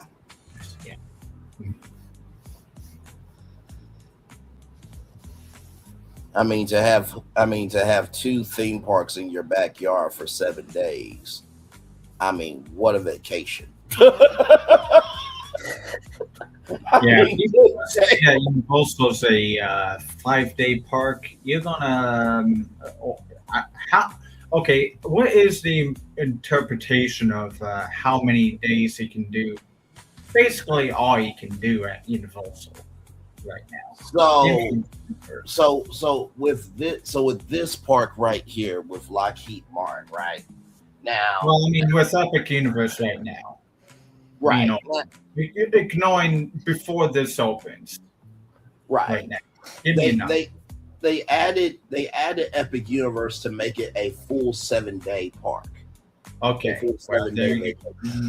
made it as long as a stay that someone could be at Disney World for. Because my parents, as a great example, I'm used to the idea of staying at Disney World for 2 full weeks. Mm-hmm. So it's definitely, you added with this here and the City Walk here, you've got indefinitely at least 10 days or to 12 days. Oh, without question. Because now, if you break it down from the surface level perspective, you have 4 theme parks right now, right? but you add this, it would be 5 theme parks. Now that's surface, right? But if we really break it down, you have Universal Studios Florida, you have Isles of Adventure, you have Volcano Bay, then you have Celestial Park, Nintendo, How to Train Your Dragon, Dark Universe at Celestial Park. So now you have 5, 6, 7, 8 theme parks. And then if you wanted to do one park at Icon Universe, that's 9. But if you want to do 2 mini parks, that's 10. And heck, we may acquire this land too because it's a lot too small. Like, that's how big Universal has gotten with these acquisitions. You're going from 4 parks to 10 theme parks, technically, if you really wanted to rock it that way. That is game changing on so many levels. Anytime now, Lockheed Martin is going to say, Brian, can you leave us alone? We haven't made our decision yet. They're going to be messaging me because I'm. Listen, I understand what Who are those fellas over there mentioning us all the time? I understand what you mean, Fortune, because it's like, Braylon, you have a way, in the words of Barbara Walters, who said this to John Murray, Braylon, you have a way with words. Could you please shut the fuck up? And then with Phil, could you please quit making realistic plans? There's this young co-eds girl, and she has glasses, and she's every day coming by the Lockheed Martin offices, and when we tell her, what is your interest here? I mean, you got Epic Universe right next door. Go do something. And she's like, I'm a super fan of Brands Virtual BFP Imagineering. And I just had to see how the plans relate to real life. So they said that their dreams are way better than Epic Universe, anyhow. There's Epic Universe over there, guys. Look. Good damn. Just Google Earth has come a long way. Good damn.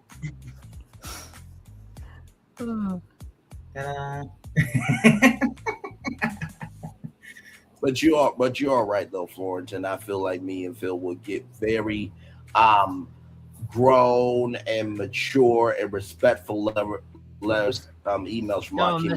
Seriously, if it wasn't for here, I mean, I wouldn't care when I see the Lockheed Martin on the sign.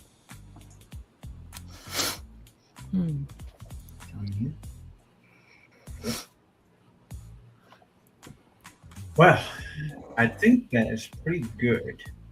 That's the one we talk about Nocturnal Land. Hold on.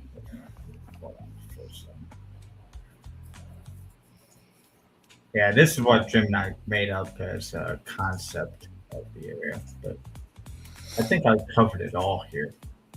No, you did a very good. No, let me. I just don't know why this is giving me a color bar on. No, you have put your whole body into this thing. You did a magnificent job, sincerely.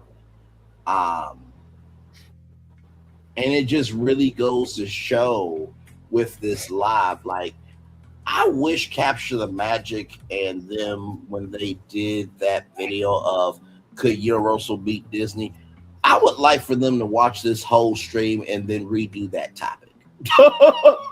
Because the way we broke this down, it's like, oh no, Universal has a very good opportunity to fuck Disney up the asshole with no loop and let them. Yeah, let's thank these guys and pull clips up here and and use it as source of saying yes, they can. Let's also remember, if the Universal Kids Resort is a success, there's room there to build one. True. No, that is true. I think the big question is, and I think about Erica a lot when she says that there's really not enough for children to do. and let me ask both of you this, because this is something that I've thought about, and I've talked with many others, and they said, well, Disney being known for kids and nostalgia is a good counterpart to Universal being the teens and adult theme park. Do y'all feel that because Universal has built themselves up so much as the adult side of entertainment, that to add a kids resort, would it make sense for them to invest in that in Orlando? Because with Frisco, Texas, Frisco is known for big families, and they have the space where they can handle having big families. So they have a kids resort that allows the kids to be kids, but with Universal Orlando, it's more known for teens and adults. So do you think that they have the room to include kids when they're not really known for kid attractions? Well, I think that they have to, because not necessary for kids, but I think they have to for something for toddlers, and even toddlers and newborns. I mean toddlers, 1-year-olds, 2-year-olds, because just for, especially the main reason is for the value of the trip, because the families are spending so much money, and then they're just standing there not knowing what to do with their child. I mean, Yoshi's Adventure Ride, that's like one of the rides at Epic. You can do it with your tiny baby, but what else? I will just say this to Illumination and to Disney and Universal. April Fool's Day is coming up, and I do want to see a good April Fool's joke. But if y'all don't have a Tickle Me Yoshi come out, motherfuckers, I will be pissed. That's a very easy thing to make. Yoshi! It's already in the promo. Okay? I don't want to hear shit. Y'all can't make that happen on April 1st. I don't want to hear it. Just wanted to get that off my chest. All right.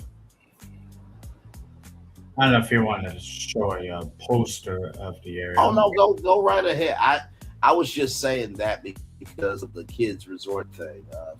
I agree with you, Fortune. They do have to do it. It's just how do you tastefully do it to a park that is more known for the fact that they are known for thrills and excitement and everything in between. But I appreciate the take that you gave. And Tickle Me Yoshi, y'all should make that. Y'all would make hand over fist with that. Absolutely. I'm not saying they have to do all the way, but just enough of a significant presence. I understand. Mm-hmm. Okay. Yeah, go ahead, Phil, with your poster. Go ahead. Yeah, I gave you a prompt page. Okay.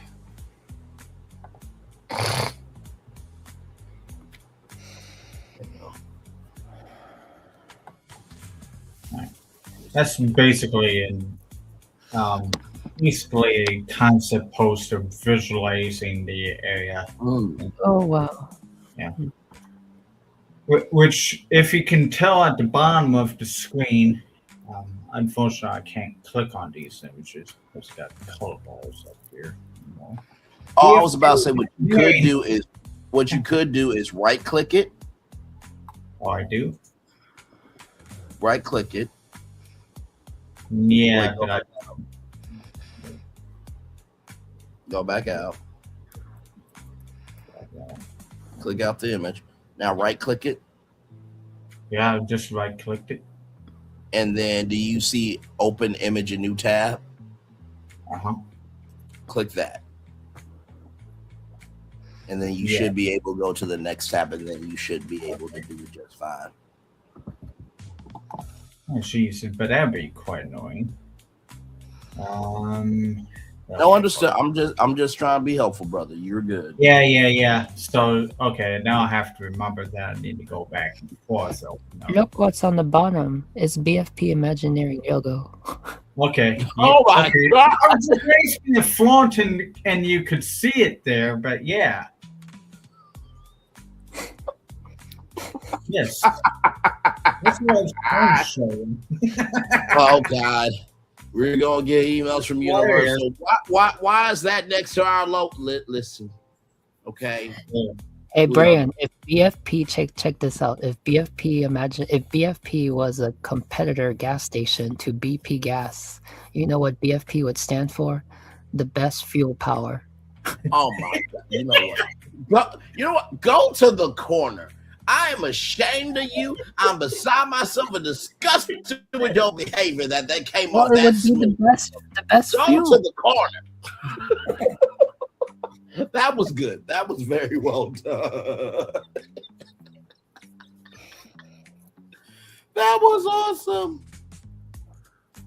So here's the what the poster was actually here.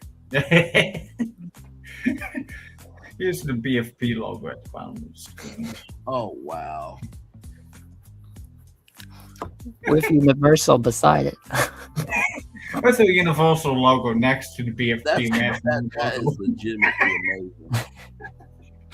So I see the 38-acre iconic city walk. Then you got the shadow. Yeah, this is Nocturne, Whore, a circus. You know what's funny with you bringing up Jack Circus? The theme for the house is Inferno, Carnival of Nightmares.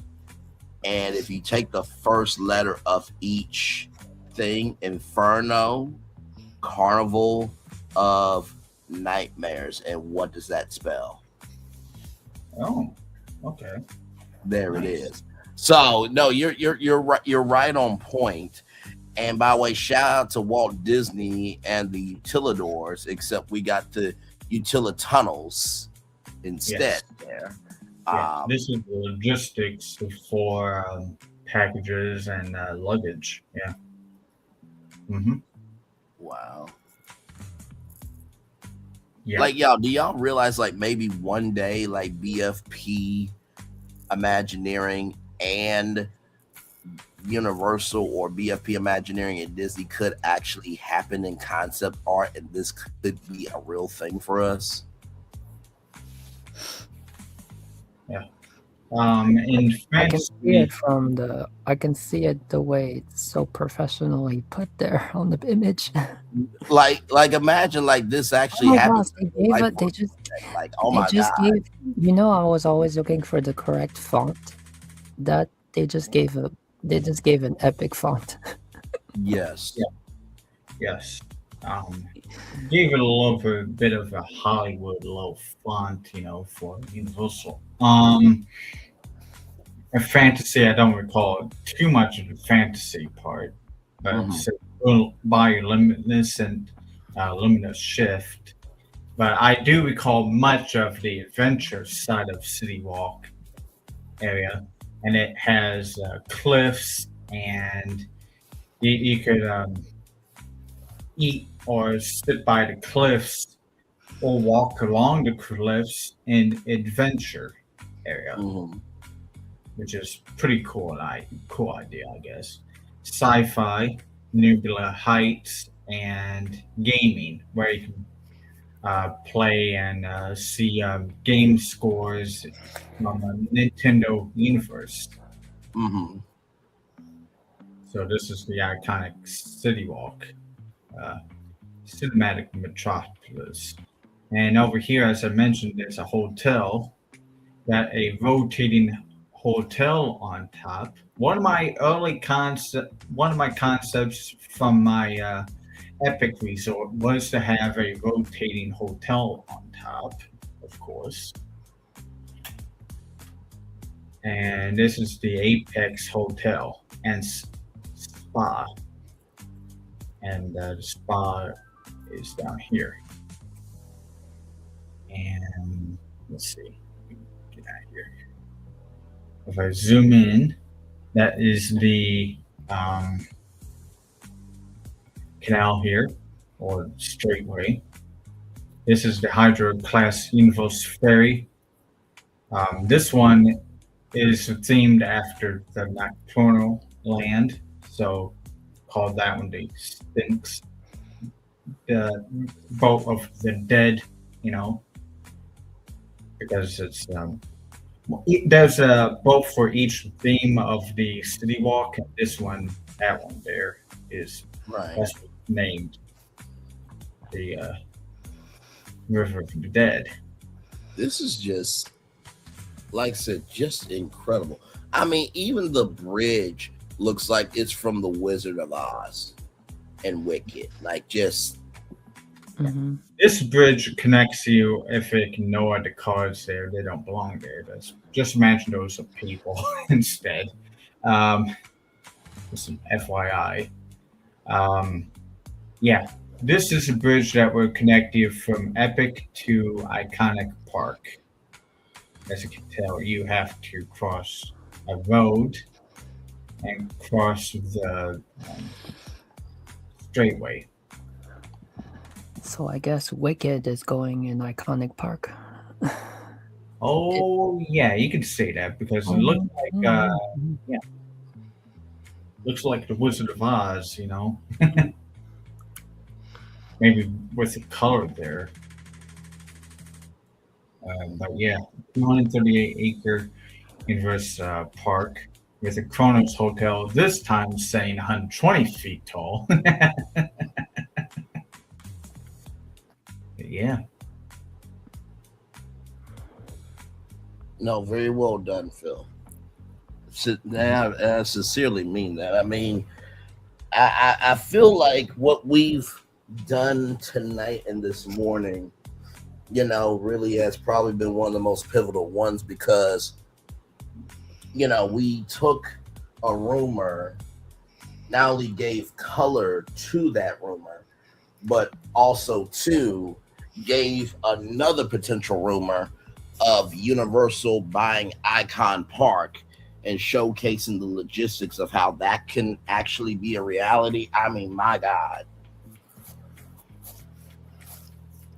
Yeah, which I was proud that Phil brought that up because those were two different directions. Yes. And I was focusing on the 54-acre that I could have done that too. I could have done that instead, but that's why one of us did it. And what was amazing is what I ended up doing real quick was turned out to be advanced, like the next phase of Braylon's idea. So it was like you saw today. It's like you saw a phase 1 and a phase 2. And then at the same time we saw the alternative, the purchase of Icon Park, and at the same time there's more rumors. It's on Braylon's fault. Hey man, how's it my damn fault? Hold on a second now. Wait. Now wait a minute. After I just gave all these accolades, this Braylon's fault. How? I'm just kidding. Because Braylon is talking about this. It got me thinking, what if I can do this and this and that?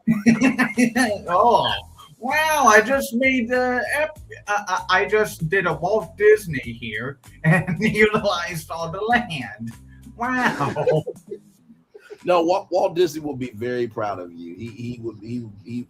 I think honestly, Walt Disney was alive. I think Phil would definitely be a part of of Walt's men crew, for sure. Like whatever Phil wants to do, he's the planner.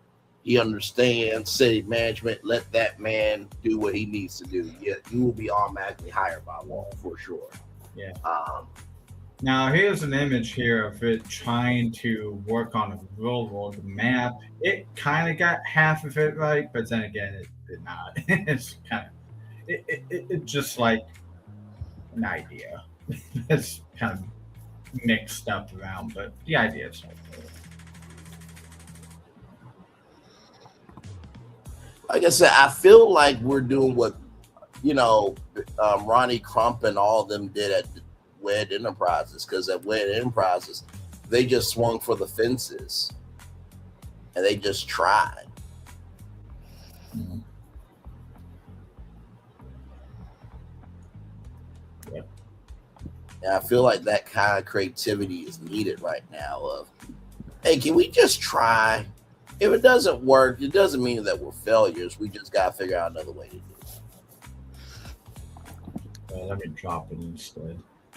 Anyways, so y'all want to see that last picture?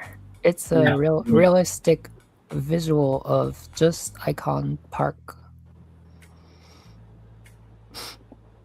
Yeah. Image 4. Okay, hang on. So we got 2 pictures here. So we got Phil's picture, and then we got Florence's picture here. Boy. Oh wow. My favorite part is the Epic Preview Center.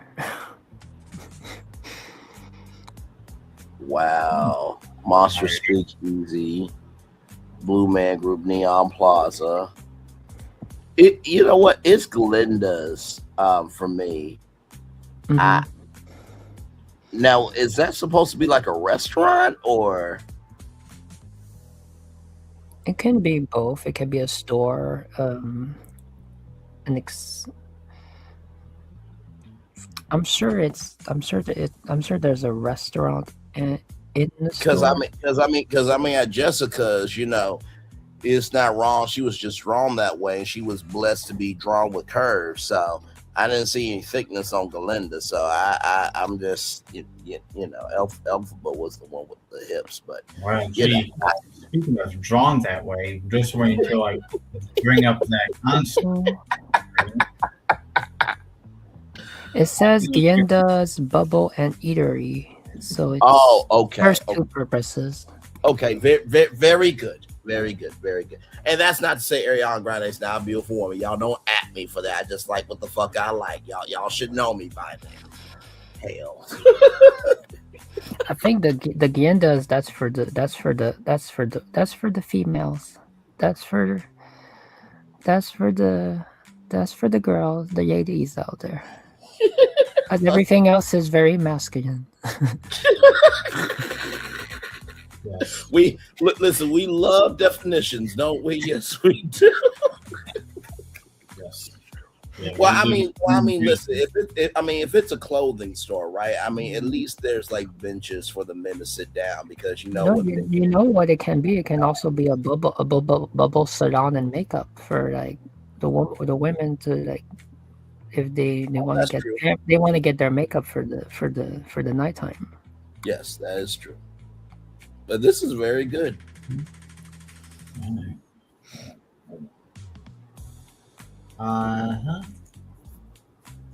So and then Phil, you had one more picture. I got maybe 3, I guess. Let's call it that. Okay, well, we can show all 3 since we're at the end at this point. Yeah. But this is great for a great job. I'll just remember next time I read the details of the city walk because I'm skipping over to the images of the parking garage here instead. Oh wow! Now, since I called it a purple area, it made it purple. But I mean, the sun reflects it and it changes colors probably throughout the day. Amazing. That's giving Stella Nova and Terra Luna a little bit with their color palette. Yes. And I believe in the foreground, you probably see something of a city walk in the far corner over there. I'm just thinking to myself. That is really cool. All right, let me go see if I get the next one up here. Just give me a moment.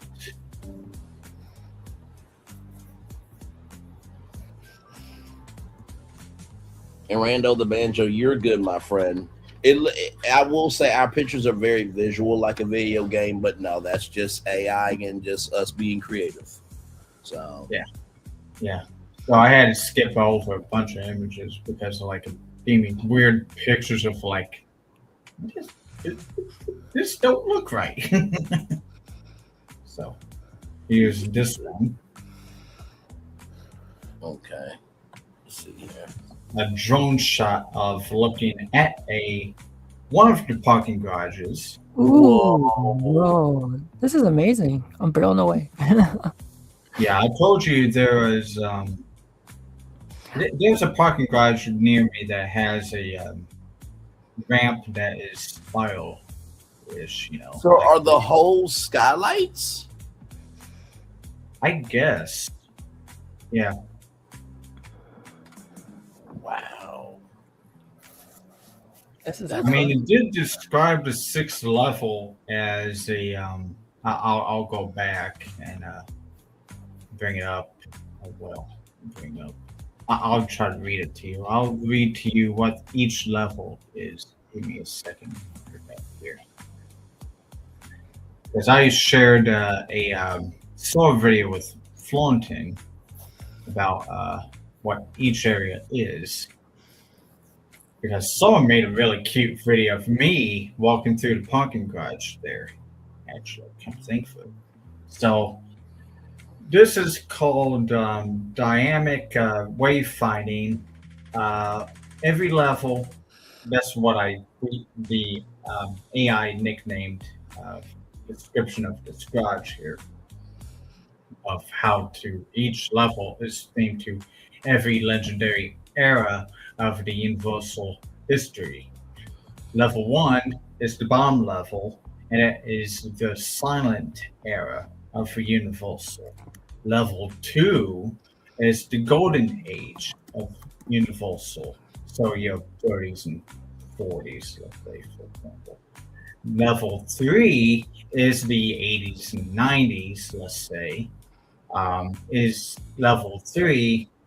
And level 4 is basically our time right now, the digital frontier. And level 5 is the iconic future of what's to come. Let's see.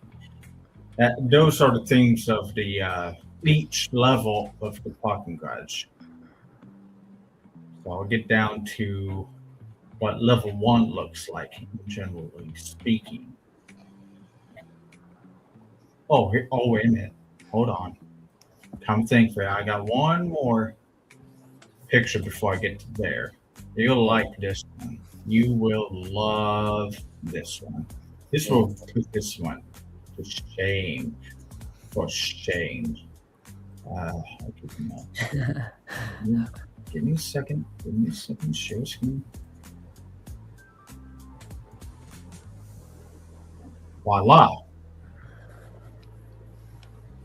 Okay, let me see here. Scroll down. Oh, that's it. Night. Oh wow, look at that, y'all. Yeah, I said I want to see this at night, and it glows. and you can see City Walk allegedly over on one side, and you can see the iconic universe in the foreground. Yes. Mm-hmm. Yeah. So, level 1 looks like.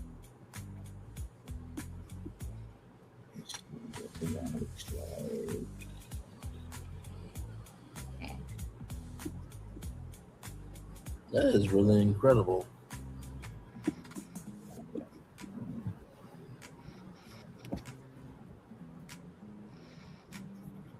Now, level 1 was going into the horror side of Universal's.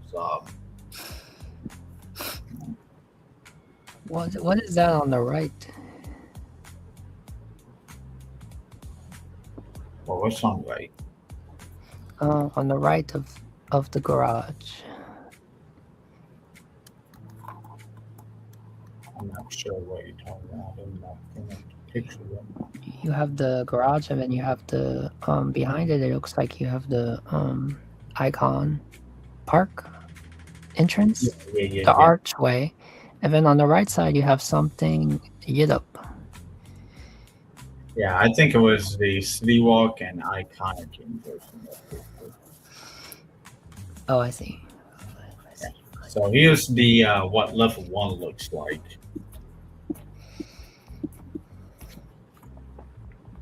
Apparently, I've managed to add it to the Universal app so that guests can have a little bit of experience in the parking garage.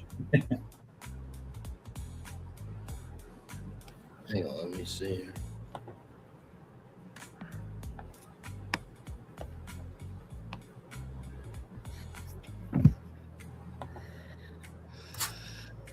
Oh, wow. Yes. Now that is a garage. Wow. Okay. Yep. Yeah, and I had a really neat video of me walking through it on Sora. So Florence got to see it. So as I said, this is the silent era, level 1. We got over here Phantom of the Opera. And then you got Dracula over here. And then behind the Dracula pillar, we got Hunchback of Notre Dame over here from 1922. And we got several others. And I guess we got stuff on the scene as well. But yeah.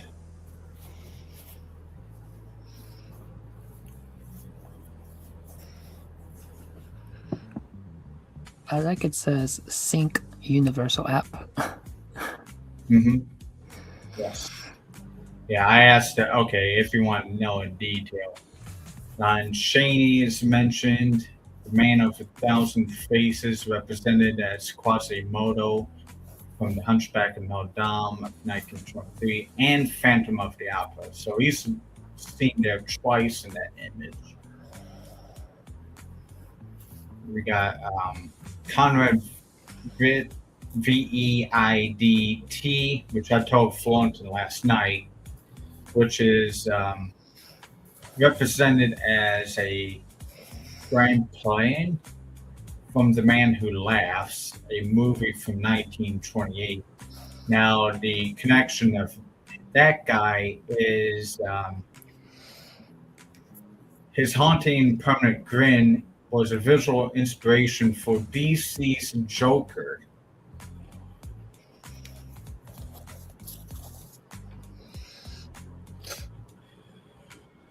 Yes. This guy was an inspiration for DC's Joker in the Batman comics.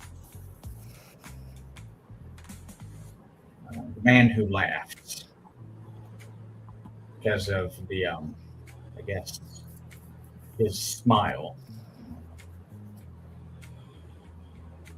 And we got Annabelle West from The Cat and Canary. She represents the Scream Queen archetype that becomes a studio staple. And yeah. And apparently, 20,000 Leagues Underneath the Sea was made in 1916. So, bubbling water effects in the virtual forest light wells of the parking garage. So there's a lot of virtual effects going on in the parking garage here.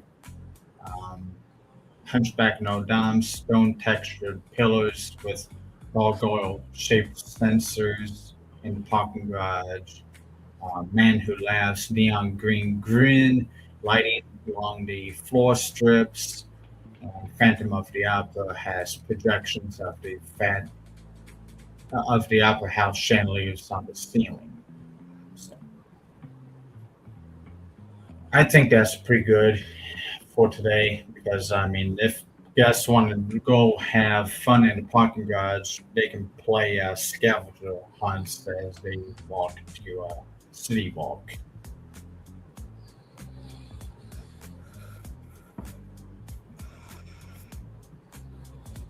But that's for another day.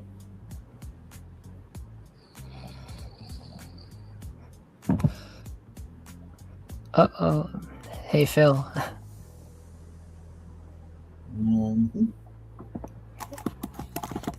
I'm still right here with y'all. Yeah, we were going to play a Wake Up, Braylon. Listen, we have been on here for close to 5 hours live, okay? Listen. It's a record. Yeah, it is, but listen, to pitch all that live was a daunting task, okay? If y'all hear anything of me drifting, I am resting my eyes, okay, after working so hard for y'all, okay? Because this is who we do it for. It's for y'all, so listen.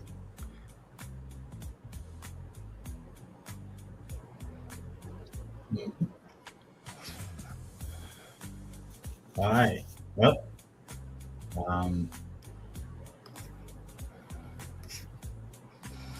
great.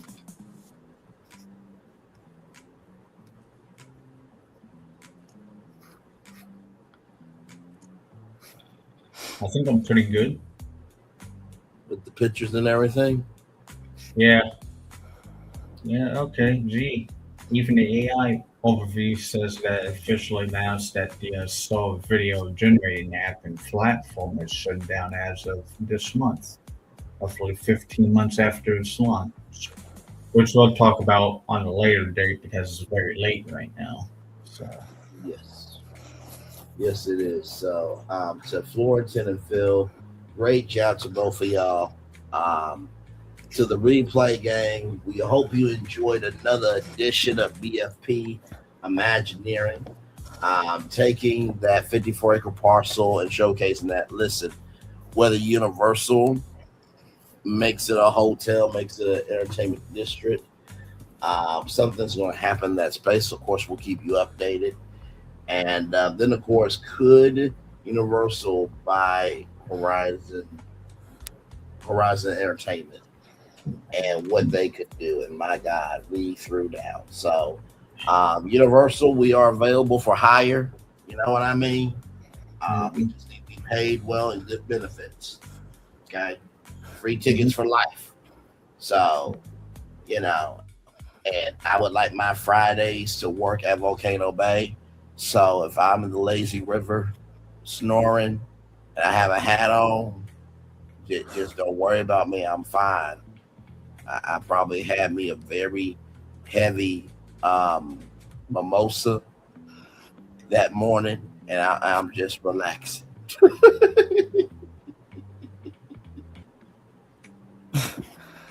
So it all comes back to Volcano Bay. yes, indeed. So, but no, great job, Phil and Fullerton. Love you both. With that being said, it's time for the best outro on YouTube. If you guys missed the Dave Mulver, I did that during the 6 o'clock show.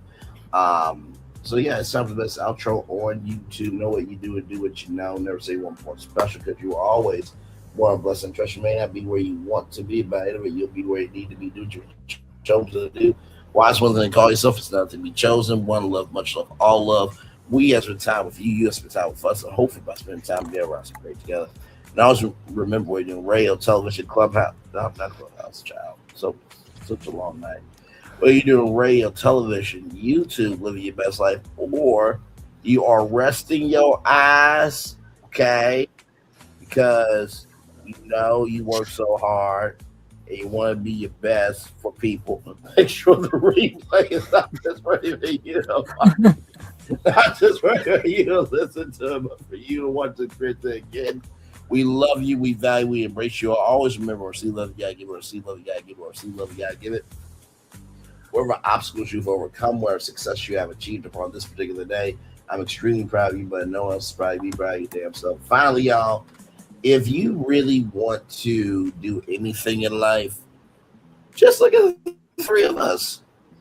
None of us have a background in engineering.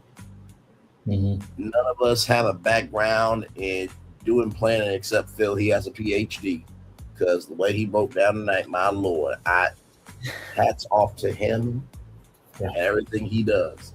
But Yeah, also, just until you see the Walt Disney Master Plan. I can only imagine. But also to recognize as well, everybody, that everybody's degree has purpose, but it's also about your skill set and your gift that can get you in the rooms that your degree cannot. So And your passion too. oh, absolutely. If you're not feeling passion from anything, then there's no point continuing on. But yeah, so thank you all so much. And listen to, I mean, if you happen to rest your eyes from time to time, you are doing good work, because you're resting your eyes to make sure that you are good for people that you care about. So we're about resting the eyes, gang, over here. Wherever you heard that was Maleficent that put a snoring spell on me, okay? The snoring spell is an evolution of the 1950 movie, A Sleeping Beauty.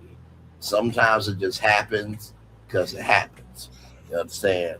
So anyway, one love, much love, all love. Commercial break and fireworks coming your way for the day that was, for the day that's coming, for the blessed on the way. For you, me, all of us, as a society, as people, as culture, we feel the love. We send it right back to you. Phil and Florentine, great job. Love you both. I am getting me some sleep. Same here. Creatives need their rest and refuel. You ain't never lied. We will do this again very, very, very soon, everybody. Love you all. Good night. Much love. Thanks.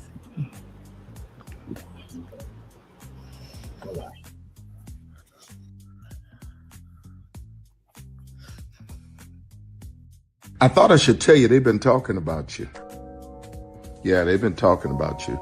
They've been talking about the fact that they've done everything they could to stop you and everything they could to block you, but you still win.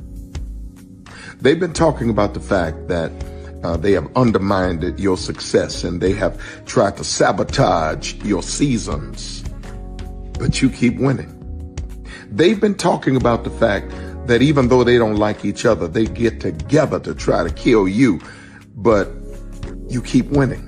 They've been talking about the fact that you were voted least likely to succeed, but like cream, you keep rising to the top. They've been talking about how they tried to burn your world down, but like the phoenix, you rose from the ashes. They've been talking about you, and you know what they say? Oh, she's just lucky. He's just lucky. But no, you ain't lucky. You're anointed. You got something on you. You got favor on you. You got power on you. You were born to win. Now they can call it luck, but it's grace. They can call it luck, but it's favor. But whatever they call it, it doesn't matter, because you know what God calls you? Do you know what God calls you? A winner. I thought I should tell you, they've been talking about you. Yeah, they've been talking about you. They've been talking about the fact that they've done everything they could to stop you and everything they could to block you, but you still win. They've been talking about the fact that they have undermined your success and they have tried to sabotage your seasons, but you keep winning. They've been talking about the fact that even though they don't like each other, they get together to try to kill you, but you keep winning. They've been talking about the fact that you were voted least likely to succeed, but like cream, you keep rising to the top. They've been talking about how they tried to burn your world down, but like the phoenix, you rose from the ashes. They've been talking about you, and you know what they say? Oh, she's just lucky. He's just lucky. But no, you ain't lucky. You're anointed. You got something on you. You got favor on you. You got power on you. You were born to win. Now they can call it luck, but it's grace. They can call it luck, but it's favor. But whatever they call it, it doesn't matter. Because you know what God calls you? Do you know what God calls you? A winner. I thought I should tell you they've been talking about you. Yeah, they've been talking about you. They've been talking about the fact that they've done everything they could to stop you and everything they could to block you, but you still win. They've been talking about the fact that they have undermined your success and they have tried to sabotage your seasons, but you keep winning. They've been talking about the fact that even though they don't like each other, they get together to try to kill you, but you keep winning. They've been talking about the fact that you were voted least likely to succeed, but like cream, you keep rising to the top. They've been talking about how they tried to burn your world down, but like the phoenix, you rose from the ashes. They've been talking about you. And you know what they say? Oh, she's just lucky. He's just lucky. But no, you ain't lucky. You're anointed. You got something on you. You got favor on you. You got power on you. You were born to win. Now they can call it luck, but it's grace. They can call it luck, but it's favor. But whatever they call it, it doesn't matter. Because you know what God calls you? Do you know what God calls you? A winner. Good evening. My name is Mark Woodbury. I'm the chairman and CEO of Universal Destinations and Experiences. Well, we're finally here. Tomorrow we begin a new chapter at Universal Orlando Resort as we open Epic Universe. We built this place for you. I want to thank you, our fans, for your love of our stories, characters, and immersive experiences that inspired this incredible place. Epic Universe represents over 8 years of meticulous planning, immense creativity, and innovation, combined with unmatched craftsmanship and operational excellence on the part of thousands of people who have brought to life the stories and characters that live beyond each of Epic's portals. But it represents so much more. Your love of Universal and the deep connections we've shared together here in Orlando over the past 30 years inspired us to dream bigger and to push the boundaries to create something extraordinary for you and for generations of fans and families to come. And tomorrow, as we open Epic Universe, I can't wait for you to experience this place for yourself. Now it's your turn to step inside, to lose yourself, and to share this place with the ones you love most. As we open this park, we hope your world becomes a little more epic. Tomorrow, Epic Universe becomes yours.